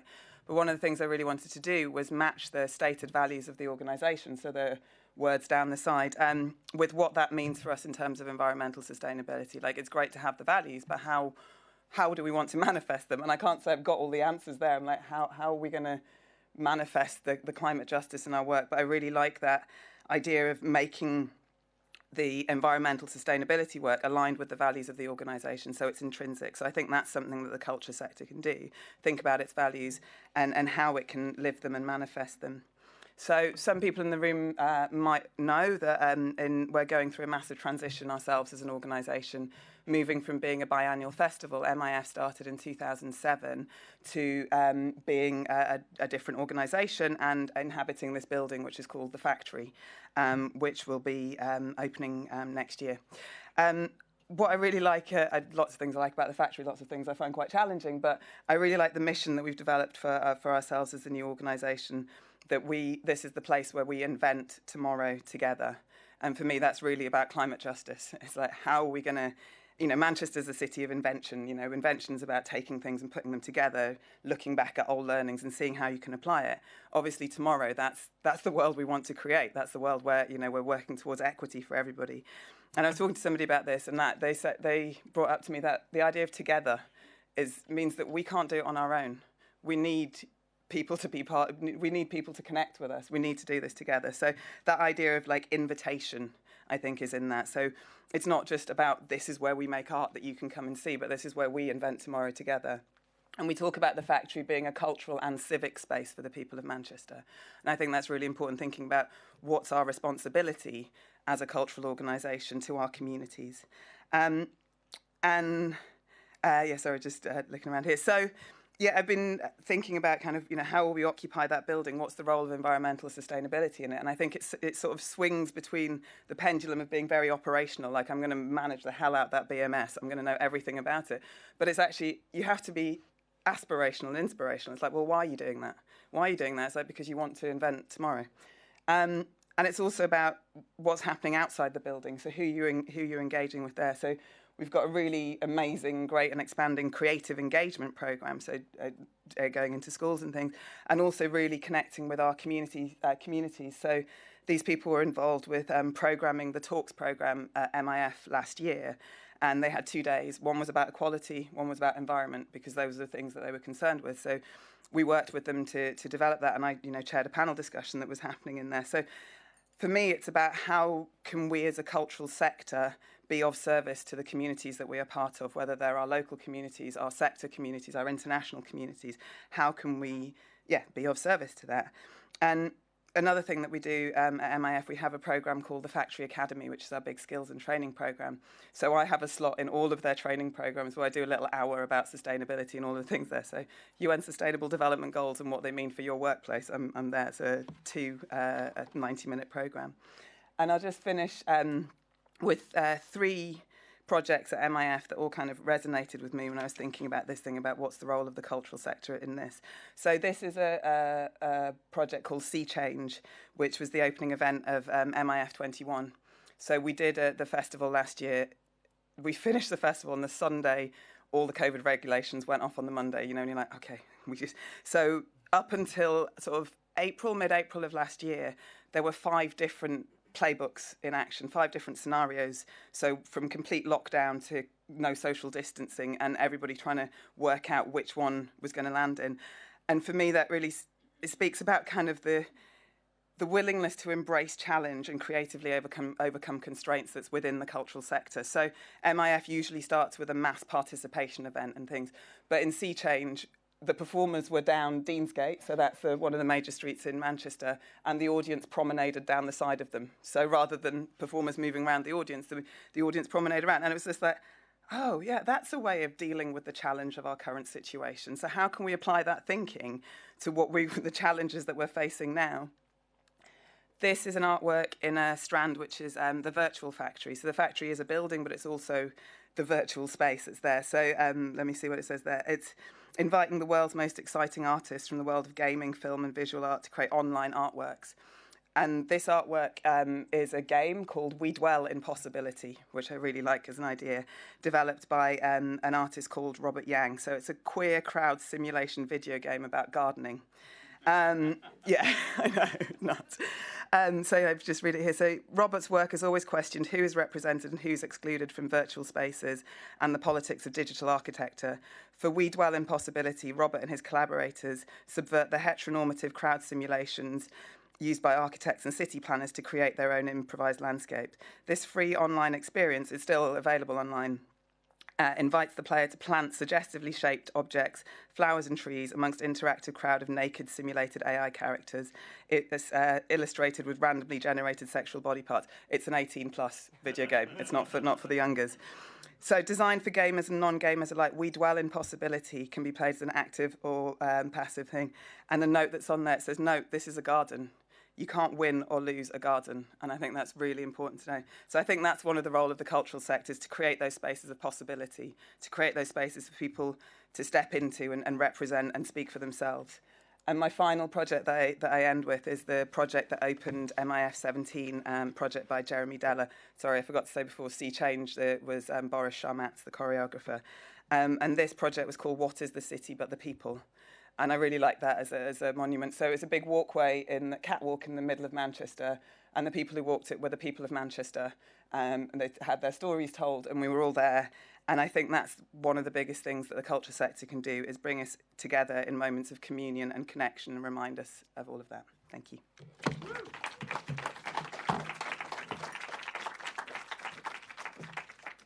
Wonderful stuff. I barely had to loom. Moving straight on, I'd like to ask up Mark Godber, who is from Arts Admin, a senior producer, and Mark's going to talk about his work. Mark, same deal, 5 minutes, and then I'll start looming over you. Thank you. Solidarity to everyone else today who's had their name called out in an order they weren't expecting. So I'm going to talk a little bit about Arts Admin. Let me click. There we go.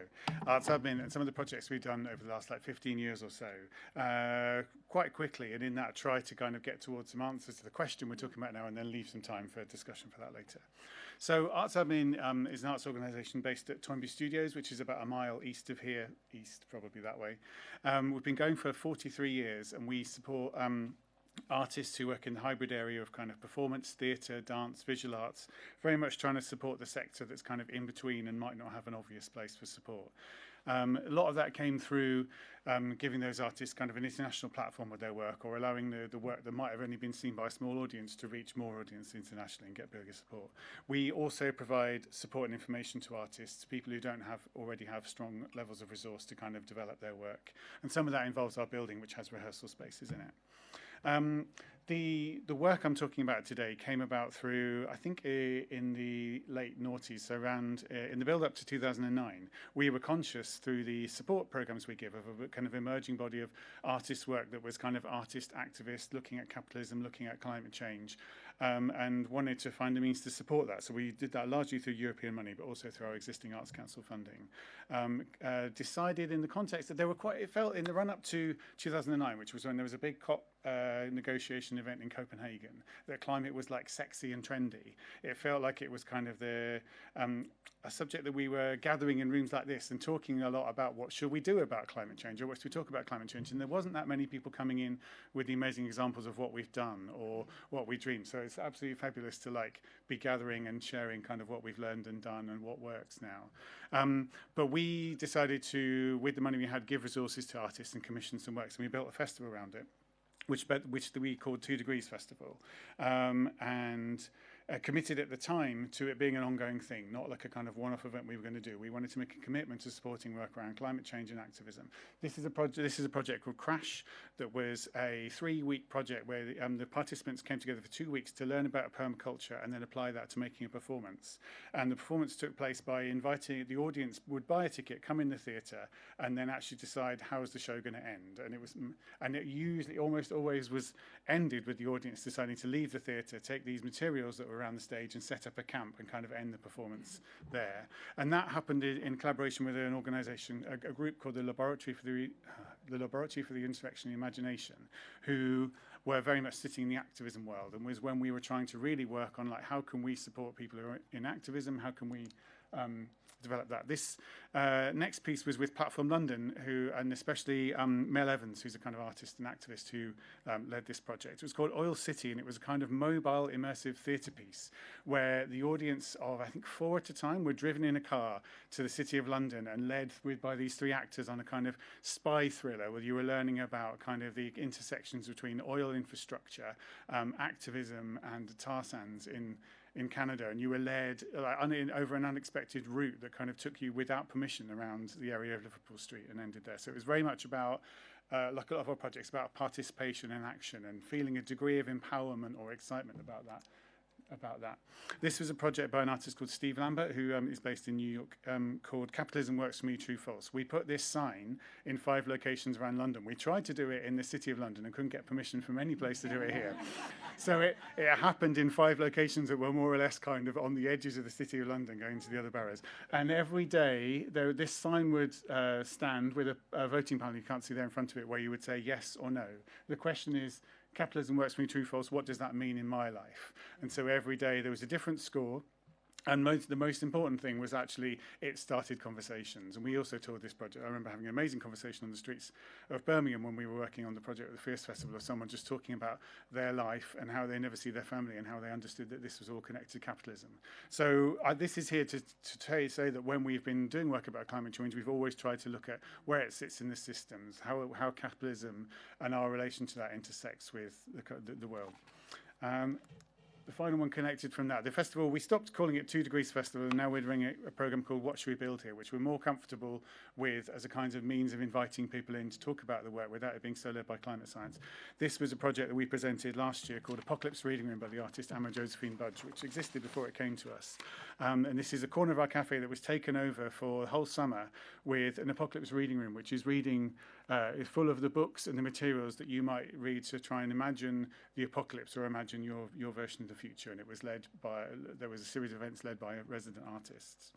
A second strand that I'll talk about very quickly is a project called Season for Change, which we led over the last 2 years along with Julie's Bicycle and with a huge amount of support from Arts Council and also from Paul Hammond Foundation and through a network of projects all across the UK. This was due to start in March 2020, so you can imagine the project didn't go to plan. And we've extended it over 2 years. We extended it over 2 years until the end of last year. We tried to commission a programme with partners all across the UK to they were asked to develop projects that were about climate justice and working with communities and working with artists and communities who are underrepresented in the climate change world. This was a project by a group called Dreaming Field Lab.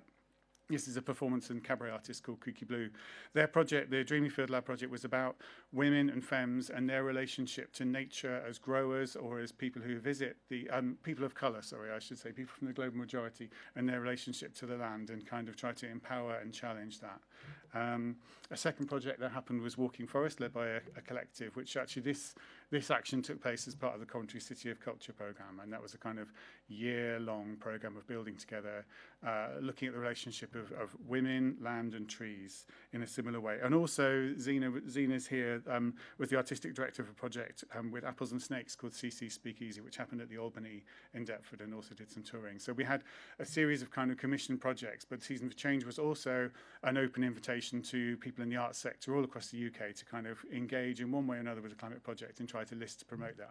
Because the project extended over 2 years, it reduced the kind of scale and impact of what we wanted to do, but it still, we think, helped to achieve a kind of like some nudging and some kind of sharing of information.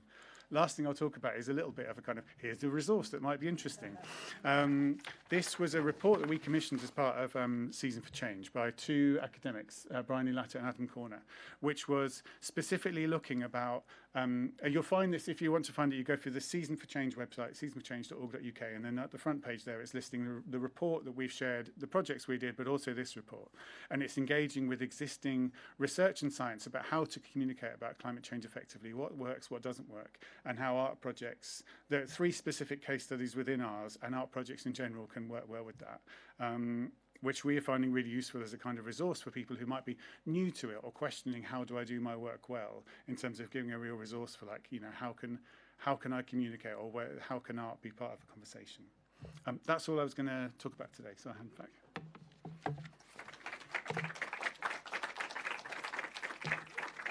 Superb stuff. Thank you so much, Mark. The Slido is up and running for your questions as it was earlier. For anyone who wasn't here, if you go to slido.com, #createfortomorrow, or we'll put the slide up in a second.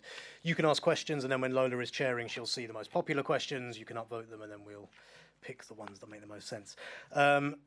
Next, we're going to hear from someone from an organisation we've heard about 25 times this morning already. Smith Mordak, I hope I'm pronouncing that correctly, Director of Sustainability and Physics. Director of Physics? All physics? Yeah. All of it? All of it. I'm in charge. Wow. Brilliant. At the engineering firm Bureau Happold, which I also hope I'm pronouncing correctly. Smith, the floor is yours.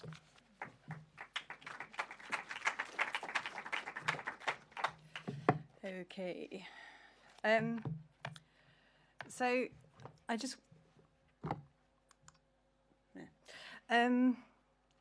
I speak at things sometimes, and I always wonder at the beginning, like, how much of myself can I bring to this conversation?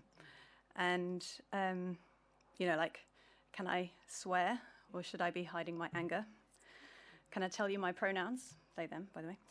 Or should I be hiding my non-conformity, or randomly generated sexual body parts, if you prefer? Can I call out capitalism, or should I be hiding my ethics? And so I just wanted to start by thanking every speaker that's spoken so far for opening up this conversation much more in this space today. It's rare, and I really, really appreciate it, so thank you. And also, thank you for inviting my queer, anti-capitalist, fucking fuming self to be part of this conversation. And I also just wanted to share randomly that I'm even more furious than usual today because I've got an ear infection. And it means that I can hear and feel my pulse in my left ear, and it's booming and it's throbbing. And, you know, I'll be okay. I've got antibiotics, but it's kind of, I've been thinking about how it's kind of a good analogy, trying to go about my life, trying to listen to this, you know, really important, incredible speakers and take part of this in this conversation, while all the while there's this, like, extractive capitalism-fueled climate and biodiversity breakdown throbbing in my ear all of the time. And that the kind of prevailing wisdom around what we should do about that, like, kind of shit where you just, like, substitute a petrol pump for a charging point without actually changing anything about structures, or the drivers of injustice. It's a bit like the antibiotics, and we all know what antibiotics do for biodiversity. So we need an alternative. And I think that culture can help with that. And so to answer the question around what are culture sector's responsibilities, I had a list of 5 things that I wanted to bring up, and hopefully we can talk about more. So firstly, we need to have exemplary case studies. And I have the enormous privilege of working on the Barbican Renewal Project, and Will stole my line earlier.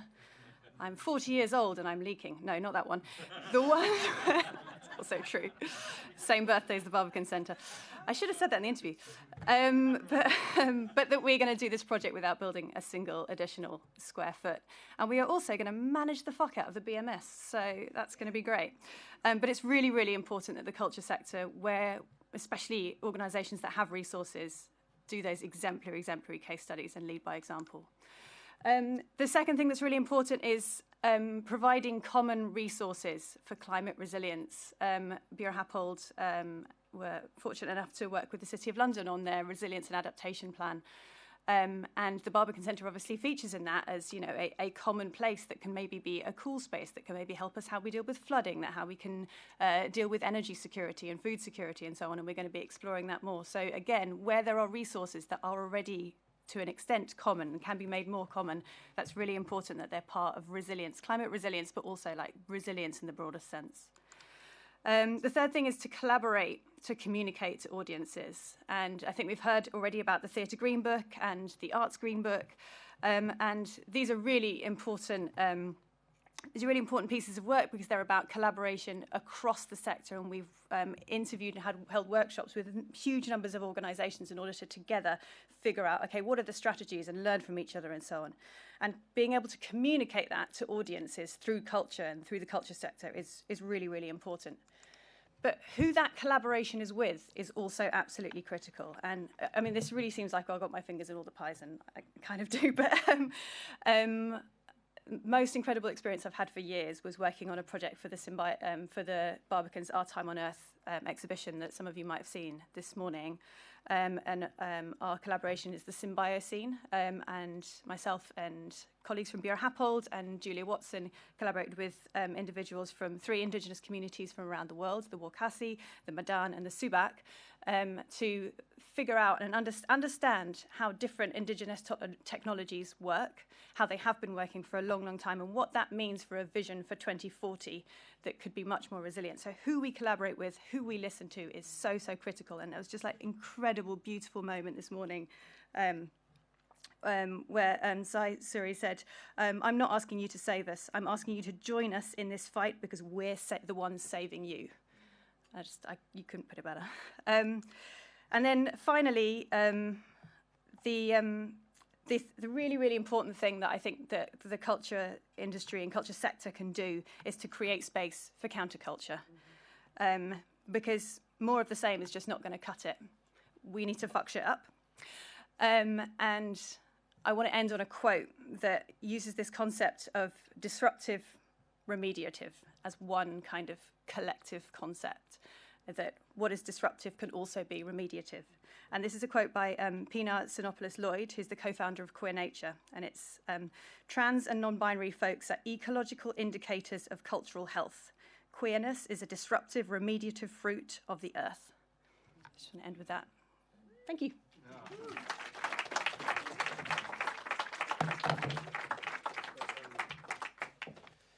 So don't get too comfortable. So if you guys will take your chair.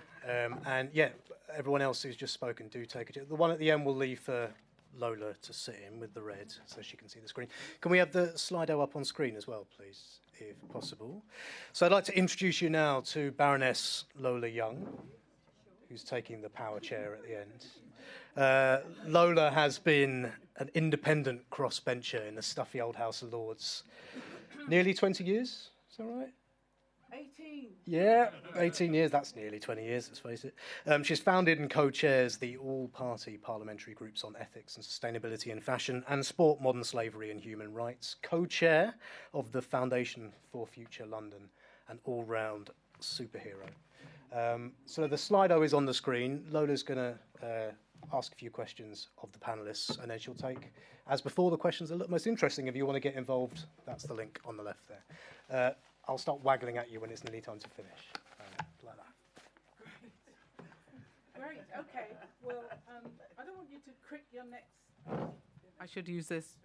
Yes. I know I can project without, but... Nobody can hear you online without exactly. No, yeah, that's exactly. I'm looking for the... Hello? Yeah. Oh, yeah, it is working.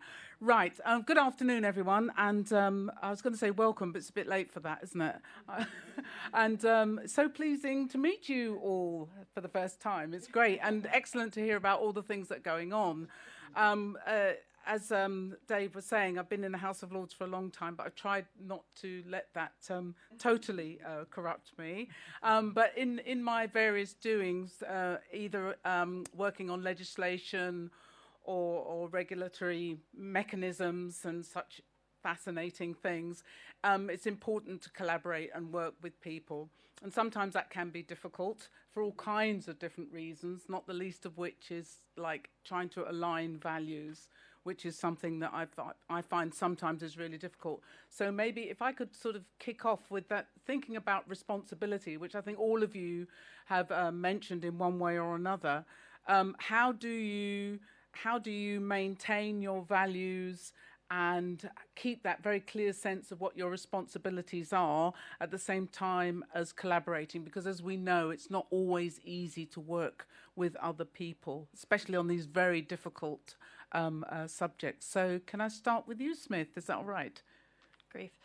I mean, I suppose like a couple of the things that I was trying to say there are around like collaboration. It's about who you collaborate with, and it's the processes that you use to collaborate. So when we were doing the project for the Symbiocene, for example, the most important thing was that first and foremost we're listening. Mm-hmm. We're here to learn. We're here to understand. We're not trying to like impose our preconceived ideas as to what the solution might be. It's about listening, understanding with genuine curiosity and openness. But then I think like one of the other things I was maybe not so subtly trying to say, but like it's about sharing. If you've got resources, you need to share them, because not everybody has resources, and the way that resources are distributed by capitalism, and it's great. I can just say that. Don't always get to say that. Yeah, it's deeply, deeply unfair, and so it's about finding ways to together better share those resources. And it's so incredibly annoying, like things we talk about, things like the housing crisis. We don't have too few houses, we don't have too few buildings, we have a redistribution of housing wealth problem. And so it's all about how we can find ways of working together to share the wealth that we do have.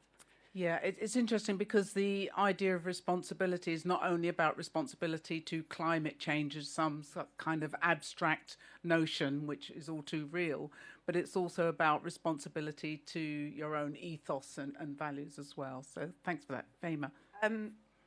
What is just, sorry, that's I beg all your right, pardon. love. How do you say that? I don't know. Are you in Sierra Leone or not? I don't know. No. Exactly. How do you say it? I say Famata. Famata, but I that's actually don't it. care how people Great. say, as long Yeah, as people that's try. cool, It's good. that's Or fine. Faye. Famata. Faye's good. Or No, you know. Famata.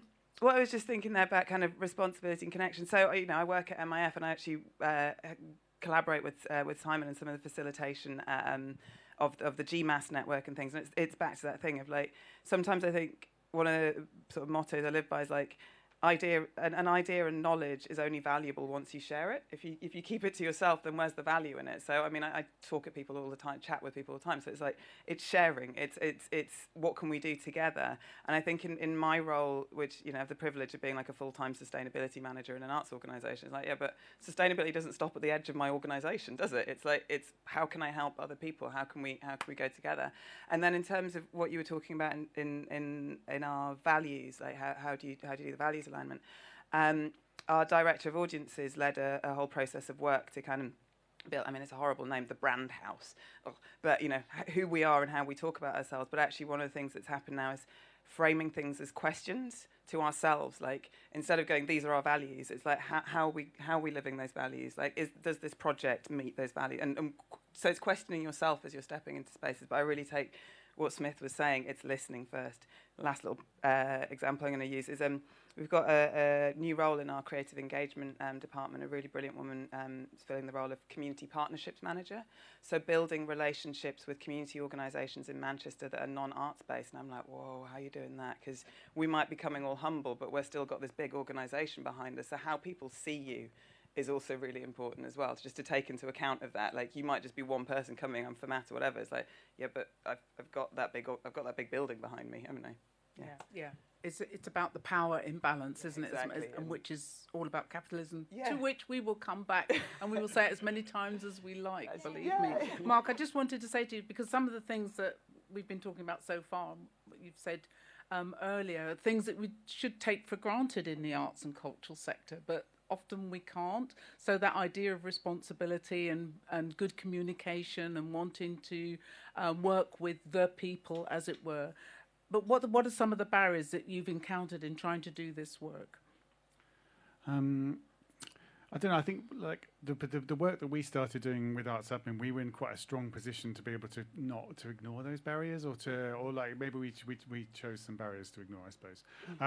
In the like we were an NPO, we were a small organisation, but institution in our kind of history. So like it did, that first project I showed, which was the one where they were setting up camp, we did something that we had no permission for and probably no insurance cover and things like that we shouldn't have done. But we were like a resourced organisation that was in a position to do it. But I think I didn't talk about in the talk, but I was intending to and failed, was that like actually there's been a progression over the kind of 12 years of us doing this work of actually learning what climate justice is, understanding that, and seeing a stronger responsibility in terms of like while we are experimenting and always experimenting and trying to push culture forward, like we're seeing a responsibility of where that sits in terms of what is our platform, what is our power, who are we sharing that with, and I think we're still like working on that. I think the barrier I talked a bit about with some lunch, and the barrier is like arts organisations and how we tell the stories of what we do or try to build the resource in the future is that completely conflicts with the sharing power thing that we probably should be doing more. And so I think that there are some changes system-wide to make. Okay, I can see we've got some questions coming up. There's just one more thing I wanted to say before we go to the Slido, and that is, you know, about forbidden words, really. And I think capitalism is kind of one of them, even when, you know, I have conversations with businesses around this subject area. And I think it's also forbidden in lots of spaces to link racial justice, social justice and environmental justice in a way that's really coherent and explains that. And because I think one of the reasons why that's difficult is because of history, because we have to go back to colonialism, in my view. That's where it all starts in some respects anyway. So those kind of difficult, because I think people want to know, how did we get to where we are? How do we explain that? How good are the arts and the cultural sector at acknowledging even that itself? Anyone? I guess I was just musing on the fact that I'm based in Manchester. Manchester used to be known as Cottonopolis. Like the early 20th century, I think 85% of the world's cotton was processed through Manchester. Like, how do we engage in that story? And I know that the Royal Exchange Theatre have got some things in there, because the Royal Exchange was where the price of cotton was set. And it's I don't have an answer for it, but it's just something. And actually, I was having a conversation with some colleagues internally as I was going around meeting people, and I was saying that when I visited Australia, it's like they call their bed linen and household linen, it's just called Manchester. And you're like, that's for a reason. And then my colleague who's from Austria is like, oh yeah, we call them Manchester trousers. And you're like, yeah, it's still in the names of things, but how do we use China? Do you know what I mean? We talk about China, don't we? Yeah, so it's about kind of understanding that where you are and where you stand, that's where the history is. And just a slight aside, I know talking the Manchester Museum are doing a really interesting thing about the South Asia Gallery and whose stories are being told, and that's a slightly different aside. But just interesting about where we are in the country, in the UK, and where people have come from to be there, and what their stories are, and how we can weave it all together into who we are now. Mark? I don't know about my trousers. The thing when we started doing that work, I was talking about, because Art Summit is very near the City of London. We were doing this thing of like, we're on the fringes, and someone else earlier was talking about the fringes and kind of the edges of the creative place. So we saw ourselves in that way. But like, I think what we haven't managed to do in any of our work yet is like question like Art Summit or the arts culture that we're in. And first of all, like a thing not on the topic today, but is how much we're an agent of gentrification in an area, and are we really doing enough to challenge that?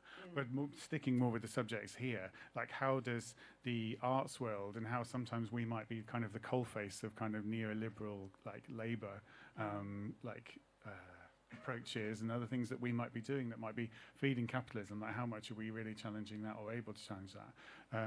We tend to excuse ourselves by being like, oh, we've got a small level of resource, we're doing what we can, but rather than necessarily challenging that. Like I don't have an answer to that. I suppose I've got like a provocation that's in my head that I haven't brought into my work in a way. No, I think you know, part of it is that we have to work on it. It's not like I haven't got an answer, but you know, we have to think about it. I think that's at least the very first step. Smith, did you want to say? Well, just that we're all hypocrites. We're all made of this stuff. Like, we're all operating within this wider context. It's the water that we're all swimming in.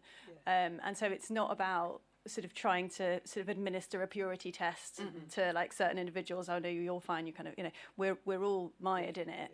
And so I think just sometimes some projects, some groups of people, some rooms, you know, you can express it and you can talk about it more frankly than others, and that's really, really kind of precious. And I suppose, I mean, the gentrification problem is obviously massive in, like, I'm working in, like, urban regeneration projects, which are, all the time. And it's really difficult, and we come, like, I'm in meetings all the time where we come so close to actually talking about it really, really honestly, and then people are backing away again. And so it's just like, it's really difficult, but, like, I feel like it's, somehow the conversations, we seem to be getting a little bit closer. We seem to be starting to be able to talk about some of these words that are really, really problematic a little bit more.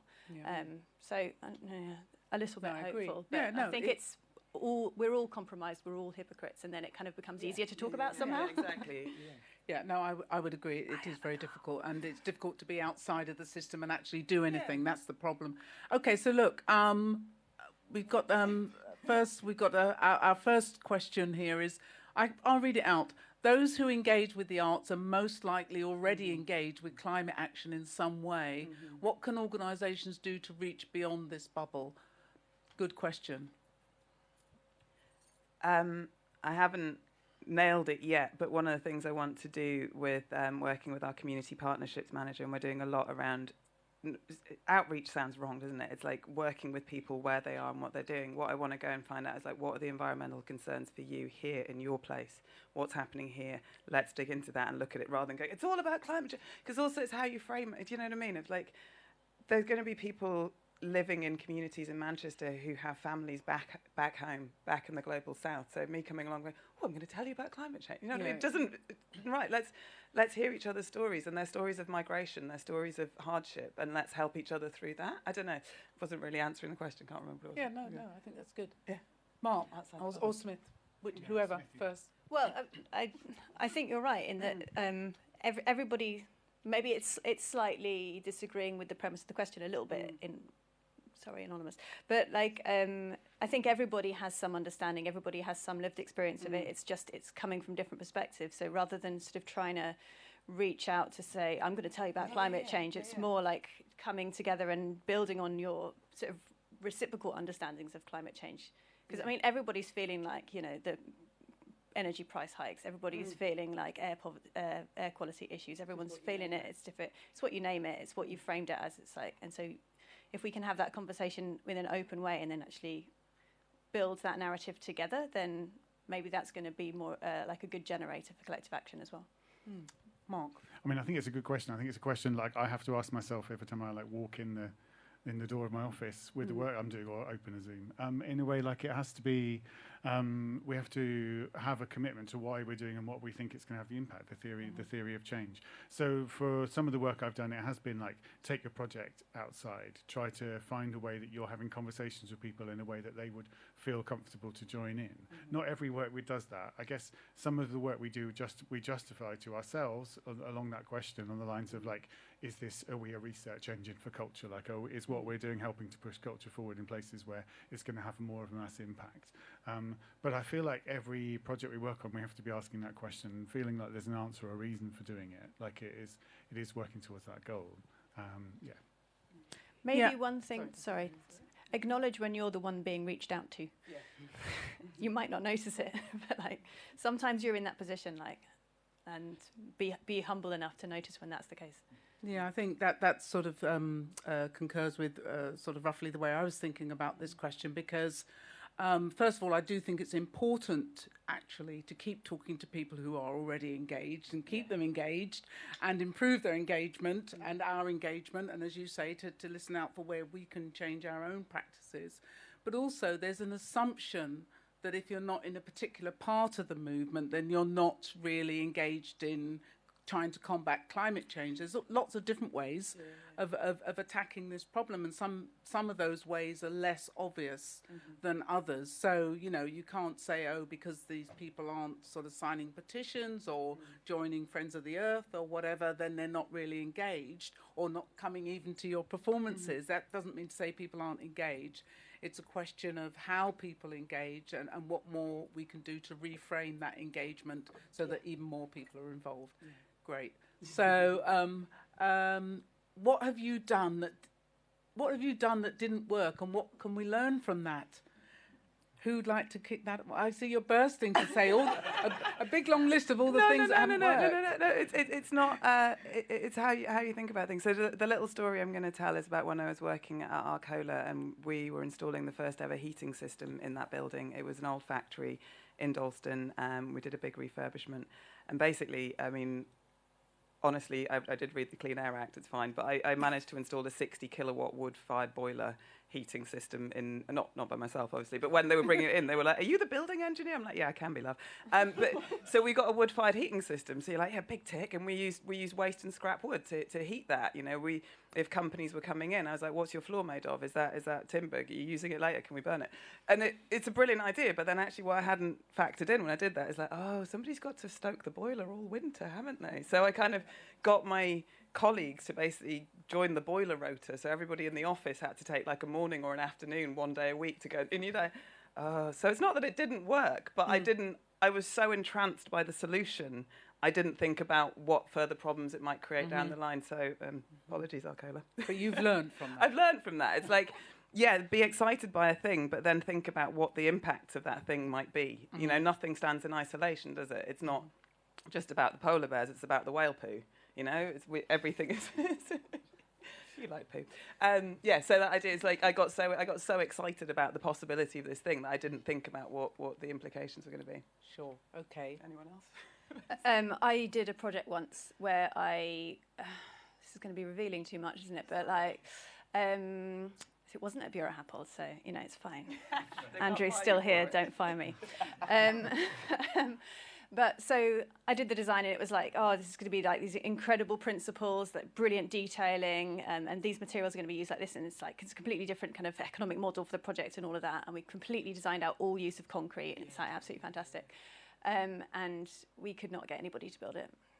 Like nobody would want to build it in that way because it's like, well, that's not normal. Like I can't get a price for that. I can't get 3 quotes for that. And in the end, the thing that was built was, you know, it's great in some ways, but it's nothing like the ambition that we had for it at the beginning. And it's because we designed it a little bit too much, kind of in isolation. We had all these brilliant ideas, and we were, you know, seduced by our own genius. Didn't collaborate enough with the whole kind of possible chain. And you know, part of that is because of the normal everyday processes within the design industry. You know, design something first, and then you find someone to build it next, which is a bit like arse about face. But yeah, so we didn't have the impact that we wanted to at the end of the day because of that lack of kind of collaboration and listening up front, I guess. I did read somewhere, it's one of those old truisms, I guess, that if you haven't failed, then you haven't tried hard enough. Yeah.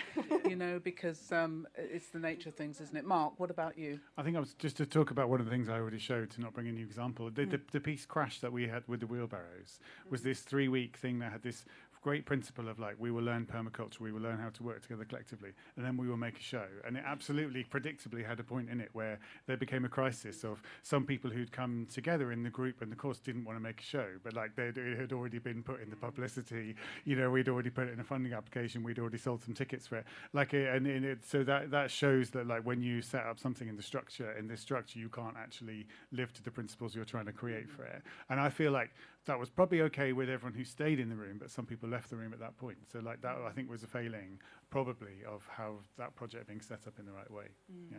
So it's a similar sort of thread really running through everything, isn't it? Getting carried away, as it were, with an idea, and it's a really good idea and wanting to make it work, but not quite being able to follow. Sorry, not being quite. I'm so used to speaking without a microphone, and not being quite able to follow it through. I want to move quickly on to Mark because there's a very simple response, I think, to this question about the thing about capitalism. Where's it gone? Is it gone?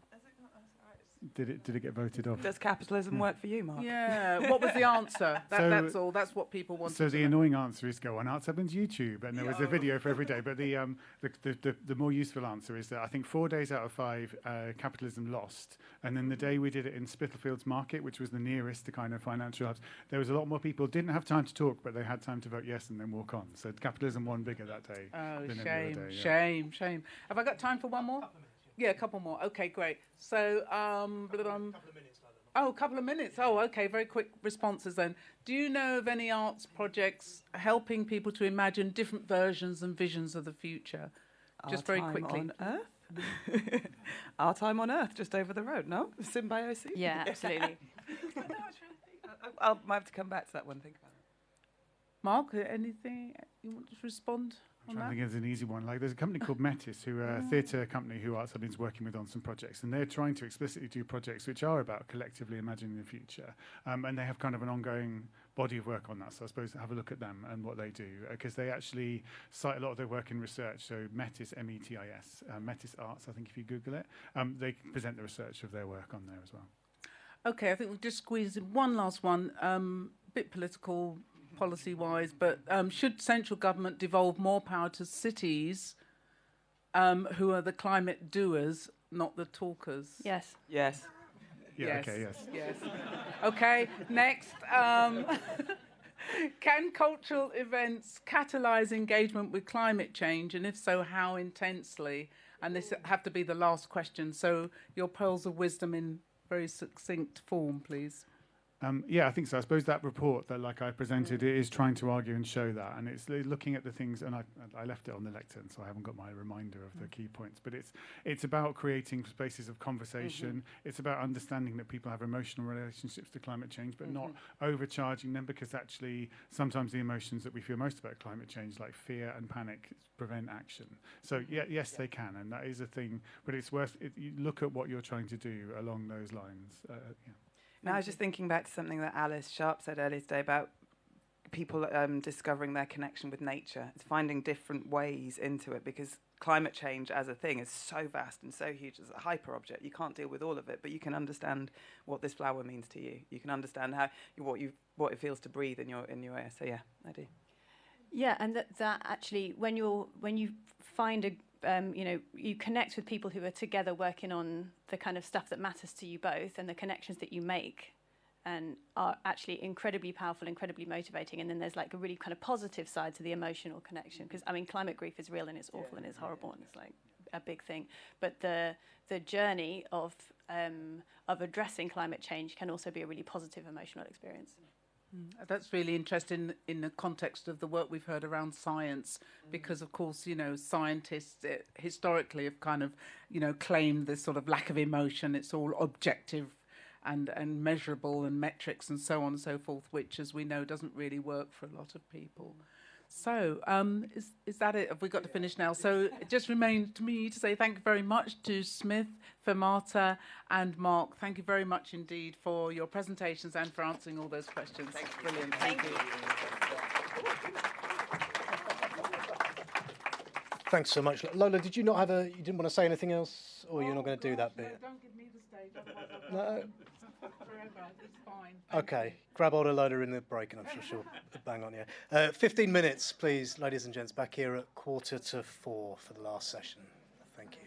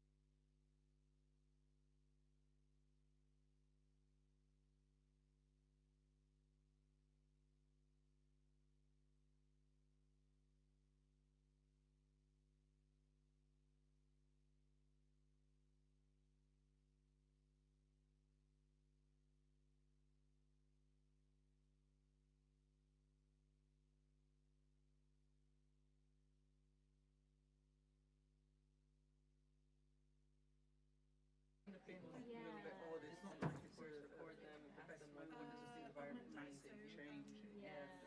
Although in some respects, I think it probably is as good a time as any because it's clear that something's going to change. Reading about this heat wave is like, I don't know. Oh my God! She's at 40 degrees. Like I don't know. I went to and I just had on and like made it look like legit, like on the outside. And it was like flex. It says like 6 degrees and I could bear it. So Boba was like, yeah, well, why not? And that was really fun. And it seems like people like it, like people walk past it very curious and winning. And that was, I feel like that's one way to grab people. It was really fun. In the mountains.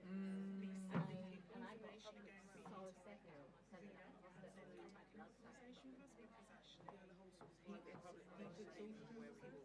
Yeah, it's like the exhaustion is like not having to treat water. We have a water tank like runs out. You have to wait for it, you know, when far away from my blood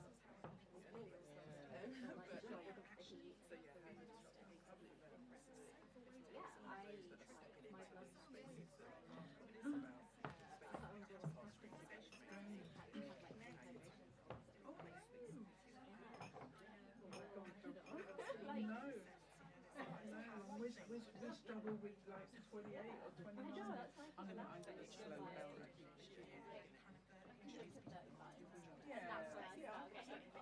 Depends on.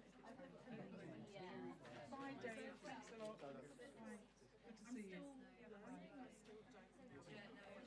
I'm gonna take out. Especially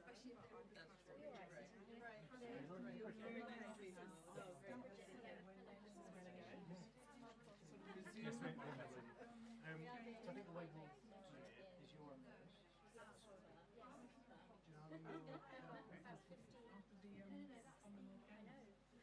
if I start I can try and actually try and be a bit shorter. Christina was lovely to meet you. A bit more time. I mean, we can just try and Friday afternoon. We've been allocated 45 minutes, but don't do yourself short. Okay. If you've gone for more than 15, a couple of what I thought we'd do is do the Slido thing again. Have you seen how that so the Slido, we've got a specific thing first, which is a word cloud in response to our kind of manifesto thing. I wonder where that's going. And then, in general, they're encouraged to put comments and questions in there. But I want to break the fourth wall, essentially, and invite people to actually speak and say what action they want to take or want to see happen. Okay, look, I'm really happy. Because Jude and Bill have wanted this final thing to be about action. So, and Jen just then said it will be fine. I would love to have a conversation about that. Repeat what they said. Point 9 is like the intersectionality between all of these kind of social justice issues. I'd love to have a conversation about that. I think there's something about the nuance of the conversation that we need to have more. We need to get more into those grey areas of the nuance of the conversation so we can solve things. Because most kind of if I give you guys racism, and then that leaves 10 minutes if you do. now what does that mean? Yeah, exactly. Grey areas. The reality. Which includes, if you include within that the nowadays we had absolutely. And the more I get into these things, the more I'm like, more of my time. Yeah, I just wanted to keep something in. Because I was thinking, okay, I've got a lot of knowledge now. And now I want to see how I get the rest of my training. You will do the stuff from carbon calculators to what's real justice, all this kind of stuff. I'm like, right, we have to educate our team. And I was like, looking at rolling out a wellbeing program for autism participants and like listening to this, and I'm like, that means we should include climate justice training. Like, you know, it all feels really interconnected.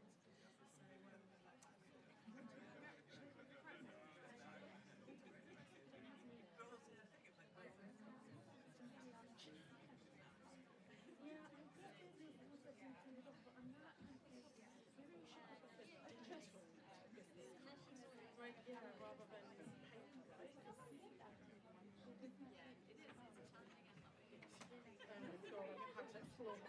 Lovely idea of a digital. Because then you can have it all personalised, can't you? If you have your own like. I think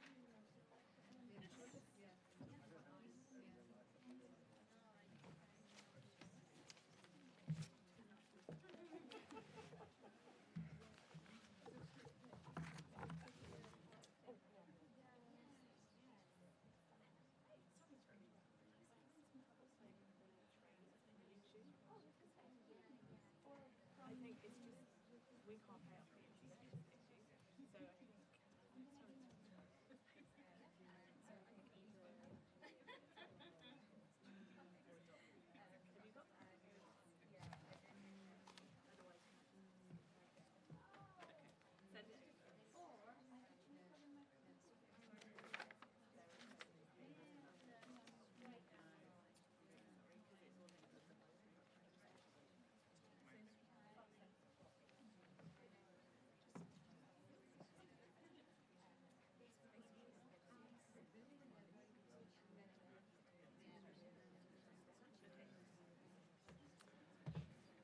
Ladies and gents, while we're just waiting for this next session to start, a request, given that we're approaching the end of the day. If you're up there at the back and or you're by yourself, could you take this opportunity to come forward? Let's have this last session a bit closer. And you'll see why as we go through this session. It's going to be useful. So I encourage you all to come a bit closer to the stage. No one's going to pick on you. There's even seats right down the front if you want to come and sit down here.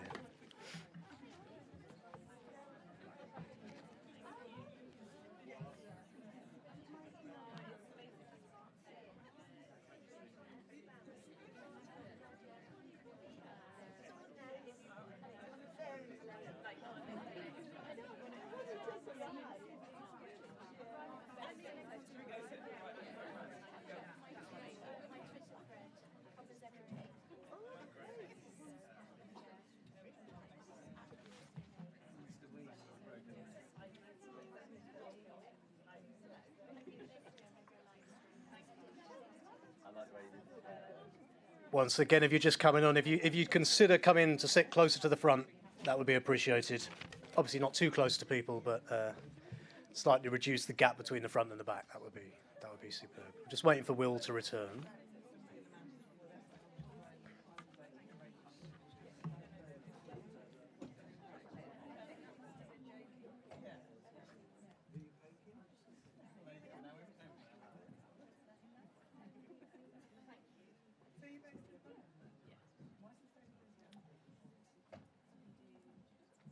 Again, while we're waiting for Will to arrive, just a shout out for anyone who has forgotten or who hasn't seen Camille's wonderful artwork. So Camille is live illustrating our sessions. You'll see them displayed on the telly outside. Everything's being captured. And the reason Camille's doing that is to start telling a story of how all of the things that we're hearing are joining up to a big picture, which is very much the focus of this session. So can we have a round of applause for Camille for all the illustration work she's been doing? It's fantastic. Here comes Will. Thanks, Dave. Would you like to take a seat? Yep. And Lucia, if I could get you up onto the stage as well. So if you just sit there for a second and we'll just do. So our final session is going to be after this, but this is a session looking at the role of creativity in the arts and what the role of creativity is in telling a story of the climate crisis. And this session's going to run a little bit differently, so I'm going to welcome back in a sec Will Gompertz, Artistic Director at the Barbican, who's going to be having a fireside chat, no fire, and obviously far too many people for that, hopefully no fire, with the inspirational curator Lucia Pietroiusti, yes, there we go, who's the founder of the General Ecology Project at the Serpentine, where she's strategic advisor for ecology, and co-founder of climate justice-focused NGO Radical Ecology.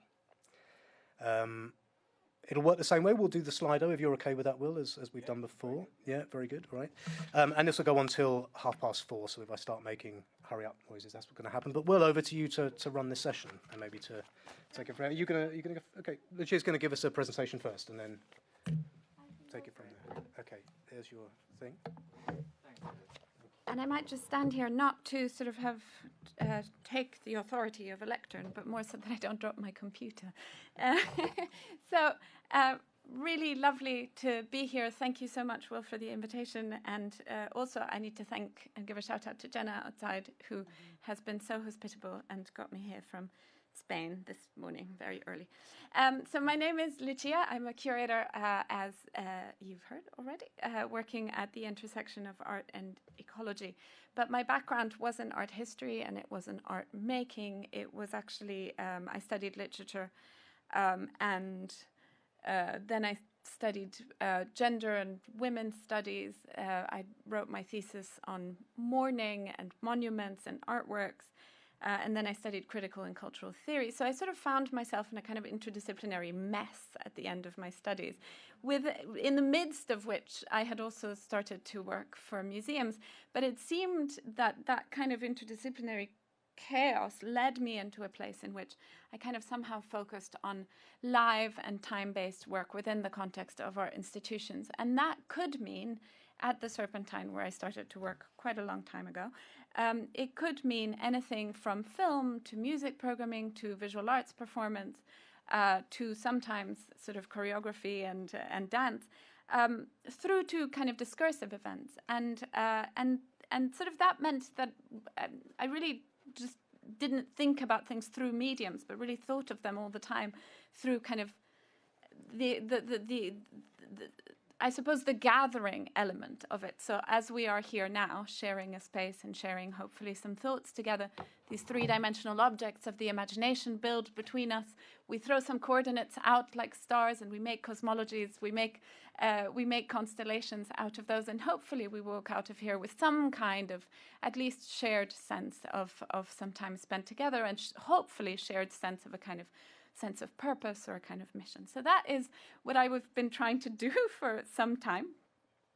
And then in 2018, I had a child, and it taught me how to relate with a little more than human kind of being, or non-human being, in the sense that it's not very different to look after a child than it is to look after a cat or a plant. I mean, maybe there's a little bit more responsibility, but they don't talk back, right? So the notion that you can have and develop a sense of I suppose, care and responsibility and obligation and love, and that you develop that without the need for symbolic language, for that thing that we consider to be essential to the development of ethics, but in fact, you find out it is not.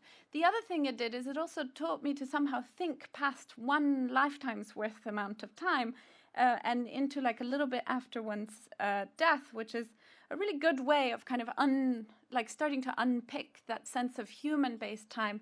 And then, of course, the leap from, 20 years after one's death to 3,000 years into the future or the past is just a tiny little other leap. And so I started to write this project for the Serpentine called General Ecology, the aim of which was to embed ecological and environmental principles throughout the Serpentine's programming strands, but also infrastructures and also networks. Could we start to really think of ourselves following some kind of Gaia theory of a complex, messy, interconnected planet? Could we start to cultivate a sense of purpose around, at the time, environmental balance, and start to think of ourselves as an art organization as kind of implicated in this work as well, and therefore start to really work differently with different organizations that aren't art organizations, start to support artists in a different way, start to look towards different projects. Then I was lucky because I ended up finding myself curating a project that represented Lithuania at the 2019 Venice Biennale. And I'm going to show you just, if I may, if it plays, I would love to show you. It's not playing. Oh, that's so sad. Well, I can't show you a trailer of it, but I can show you some images of it. I could sing it for you, but I'll just spare you. This is Sun and Sea Marina. It's an artwork by three creative practitioners, Rogile Bardziukaite, Vaiva Granite, and Lina Lapelite. What you see, you're an audience member, you're watching it from above, and what you see are vacationers on a beach, children running around, people playing badminton, people doing yoga, dogs running around barking, sandwiches, sandy ham, all kinds of things.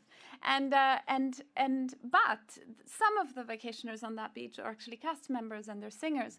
And as they begin to kind of unfold their personalities and their conversations, what you hear through the different songs are these kind of mundane and sort of everyday thoughts and concerns and worries and kind of annoying little disturbances and so on. And the occasional sense that something really large is somewhere just beyond like the angle of vision, something really big.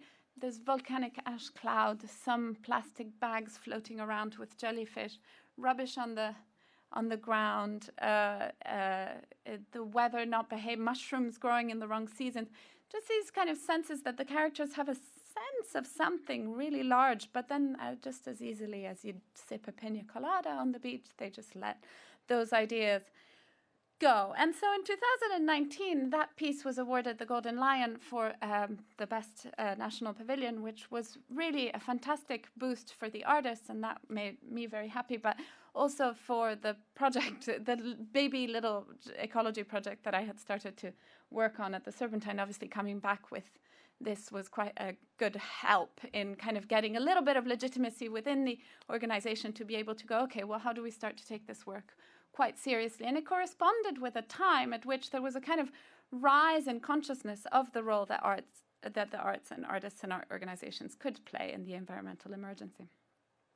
That changes over time. The piece is very sticky in the way that it sort of functions as a kind of projection screen for what we hold really tight and really knotted in our guts that is just waiting to come out. And it gives you this kind of moment in which it comes out. Thousands of people came out of this pavilion crying, and I really was very surprised at the time. I remember saying, I think the art world is having a nervous breakdown. But it continued to change. So as we went through the sort of initial pandemic and the lockdown, a work that myself, in my sort of, I suppose, with all my blind spots at the time, saw as a work that really talked about the inconceivability of something so large and looming as climate breakdown, then became something a lot more connected to the outside inside, alienation, a beach in a box, you're inside, and what's going to happen to the virtualization of all of our physical experience. So what you see, the other thing is that the work really changes in terms of mood as you change its venues. So what you see on the left is an abandoned Bauhaus swimming pool in the outskirts of Berlin. What you see to the right is the Venice Biennale. It was actually a military zone that we did this like very soft kind of invasion in bikinis. To the left again is a taxi parking lot building in Vilnius, and to the right is a Baroque theatre in Rome. And the thing that, I will return to Sun and Sea because I think it's really important that this sticky piece is also really helping kind of learning a few other things about environmental justice, environmental efforts and where it needs to go. I just gave it away by saying environmental justice. But so another project that I've been working on very, very briefly is a festival series and research project together with someone called Filipa Ramos, a writer and curator, called The Shape of a Circle in the Mind of a Fish. And if you have seen these incredible kind of sand mandalas made by the puffer fish in the Blue Planet, then you'll know exactly what I'm talking about. There is no way that the fish imagines that circle that it makes in the sand, these beautiful, enormous things, in the way that we see it from the top and as a kind of artwork. The fish does this. It dances around. It moves the sand. And so how could something that a human perceives as a circle, as an artwork, actually potentially be a dance or a set of movement coordinates in a more than human species? How do we start to relate with more than human species in ways that allow for that kind of mistranslation? And how do we start together with artists and practitioners of most disciplines to unpick at those human-centered assumptions, assumptions such as we need language to communicate and to care, which I've told you already about, or we know what we mean when we say I. We really have no idea. The swarming organism that we are is really a lot more than one. or that plants are not intelligent or don't have a sense of humor. We actually had a lot of scientists that would argue very much that they do. And then the fourth one had to do with soil, and we really started to think about soil through all of its different iterations, through soil, earth, land, ground, dust, dirt. And as we emerged kind of thinking about these different words, all kinds of this stack of things from kind of land politics, land rights, justice, the unequal distribution of pollution and dust, all of these things came up through the event. And it was really important in kind of setting a course for our research. Now, very, very briefly, back to Earth. I mention it because the exhibition piece of this long-term project is currently on at the Serpentine if you want to come and see it. Back to Earth is a project that invited 50 artists on the occasion of the Serpentine's 50th anniversary to propose artworks that were at the same time environmental campaigns or interventions. And as we started to kind of organize all of these proposals that came back to us, we realized that really we could start to think of them in terms of not so much the measures of their success, like what would we need to do in order for them to reach their desired kind of outcome, but more like in what direction. That's why the vector is all over here. More in what directions are they trying to be, and what kind of organization would we need to turn into, connecting to what kind of other non-art organization, what kind of skills exchange would we need to sort of foster, what kind of support would we need to be gathering in order to achieve different things. So I will skip through some of these, but we kind of thought about public awareness and things that really just depend on public visibility. We thought about infrastructural transformation, cooking sections, how to change the way that we eat. We thought about artists that care for place, Tabitha Rezer, nurturing a space for the arts and sciences of the earth, the body and the sky, and the forests of French Guiana. And we thought about speculations, artworks that really kind of throw into the future an idea, an alternative idea for destinies, or an alternative idea for origins, or some kind of different notion of our being on this earth. That's a view from Back to Earth.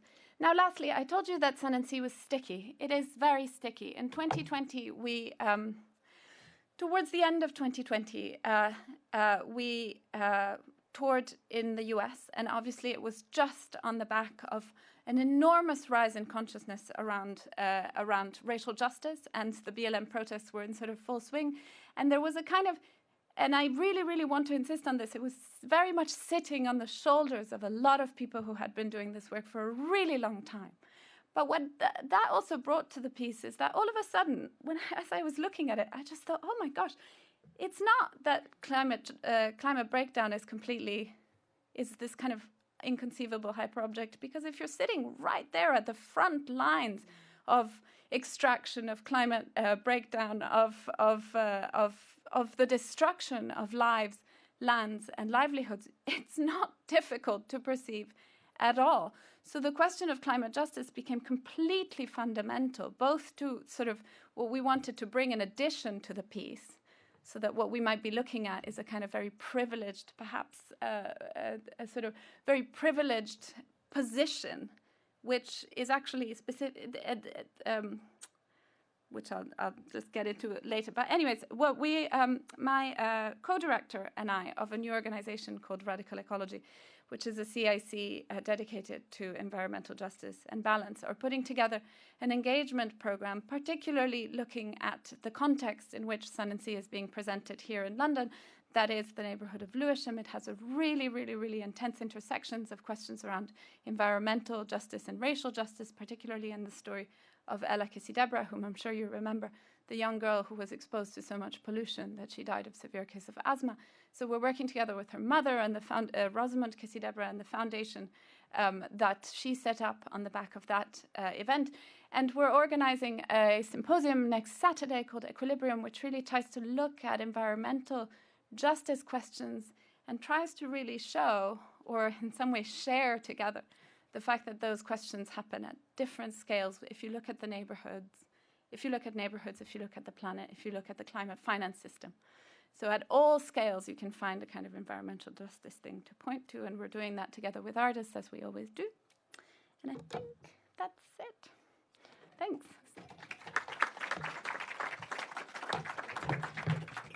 I went on so long.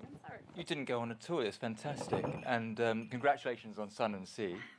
It's an amazing work. But we've talked about that a bit, and I think we haven't got a, oh Christ, you're supposed to look at the clock and suddenly there's this massive light in your face. You can't see a thing. So you'll have to do your standing up thing. Thanks very much, Dave.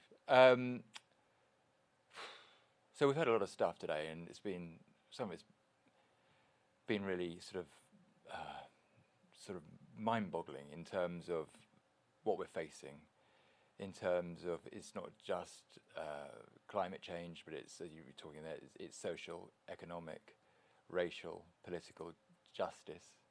So just it's sort of seismic shift we clearly have to make, and we're clearly at a moment. And somebody described it as, like coming out of post-COVID, the world's going to change. Whatever it is, we're at a moment. What is the role of art at this moment? I mean, I can definitely go into. Thank you so much for the question. I would love to start by going, what is the role that everyone thinks art has, and that it is not only. That is to say, making data beautiful.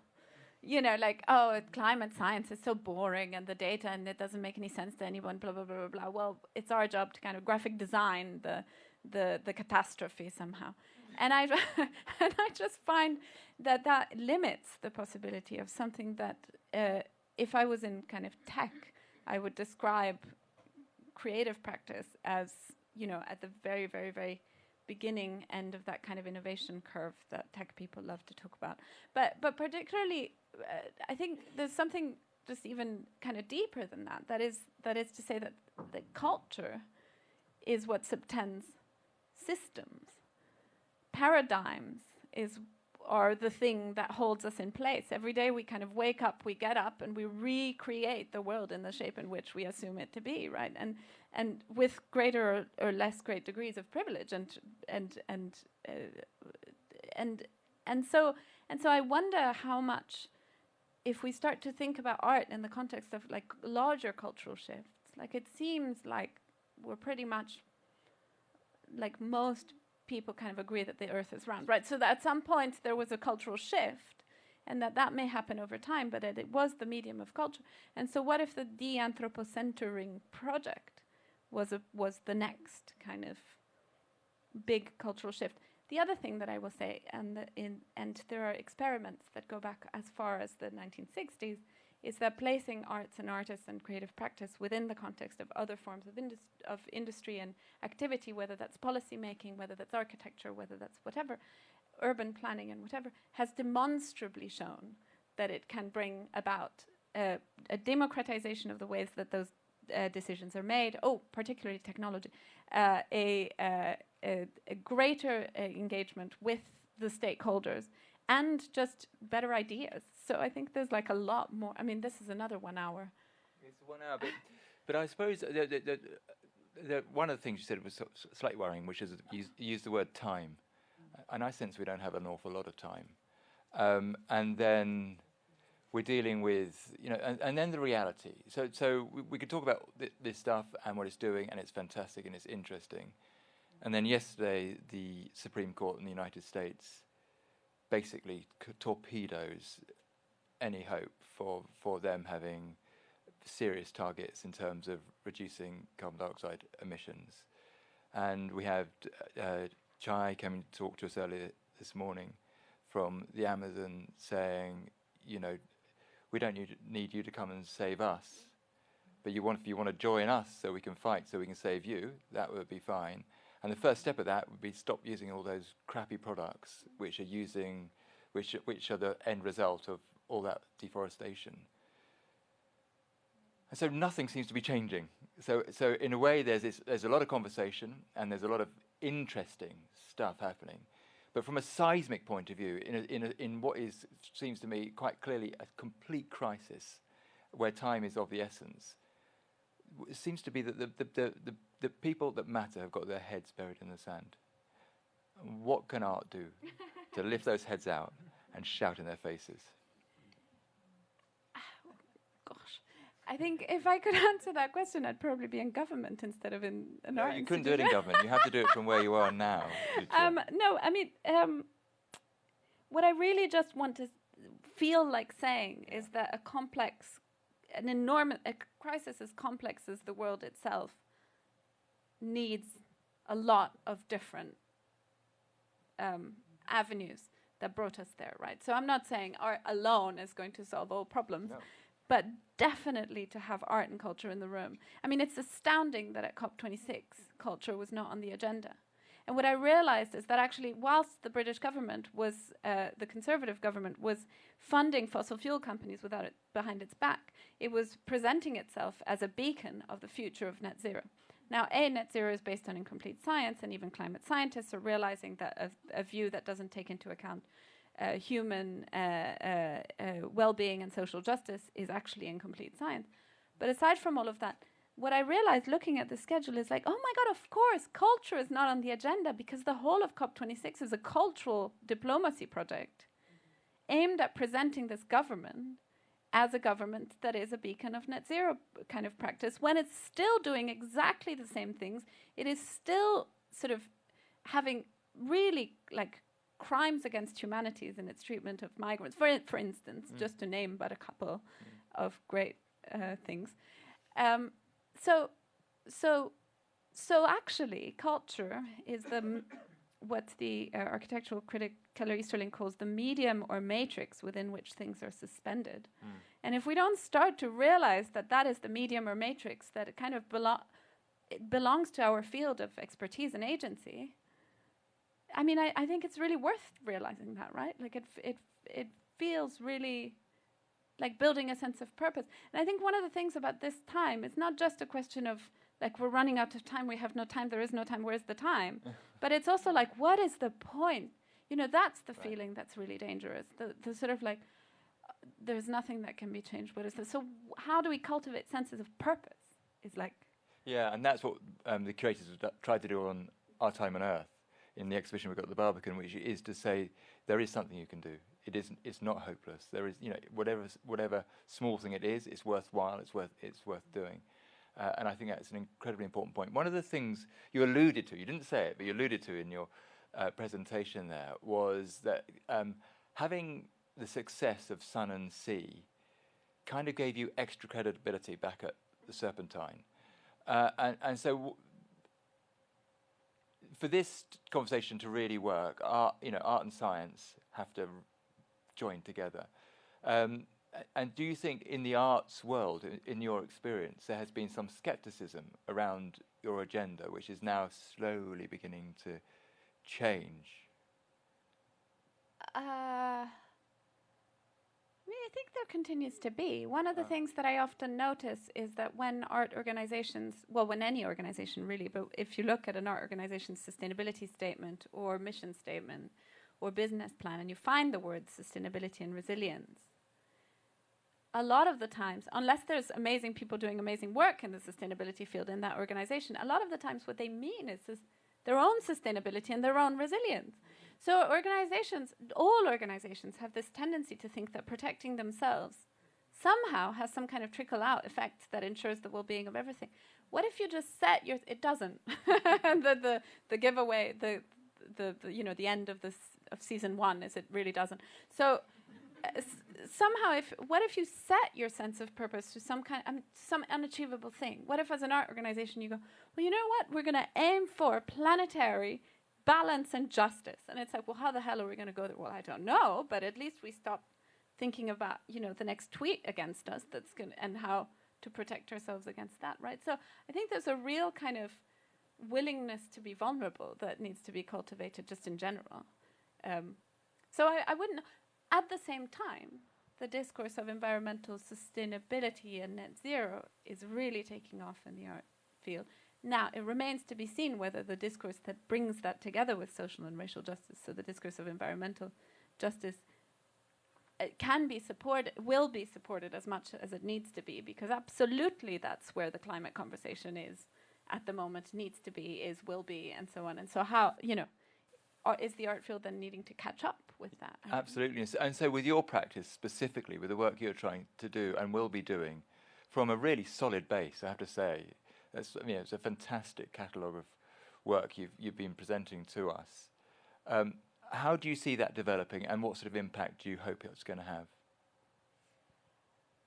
I mean, I will be much more self-deprecating and tell you that I'm in a moment of slight crisis in the sense of, okay, well, you've done these prototypes within organizations. It's hard. The minute you step back, things just like they're like swallowed back. I mean, unless you just put some really resilient, again, some really sort of proper, I suppose, safeguards in place for that not to happen. And so I mean, you know, like every once in a while my mom goes, yeah, but you left the Serpentine, so like you failed, right? So it's that kind of thing that's like, well, how do you renew that that form of activity? The other thing is that I thought that the answer was to make one's own organization, but it's really, really hard. Not, you know, necessarily the finances of this or that, but just the fact that all of a sudden you don't have behind you the entire comms team, the entire this team, the entire, you know, all these things, that all these colleagues that you were constantly frustrated with were actually just amazing. So what are you doing, and where is it going? So, well, Radical Ecology is going to have a year of kind of events-intensive activity. And then it's currently working with 5 creative practitioners on long-term R&Ds that will come out into kind of co-commissioning proposals by the end of this year. Those co-commissioning proposals, I'm currently sort of working on putting together a kind of infrastructure for co-commissioners that can allow for those projects to kind of be shared. You guys should, like, it's going to be like like a Slack channel. It's not like some major, but really like I speak with artistic directors of festivals because of Sun and Sea all the time, and I go, well, do you have a Slack channel where you go like, I want to co-commission this and I'm missing 2 co-commission, and they go, no, you just kind of call your friends, and it's like, well, why don't we build that at the same time as we build the things that we want to build on top, right? So how can we always think about systems and program at the same time? So those R&D commissions hopefully then sort of get floated onto that infrastructure that doesn't seem to exist, and then hopefully result in a few kind of place-based, environmental justice-focused kind of artist projects. And then there's some education things that we're doing as well. The work at the Serpentine continues, Back to Earth continues, General Ecology continues, whatever else is coming also continues. But yeah, I don't exactly know. I also think I need to take a break. Oh, come on. Not like a big break, like a week. Oh, you can have a week. So I'd like to ask you, this is totally selfish, by the way. I just want to ask you a site-specific question, because we had Smith speaking to us a little bit earlier, and Smith is part of Bureau Happold, who are part of the team, who are going to help transform the Barbican, the space we're in now. And the Barbican is, in many ways, in like a super fortunate position. It's funded by the City of London. The City of London give the Barbican the money. The Barbican does its thing, and as long as it does its thing, it's fine. So there's not lots of bureaucracy. Well, there is lots of bureaucracy, but not when it comes to the art. So sorry, let's be clear about that. So it's a massive opportunity. So it's a lot of money. We've got a lot of space. Just to the left and right of here, all are unused exhibition halls, which can be reactivated. There's loads of public realm around. So here we have an art centre of scale in the middle of London, surrounded by a whole host of different people from different backgrounds from all around the world, millions of people, which can reach out into the world, where we can do whatever we want until somebody says we can't. So what do you do? What do you do? What would you do? What should we do? What should me and Smith do with that opportunity? Because this is the moment, right? And if you don't do it now, and your point about stuff closing over is so true, that if you don't act and you don't change the structures, that it will just all go back again. But if you do change the structures and it can't go back again, then it has to change. So what would you do? I feel like I really should have prepared that question a little bit. Instinctively, yes. I'm thinking about 2 things. One of them is I'm reminded of an experiment of a research project that was done in, I think, the city of Detroit, in which it was sort of estimated that if all the paved areas that are, like abandoned parking lots and things like this, were converted into food where essentially the paving was removed and turned into food making gardens, that actually the city itself could feed the entire population of the city all of the fruits and vegetables and honey that it would need to, so thusly reducing to zero. It's kind of, so I'm thinking like massive concrete infrastructure, like, you know, there's one idea, but then the other thing is like, you know, that's the kind of the beautiful community garden idea, but then it's like, how do you then make yourself more porous to the even just things like the local politics of you know, the ways in which your local stakeholder, I don't know this neighborhood at all, but are there local stakeholders that are being displaced because of development? Are there you know, so how do all these things kind of play out in the neighborhood? And then just look at that thing about sort of environmental balance and justice at all those different scales and go like neighborhood to planet, and then kind of projects on. But I'm sure you have a much better plan than I. This is like I just wanted a free 20 consultancy. seconds. Come on, Smith. No, I like the idea of turning the Barbican to Barbican Arts Centre and Gardens. You know, because I think that would be quite interesting. But whether you can do that or not, I don't know. But the important question, though, really, Lucia, for us to finish on, this is not a scary question at all, is that Sun and Sea is great, and it's in Lewisham. How do you get a ticket? There's probably still about, you know, 12 tickets left. I don't think we've completely sold out. So now, like now. Why do you think it's worked? What is it about that piece that has resonated so? I mean, aside from the fact that, and I can say it because I didn't make it, so I can really praise it as a work of genius, in my opinion. I also think it was just a particular work in its time and place, doing something very particular to people. It changes the perspective from which you look at it. It's almost like a psychoanalysis session. It sort of draws things out of your own gut. It's so simple. It doesn't have.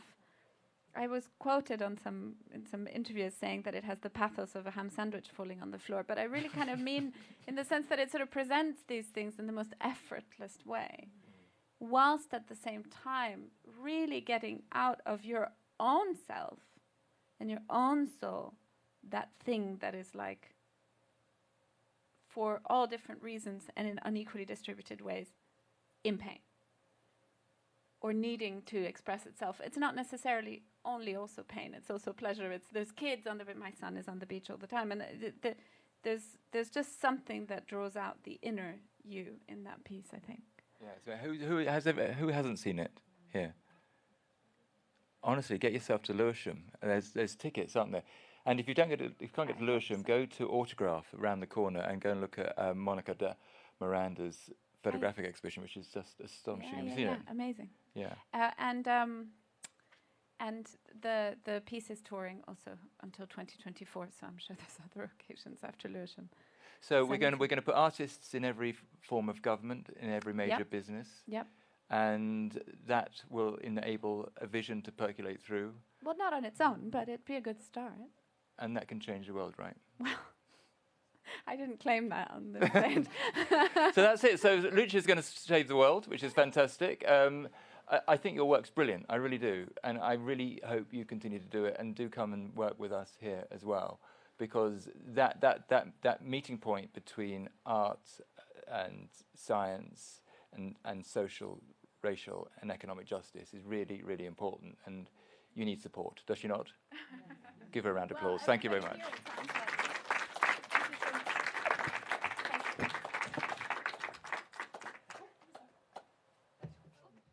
Fab stuff. I think we did have a couple of questions in on the slider, but I think we'll move. No, it's all right because we didn't put them up, and there were only a couple. I think we'll move on anyway in the interests of time. But I'm sure Lucia will stay around for a drink afterwards, and can be. She's very tired. So she's not around for a drink. Okay, right. Anyway, that worked brilliantly. Splendid. Thank you so much, Lucia. Thanks, Will. Last session, and I'm in the mood for some declaring. We've been sort of drawing these things, and the essence of a lot of Will's questions, I think, were around the kind of so what. So this is very much a session about so what. We're going to do things slightly differently. You're going to hear from a couple of amazing speakers now who are going to challenge the room and going to get us involved We're not going to do Slido anymore. There's going to be more of the old school. No, we'll do more of the old school, I think, with a mic. And Matthew very kindly this morning offered to run around with a microphone if necessary to field questions. So when we come, we'll do it that way. So in reverse order, you're going to hear from Michael Paulin, who's the founder of Exploration Architecture, which designs high-performance businesses fit for a circular economy, but particularly relevantly for today is one of the founders of the Architects Declare a Culture and Biodiversity Emergency movement. Before Michael, you're going to hear from Bridget McKenzie, who is a key initiator of Culture Declares Emergency, as well as the founding director of the wonderful Climate Museum UK. And both Bridget and Michael are going to take a bit of a step back and firstly remind us what a pickle we're in, planet-wise, if it hasn't kind of sunk in, what their movements are up to, what the broader coalition of Declare movements are up to. And then Bridget's going to have the floor. You're going to run the session. Give me a shout if you need a hand, but I should be all right. On how we can all get involved. So over to you, Bridget. Thank you.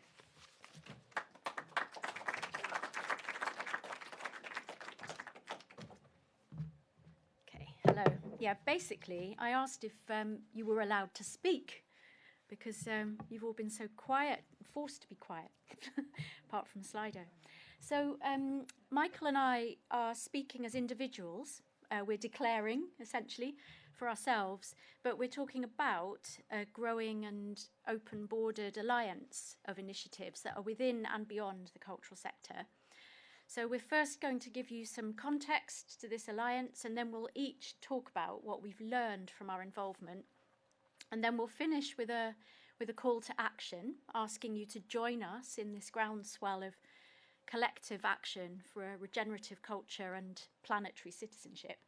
And then we do want you to do a little Slido exercise, which is a word cloud in response to a kind of proposition that we're putting to you.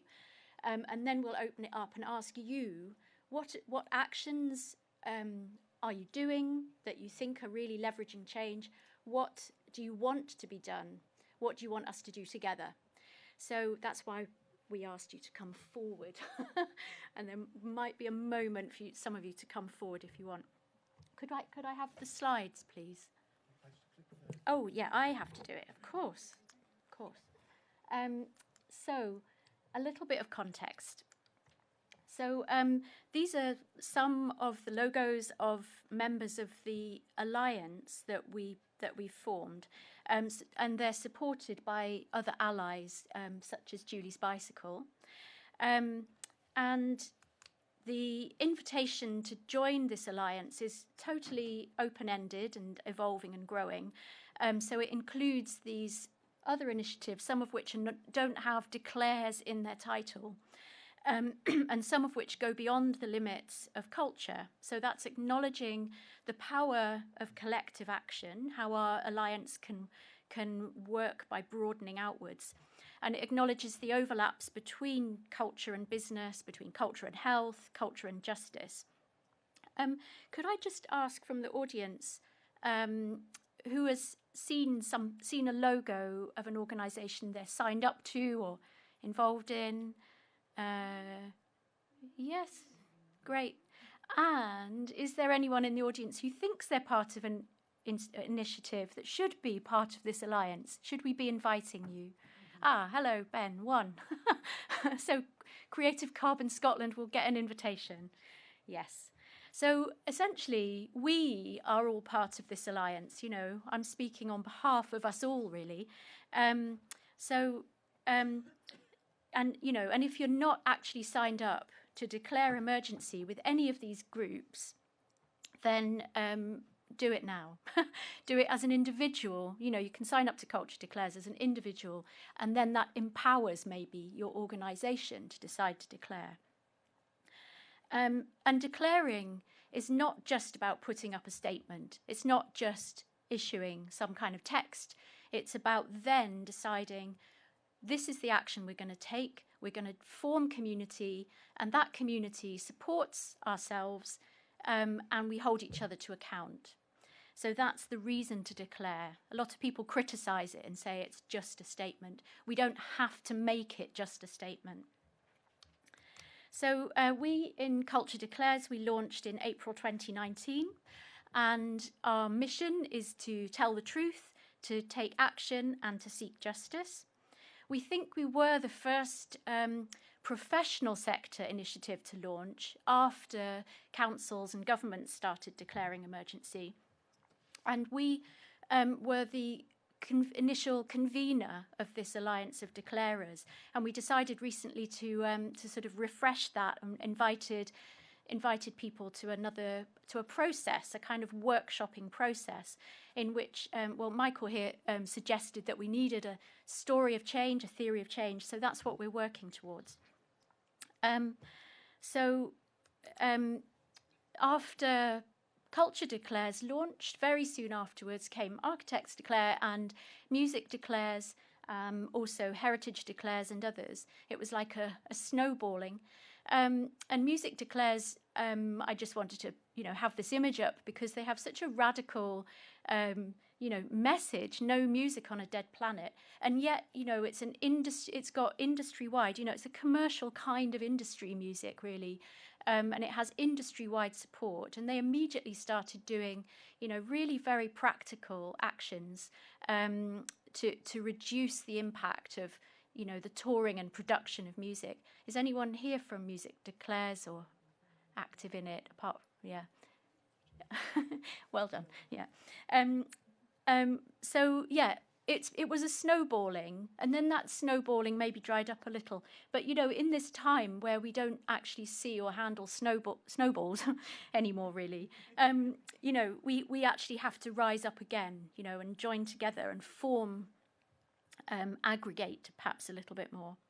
So thinking about the intersecting and collaborative nature of this alliance, Writers Rebel is an example, a group we've invited in.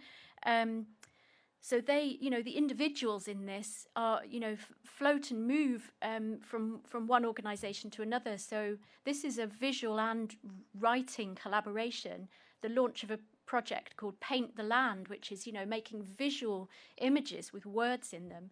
And this launch piece is a big sort of grass carpet by Ackroyd and Harvey, who were co-founders of Culture Declares. And the writing is by a writer, Ben Ockery, part of Writers Rebel. And the text is, "Can't you hear the future weeping?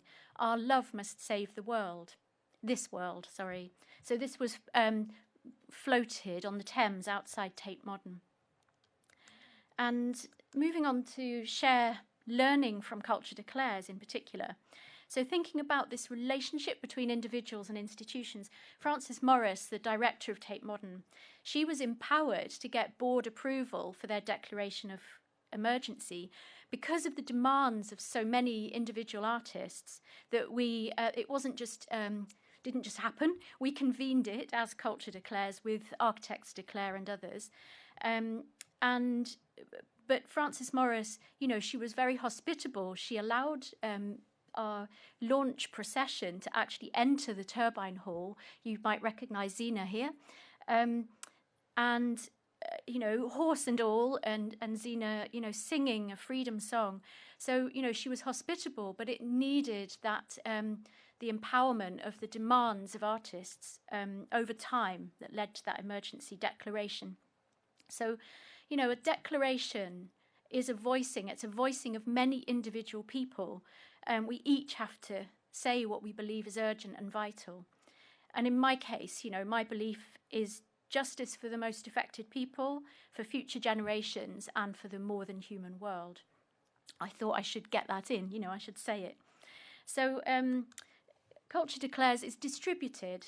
We're not a monolithic centralised group. We're all about the hubs that are forming in localities across the UK and the world. This one I've picked out east of England because I've just moved to Norwich, and I'm wanting to be grounded and to make those connections in a city, in a bioregion. Place-based change, I think, is really effective. We also engage with particular sectors like museums. This image is from a festival of change we did with the Museums Association.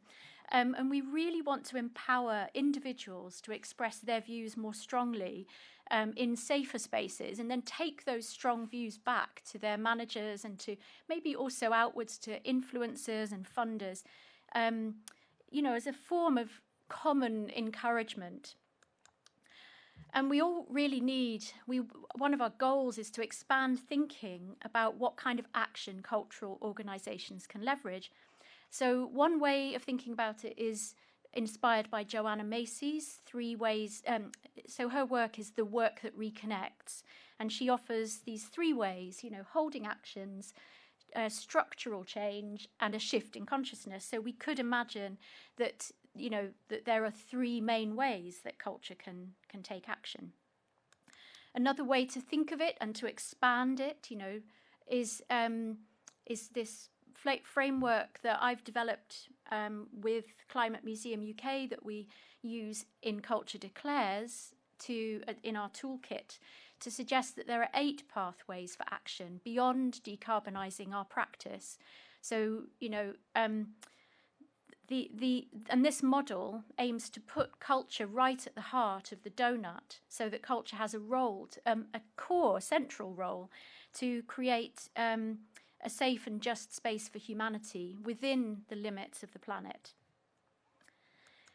Declaring is also about expanding the way we think about the Earth crisis. So I use the term Earth crisis, and I don't use the term climate emergency as a coverall for this crisis.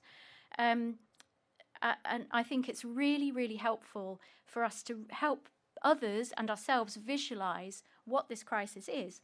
So I took this a diagram by Jan Konietzko called Carbon Tunnel Vision, because we do often just focus, on carbon, domestic action, technical solutions, and how it will affect the economy.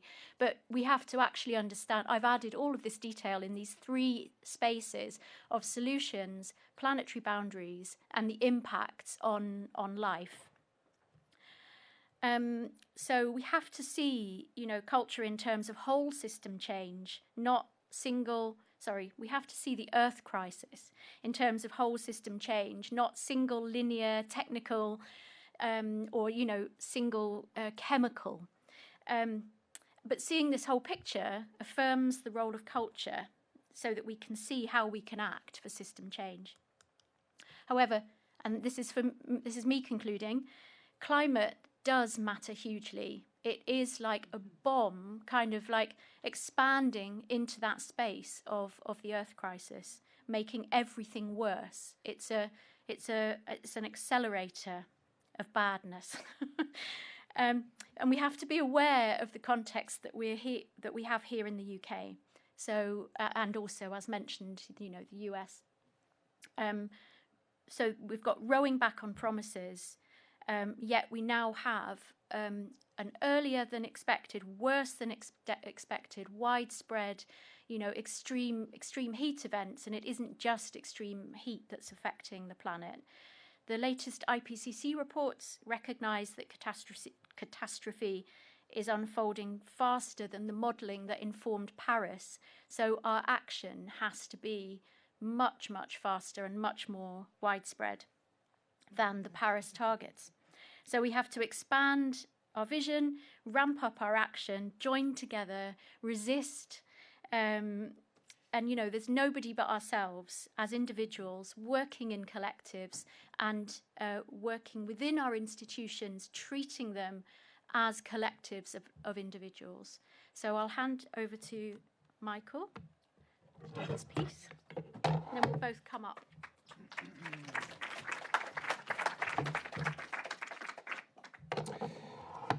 Great. Well, thanks for that, Bridget, and thanks very much for involving me today. Great to be here with Hot Poets. I'm a big fan. My partner was involved in organising an event outside Tate Modern with Hot Poets and Writers Rebel. And when I walked around the back of Tate Modern after the event, I was staggered to see 15 police riot vans stacked up. Who knew poets could be that threatening? And it reminds me of a nice line from Howard Zion. They've got the guns, we've got the poets, therefore we will win. So in Architects Declare, I like this expression, which comes from Brian Eno, and it's, I think, a really neat summary of where we've got to get to, a deeper sense of place, much longer term thinking, and a wider we, much greater degree of collaboration. And in a further poetry reference, that reminds me of a wonderful poem by Muhammad Ali. You know, he was a vastly underappreciated master of minimalist poetry, and he was once asked how change happens, and his response was just 2 words, the shortest poem in history. He just said, "Me, we." And my interpretation of that is that change starts with individual commitment, but then the magic happens when that expands into we and a much wider we. And I was also amused by the question earlier, which was, what have you tried that hasn't worked?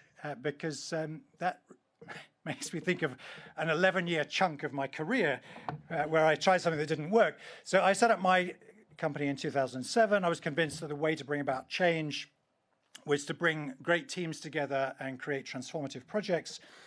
And I tried that for a while, and some of those got built, but most of them didn't.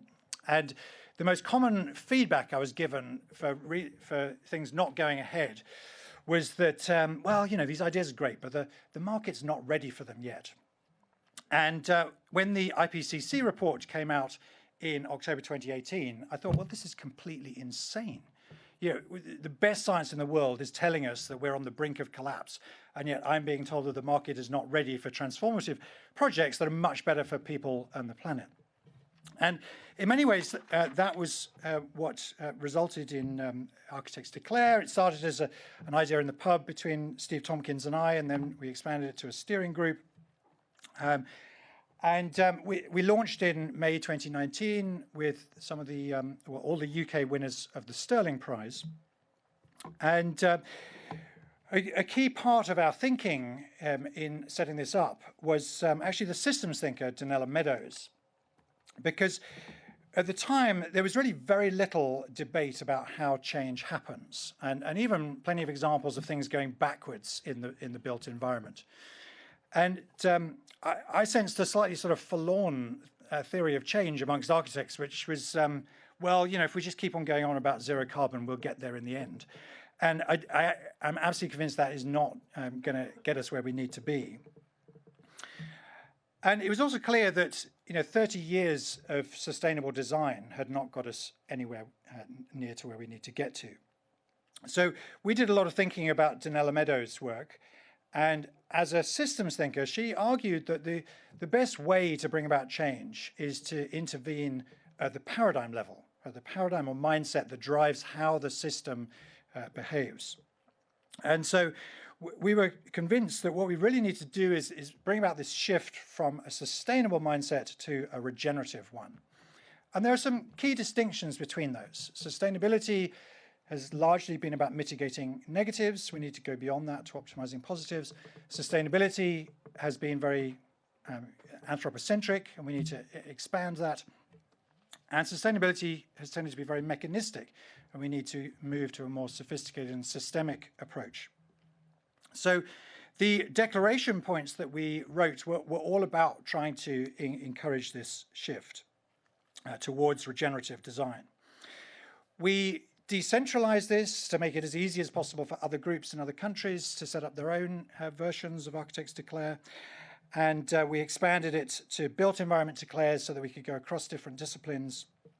And it's now in 28 countries with over 7,000 companies signed up, and we have regular online gatherings to share ideas and so on.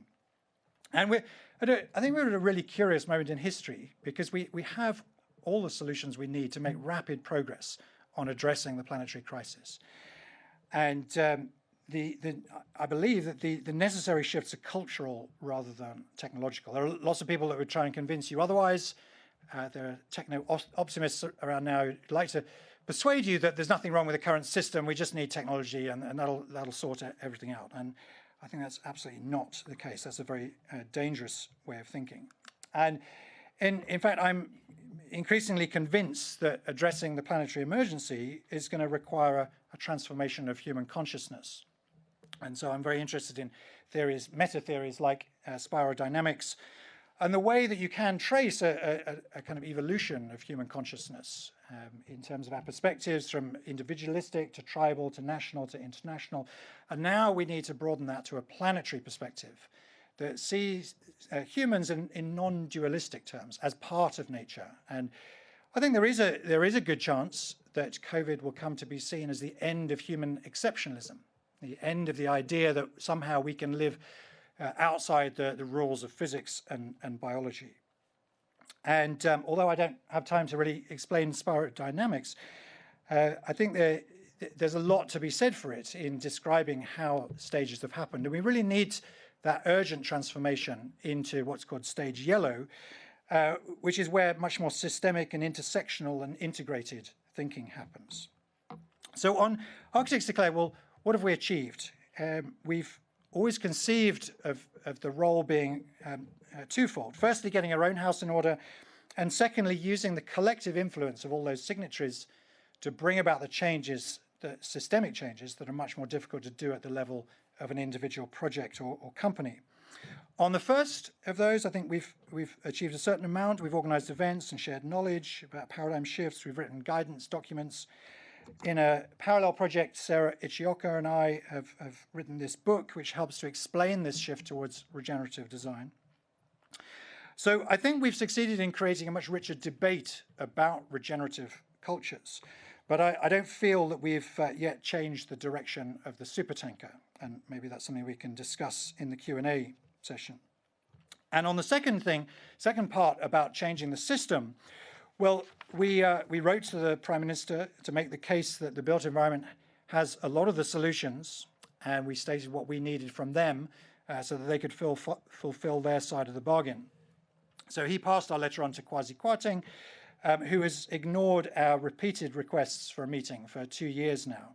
And during that time, he and his ministers have held over 150 meetings with fossil fuel companies. The current government does not govern in the interests of the British people. It governs in the interests of its funders. So what's next? Well, we need a tipping point. And as I said, I think we have all the solutions that we need, but the system is broken. So the key question is, how do we bring about that tipping point? And I think we need three things. We need the solutions clearly articulated, we need to show we've got the capacity to deliver them, and we need sufficient demand for change. And I believe we've got those first two, and we can create the third one through a broad coalition that demands change. The philosopher and activist Rupert Read wrote a really interesting piece about radical flank theory. And the idea there is that radical groups can help shift the Overton window, the window of what is perceived to be possible. They can help shift that, which makes it easier for more moderate coalitions to demand system change. And the example he gives is of the Black Panthers and Martin Luther King. And at the time, the Black Panthers were perceived as radicals. They certainly were perceived as a threat to the status quo. But they made it easier for Martin Luther King to say, well, if you won't deal with me, you're going to have to deal with more groups like the Black Panthers. We have a similar situation now in the UK. We have a growing number of radical groups like Just Stop Oil, Insulate Britain, XR, and we also have a growing number of declare groups, as Bridget said. More than 2/3 of the councils in the UK have declared an emergency, and that accounts for 93% of the British population. And I'm fairly sure that a lot of those groups will have arrived at similar conclusions, which is that there's only so much you can do to get your own house in order. And ultimately, we do need high-level systems change.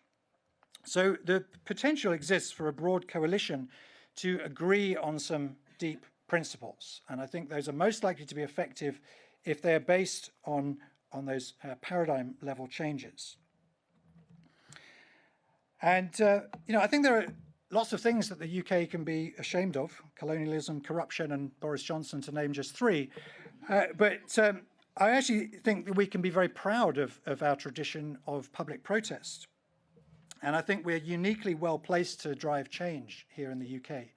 So we're connected with Declares groups in other countries. And as far as I'm aware, none of those other countries have anywhere near the plethora of declare groups that we have here. So this is a golden opportunity, particularly if we can link up with those councils and work together. And as Bridget mentioned, we're still in very early stages of this, so this is very much work in progress. And see, these are some of the kinds of things that we're talking about that could be the kind of common points. If you conceive of all these declares groups as a massive Venn diagram, trying to find those really important levers where we overlap in the middle. This is where we are currently. And the interesting thing, I think, about radical flank theory and a moderate coalition is that everyone can be involved in the way that they feel best suited. So if you feel you're best at being very radical and disruptive, then great, you play an important role. On the other hand, if you feel you can be more effective as part of a moderate coalition, that's great too. And I'm absolutely convinced that we do have the capability of creating an ecological civilization that can allow all life forms to flourish for the rest of all time. We can't prevent some of the damage that's already locked in, but I'm absolutely convinced that we can create a good future for all of humanity. And I'm convinced that we can create a bigger here and a longer now, and the best way to do that is through a radically wider we. Thank you.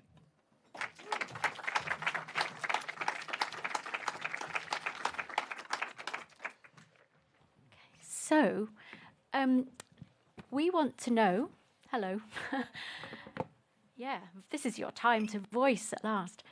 Thank you, Michael, that was great. And also really thank you to all of the speakers today. I know it's not my role to do that, but I've been really inspired. But I would just like to see if there are any words, phrases, ideas that resonate with you here. I don't know if the Slido word cloud function has actually appeared yet. I didn't see it when I looked at the Slido. Yes, it has appeared. If you go to Slido, you could do it in Slido and we'll create a word cloud. So just while you're doing that, in case for those of you, oh, yeah, I was going to say, we want to actually see the slide with the green slide again, I think. Is that possible for a minute? Just so that people can respond to it. Yeah, the slide above. The slide above it. Can I do it? I can do it. Oh, you can do it. Yeah, sorry. Yeah, this one. So I am just going to quickly read it because apart from the first one, you've heard that one. So number 2, support people to be active planetary citizens beyond being audiences or consumers. Divesting from and ending ties with fossil fuel and related industries. And then expanding your action plans beyond, to leverage systems change, beyond sustainable to regenerative, to shift thinking from short-term to long-term, to economics that are aligned to those planetary limits, restoring ecosystems and upholding the rights of nature, and importantly, climate justice and adaptation. So, yeah, the Slido is there for you to just, what resonates, what are the ones that energize you most? So we'll just watch that appear, and while you're doing that, aha, look, here we are. Blinkers. Oh, very big.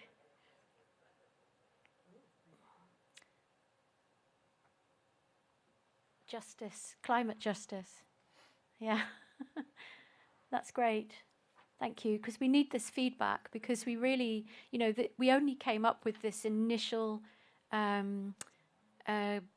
what do we call it? Pledge list, I don't know, thing on Wednesday evening. And so it's really at the very beginning, and it will grow and evolve and hopefully become something so powerful that it will inspire action everywhere. So I don't know if you want to ask any questions, but essentially we want to know from you. Can you can have a microphone and tell us what action you're doing, what's missing from here maybe, or what action you want us as a broad alliance to be doing, and maybe with a focus on London. So, yeah. I'm not sure if yes, it's working. So if anyone has a question, I shall come to you. Question or comments, anyone? Okay, moving over here. Obviously, farthest away from moving upstairs. Thomas Kuhn, who wrote the book that popularized the term paradigm shift. I really picked up on what you said there. He was really clear, and I think most people forget this or don't know it, that a paradigm shift requires there to be a new paradigm as well as the old one that doesn't work. And so one of the things I've been wondering about is whether, I think we need a new paradigm, and I'm wondering whether the purpose of art is to help us think about the new paradigm and understand what it is, because it's very difficult to find. And Will, I would say that your job over the next 5 years at the Barbican is to devote all your work to that. Why not do anything else? Why do anything else? Well, thank you. I think that's a great point. And on the first part of that, I think it's important to remember, and maybe you were alluding to this with your reference to Thomas Kuhn, I think it's important to remember that in most cases, these paradigm shifts don't involve a kind of abandonment of what went before or a kind of volte-face. It's very much a case of transcending and including. So most of what we've been doing in sustainability is still absolutely relevant, but we need to transcend and include that into a broader set of perspectives, and particularly a planetary perspective that overcomes the view of the sort of dualist view that has been so prevalent mainly in Western industrialized nations, and it's worth noting that that absolutely is not the view amongst indigenous peoples. They've always, most of them have nearly always seen themselves as an integral part of nature. And I think Jeremy Lent's book, The Patterning Instinct, is one of the most important books in the last 10 years that really describes the significance of our worldviews and how that worldview that we inherited from Francis Bacon and René Descartes of nature as something to be conquered, that is what is underlying a lot of the current problems. And overcoming that is absolutely essential. Aha, yes, I can give you that. Thank you, Bridget. Thank you. Judy Ling Wong from Black Environment Network. I think that contact with nature itself is a stimulus for creativity. And the lack of it in the urban area is horrendous, because unless we get the next generation to be absolutely in contact with nature itself and have that stimulus of creativity and then the layering of arts activities within nature, we are lost in cities, and we need that next generation as the power for change. Did you want to respond? Yeah, you respond. I completely agree, and I think one of the most inspiring visions of how we should rethink our cities comes from a group in the US called Biomimicry 3.8. And what they argue is that the current ways of designing, the kind of rating systems like they're called BREEAM and LEED and so on, they're absolutely hopeless. You know, they don't go anywhere near far enough. And sometimes deeply problematic, because if you approach a complex system with a mechanistic mindset, you run into difficulties. So what Biomimicry 3.8 propose is that when you're designing a new city or a new piece of city, you should start by analyzing how a pristine ecosystem in that part of the world would function. How much oxygen would it produce? How much water would it filter? How much carbon would it sequester?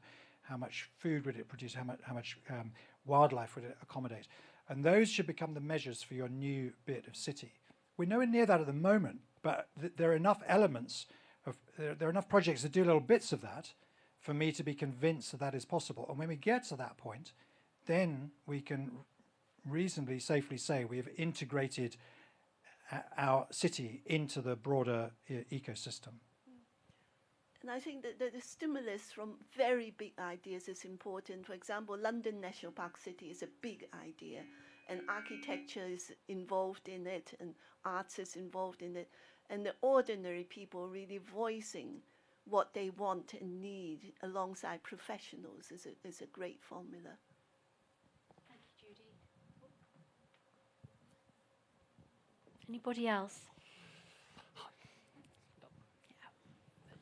Hi, I'm Evie from Creative UK. I'm just wondering what kind of incentives government might be able to provide to make some of this happen. So at Creative UK, we're looking at things like additions to existing tax credits, extension of kind of, well, more opportunities for creative businesses to access R&D grants from people like Innovate UK. But do you have any other kind of thoughts around that? I'm not very expert on that at all. If you have a thought, I'm happy to answer that. Great question, and I think it's important to try and start with the most influential levers. I happen to think that one of those is the emerging group called the Wellbeing Group of Governments that was initiated by Scotland, Iceland and New Zealand, has now been joined by Wales and Finland. And they've specifically stated that they are no longer interested in just maximising GDP.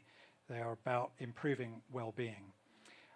And the reason I think that's important is because I think it's hopeless to try and reform the G7 and the G20. They're a totally dysfunctional, growth-obsessed bunch of psychopaths. And the best way to change that is to bring a new model into being that makes them very rapidly look like a bunch of dinosaurs. And so I hope that the Wellbeing Group of Governments does grow and change that. So the next one down, actually an integral part of that, I would see as economics within planetary limits. So Kate Raworth's brilliant Donut Economics is one of them, if not the most persuasive rethinking of economics I've seen. I think we also need a reform of company law. So at the moment, companies are dysfunctional because they have shareholder primacy, and it really doesn't have to be that way. Companies are a fairly recent invention, and there's every reason to believe that we can reinvent the idea of a company, given that that invention is threatening the future of humanity. And then a bit further down this list of priorities, I think we would come on to ideas like shifting taxation away from labour and more to the use of resources. That would actually stimulate innovation to create much more efficient use of resources. We'd be able to drive down our use of physical resources and give people more meaningful labour.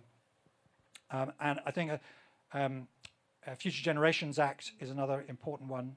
Bridget, you want to come in? Well, I would also just add, looking at ways of reducing the need for money by being more cooperative, and growing food, for example. If we grow food everywhere, we don't need necessarily to earn money to pay for the basic things we need. And notwithstanding the kind of different conflicting views around UBI, do you think UBI has a role to play in this? Sorry, universal basic income. Yes, yeah, sure. Yes. Yeah, I do, and it was interesting to see how quickly attitudes changed during the pandemic. Just a year before the pandemic, it was regarded as bonkers, and now it seems extremely sensible. Thank you. Yes.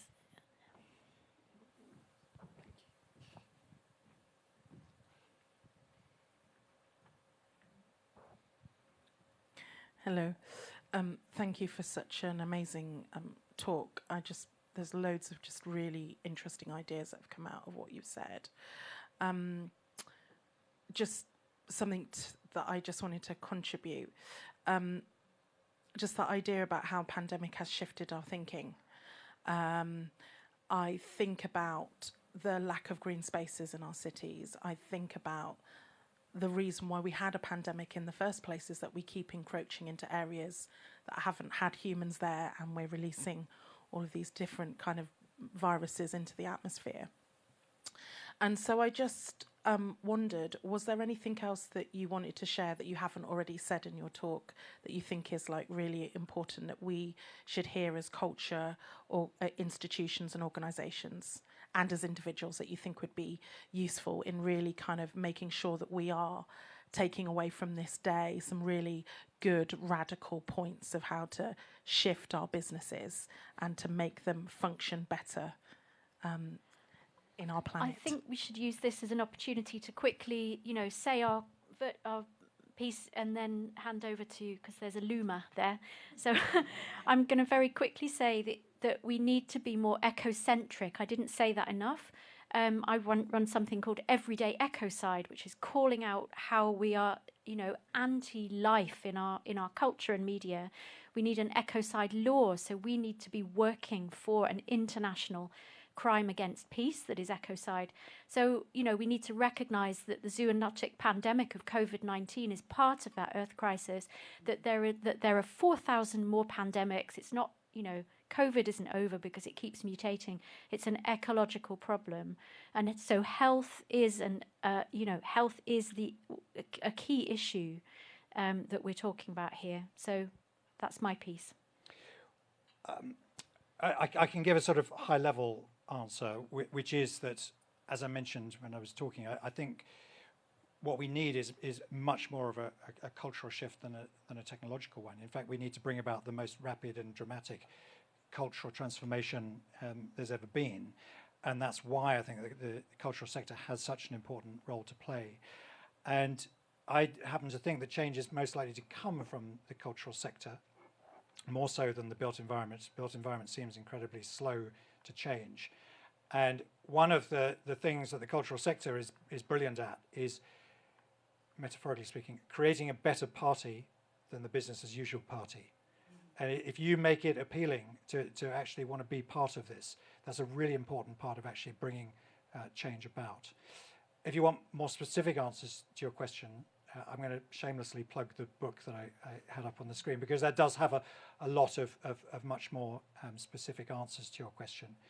And I think, you know, we're moving into an age that needs to be much more purposeful. You know, we as members of society, we were once considered ourselves subjects, and then consumers, and then conscious consumers, which was a ridiculous illusion. And now we need to think of ourselves as much more active citizens. And there are quite a lot of implications to that. And I'd also suggest John Alexander's book, Citizens, which talks very much about that shift. And I think that's very relevant to the cultural sector as well. Round of applause, please, for Thank you so much for that, and for responding to being loomed at. Thank you so much. We should let these good people leave. We've got a few things to do before that. Will, I think you wanted to say a few words of thanks before we head off. Thanks. Well, thanks to Dave, don't you think? It's rare, I just, as an observation, Dave, it's just rare to find somebody so appropriately named as you. You're just such a Dave throughout. It's been fantastic. So it's a total compliment. You've been wonderful. I think we all agree. You've been absolutely brilliant and timed, and I love the looming. It works. Thank you to everybody who's come. Who, you know, I feel like we've had an all-nighter, and you know, this is a lot who are here at the end. Well done. There's a medal on the way out. Actually, it's better than the medal on the way out. There's drinks on the way out. And it's not just drinks, there's drinks and the terrace in the conservatory. I know. And the conservatory is really an interesting thing. It's the second biggest conservatory in London, outside of Kew. And it only exists because when the architects, Chamberlain, Powell and Bonn, were constructing this 40-acre rethinking of a Blitz bomb site, and they were putting an art centre in the middle of it, that they had this concrete fly tower, which they thought was just really ugly. And as opposed to leaving it there to be ugly, they decided they'd wrap it with the most beautiful thing they could, which was a conservatory full of 1,500 rare and beautiful plants. And if that isn't an inspiration for how we should all be thinking slightly differently, I don't know what is. So everybody's very welcome to come and share a drink, have a chat in the conservatory. It's a beautiful and wonderful space. I think I didn't quite know what to expect from today, but I think it's been really good. I hope others agree. I think the speakers have been fantastic from first to last. Inspirational, challenging, exciting, intellectual, and urgent. And I, for one, I don't know if anybody else feels completely revved out to do more, to do it more quickly, and to collaborate, immediately with many of the people in the room. So it's been amazing, and for that I have to thank colleagues on the Barbican side, Joe and Hannah, and Emma, and mostly, I guess, Jenna, who's programmed the whole event. So can we have a round of applause for Jenna and the rest of the team? And also on the Mayor of London side, because Shirley Rodriguez, who spoke earlier, Jude, Matt, Peter in the room now, just picked up on this idea that maybe we should be having this conversation and ran with it. And they've been brilliant collaborators. We've just, this is a very organic event. It's not a big corporate event. It's just like, let's do it like this and see what happens. And it's been very iterative. They've been fabulous colleagues. And I think what we've created is something quite important because it's a starting point of something which is going to be action, action, action-led. So could you please give a round of applause to our friends at the GLA? And that's about that. We've got the images which our wonderful illustrator has been making throughout the day, which are available now to be seen outside, but also will be available online for anybody and everybody. And also, I think some of the talks have been, well, all the talks have been so amazing, but obviously we can't make a movie out of it because it would be like terribly long. But I do think we can cut down some of those pieces and find a place for them online and share them, because I think some of the talks just need to be out there. So look out for those, and we'll share those with people who've signed up. And then just finally, thank you everybody here. You've been amazing audience, contributors, collaborators. We look forward to this being the start of a conversation we'll continue and build on in the months and I guess years to come. So thank you very much indeed for coming. Thank you, Will. And before you're all allowed out, I have one last request for you. I can already feel the glow of the weekend enveloping this room. And I know what's going to happen is you'll leave here fired up to do things, and then you will get back to work on Monday morning, and you will not do those things because there will be emails and there will be misery. So what I'd like you to do on a piece of paper, on your email, on a text, however you want to do it, before you leave, just send yourself a little note with what's in your head right now that you'd like to pick up when you get back to work, and email it to yourself, or put it in your work trousers pocket, or do something with it so you will see it and you will do something with it again. Maybe it's something you're going to action when you get back to your office. Maybe it's someone you're going to talk to about what you learned. But do something, do yourself a favour on Monday morning so that you remember the feeling that you have now. The last thing I wanted to say, Smith alluded to this earlier, it's rare, I think, to have conferences like this where people do bring themselves. And it's been a day of challenge. It's been a day when I felt people have brought themselves, have been unafraid to say what they really think. I've really enjoyed being part of it, so thank you very much. Thank you to Will, thank you to everyone, and see you in the conservatory, which is, how do you get there? You go outside again, you go over the road, up the stairs. We'll lead you there. And you should be led there. So thank you all very much.